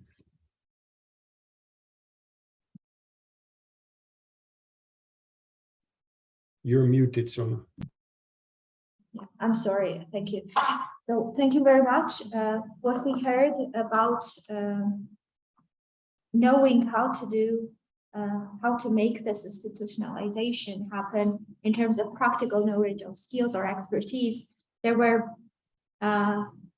several basic concepts. One being digitalization, the other was coming from Mr. Minasian on sticking to reforms. Another advice was coming from Mr. Sinanyan on copying good experience, and that was supported also by Mr. Hofstra's opinion. I think CRRC will stick to your advice afterwards. After this conference, we will be developing a paper, an action plan, or call for action. We don't know yet what the exact definition of this will be, but I'm pretty sure after this panel that we will be looking into institutional capacity building issues from the perspectives that you have just raised. Here, I think we can open the floor to questions for the from the audience. If there are any, dear conference participants, if you have questions, please write them in the Q&A box.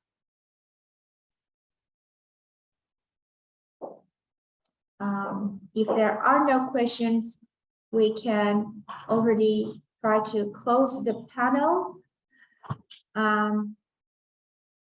If there is anything that you would like to add, dear discussants, please do so. If no, I have to thank you for your participation, for your precious time, and for your reflections. I think this panel was very important and very interesting as a closing panel for the conference. And going back to the idea and going back to the issue that we tried to raise here in terms of the needs to talk was basically about this elimination of noise around migration. And I'm echoing now here Mr. Ghazarian's disagreement with the statement that there is no dialogue, that you said there is dialogue and there is too much of a talk rather than implementation or just doing things. So from this perspective, we will try to analyze what we heard over these 2 days. We will try to, as researchers, sum up some of the important tendencies in the opinions and some of the important reflections towards the issues raised, the fears, the recommendations that you just gave, and we will also zoom into this problem of institutional capacity and building institutions. So thank you very much. We will close the discussion now. Thanks, Ms. Mariasan, for appreciation. Thank you all of the conference participants and speakers today. Thank you. Bye. Thank you. Bye-bye. Bye.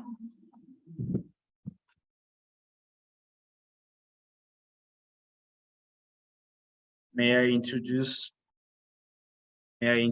our research director, Lilith Yazıkan, who will wrap up the conference. Thank you.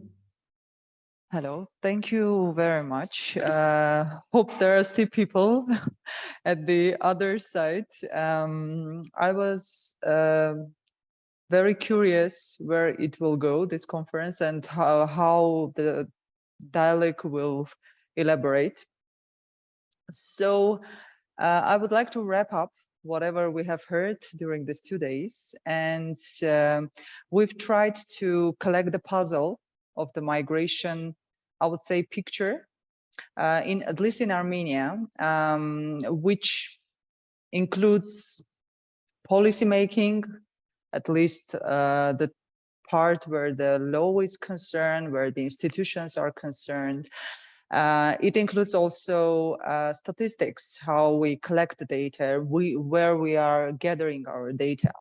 And we see that we have many different sources for that. So we have official statistics, we have administrative data, we have some data from the airports, and also the surveys, different ones.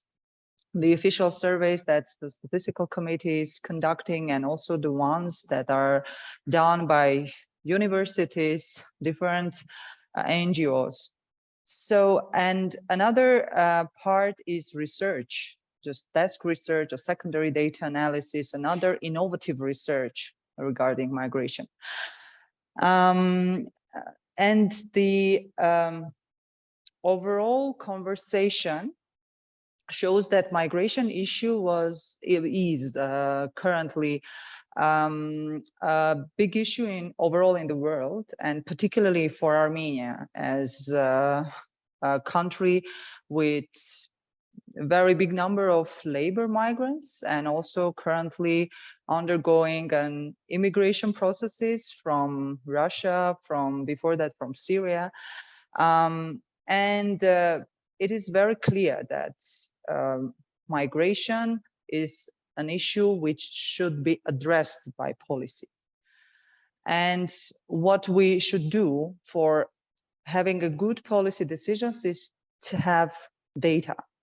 And as Mr. Ghazarian and Mr. Hofstra and Mr. Sinania was talking during the last panel, which was very important panel, one of the important panels of all this conference, they were talking about the institutions, and I could not disagree with them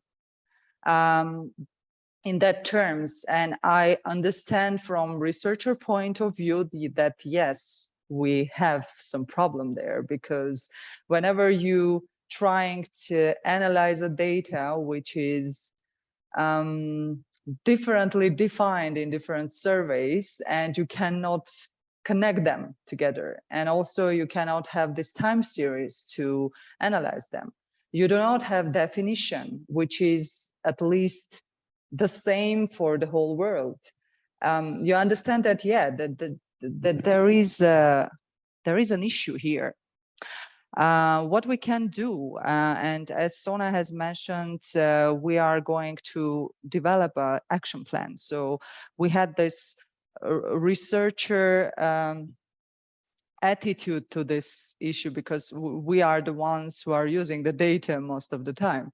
And we are very egoistic in these terms. We want to have quality data. So that's why we are very honest here and want to put whatever we've gained during these sessions and during the desk research period that we've done.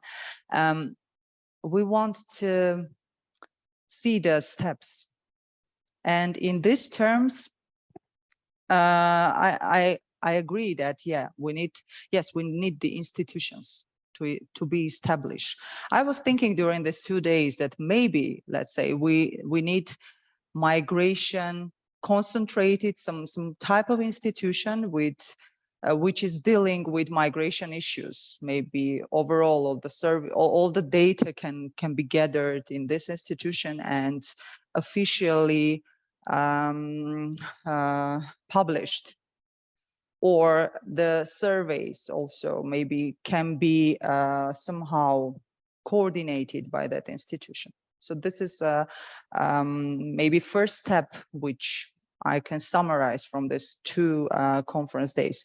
The other thing that I would like to stress on, it is at least for Armenia to have one definition for labor migrants, for immigrants who are not of Armenian origin, and maybe immigrants who are of Armenian origin, because as far as I can understand, maybe there could be different policies for these different groups. Maybe there could be other definitions, which currently I cannot cover, but this is again another topic which should be under our attention. Another thing that I again could not agree more, it is digitalization on the borders. I don't know, maybe in banks, whenever we are receiving money from our labor migrants, and some people are also sending money to their relatives outside of the country.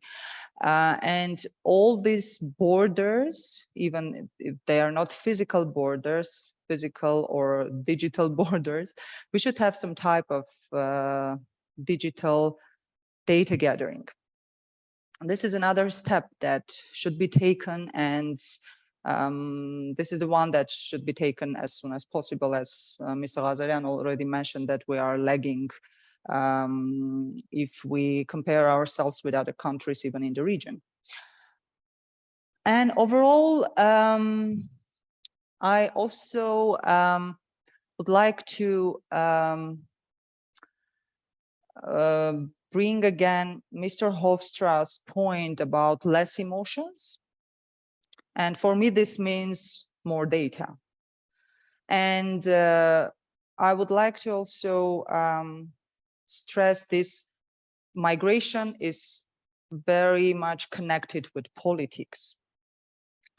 Maybe that's why it is sometimes hard to be more precise in some definitions and some data gatherings. And maybe it is time to, at least for Armenia, to somehow distinguish these two things from each other, though I understand that this is very hard to do. And I would like also to not to have answers now, but at least food for thought for all of us who are dealing with the migration issues, which we know that very important for our country. And I would stop here on this point, and would like to thank all our participants of the conference. Special thank to all panelists who made this conference very interesting, and also all the researchers who shared their knowledge and also presented their papers, which were very interesting for us. This has to be continued, of course, and looking forward to see other surveys, researches, and different types of policy papers on this issue. I would also like to thank especially CRRC team who did this conference, and with much pleasure, with special attitude, and I don't want to use the love word, but I would say with love. That's why it is so important and so interesting for us to share this with you. And yes, this is it. Thank you very much, and see you somewhere in the conferences again. Thank you.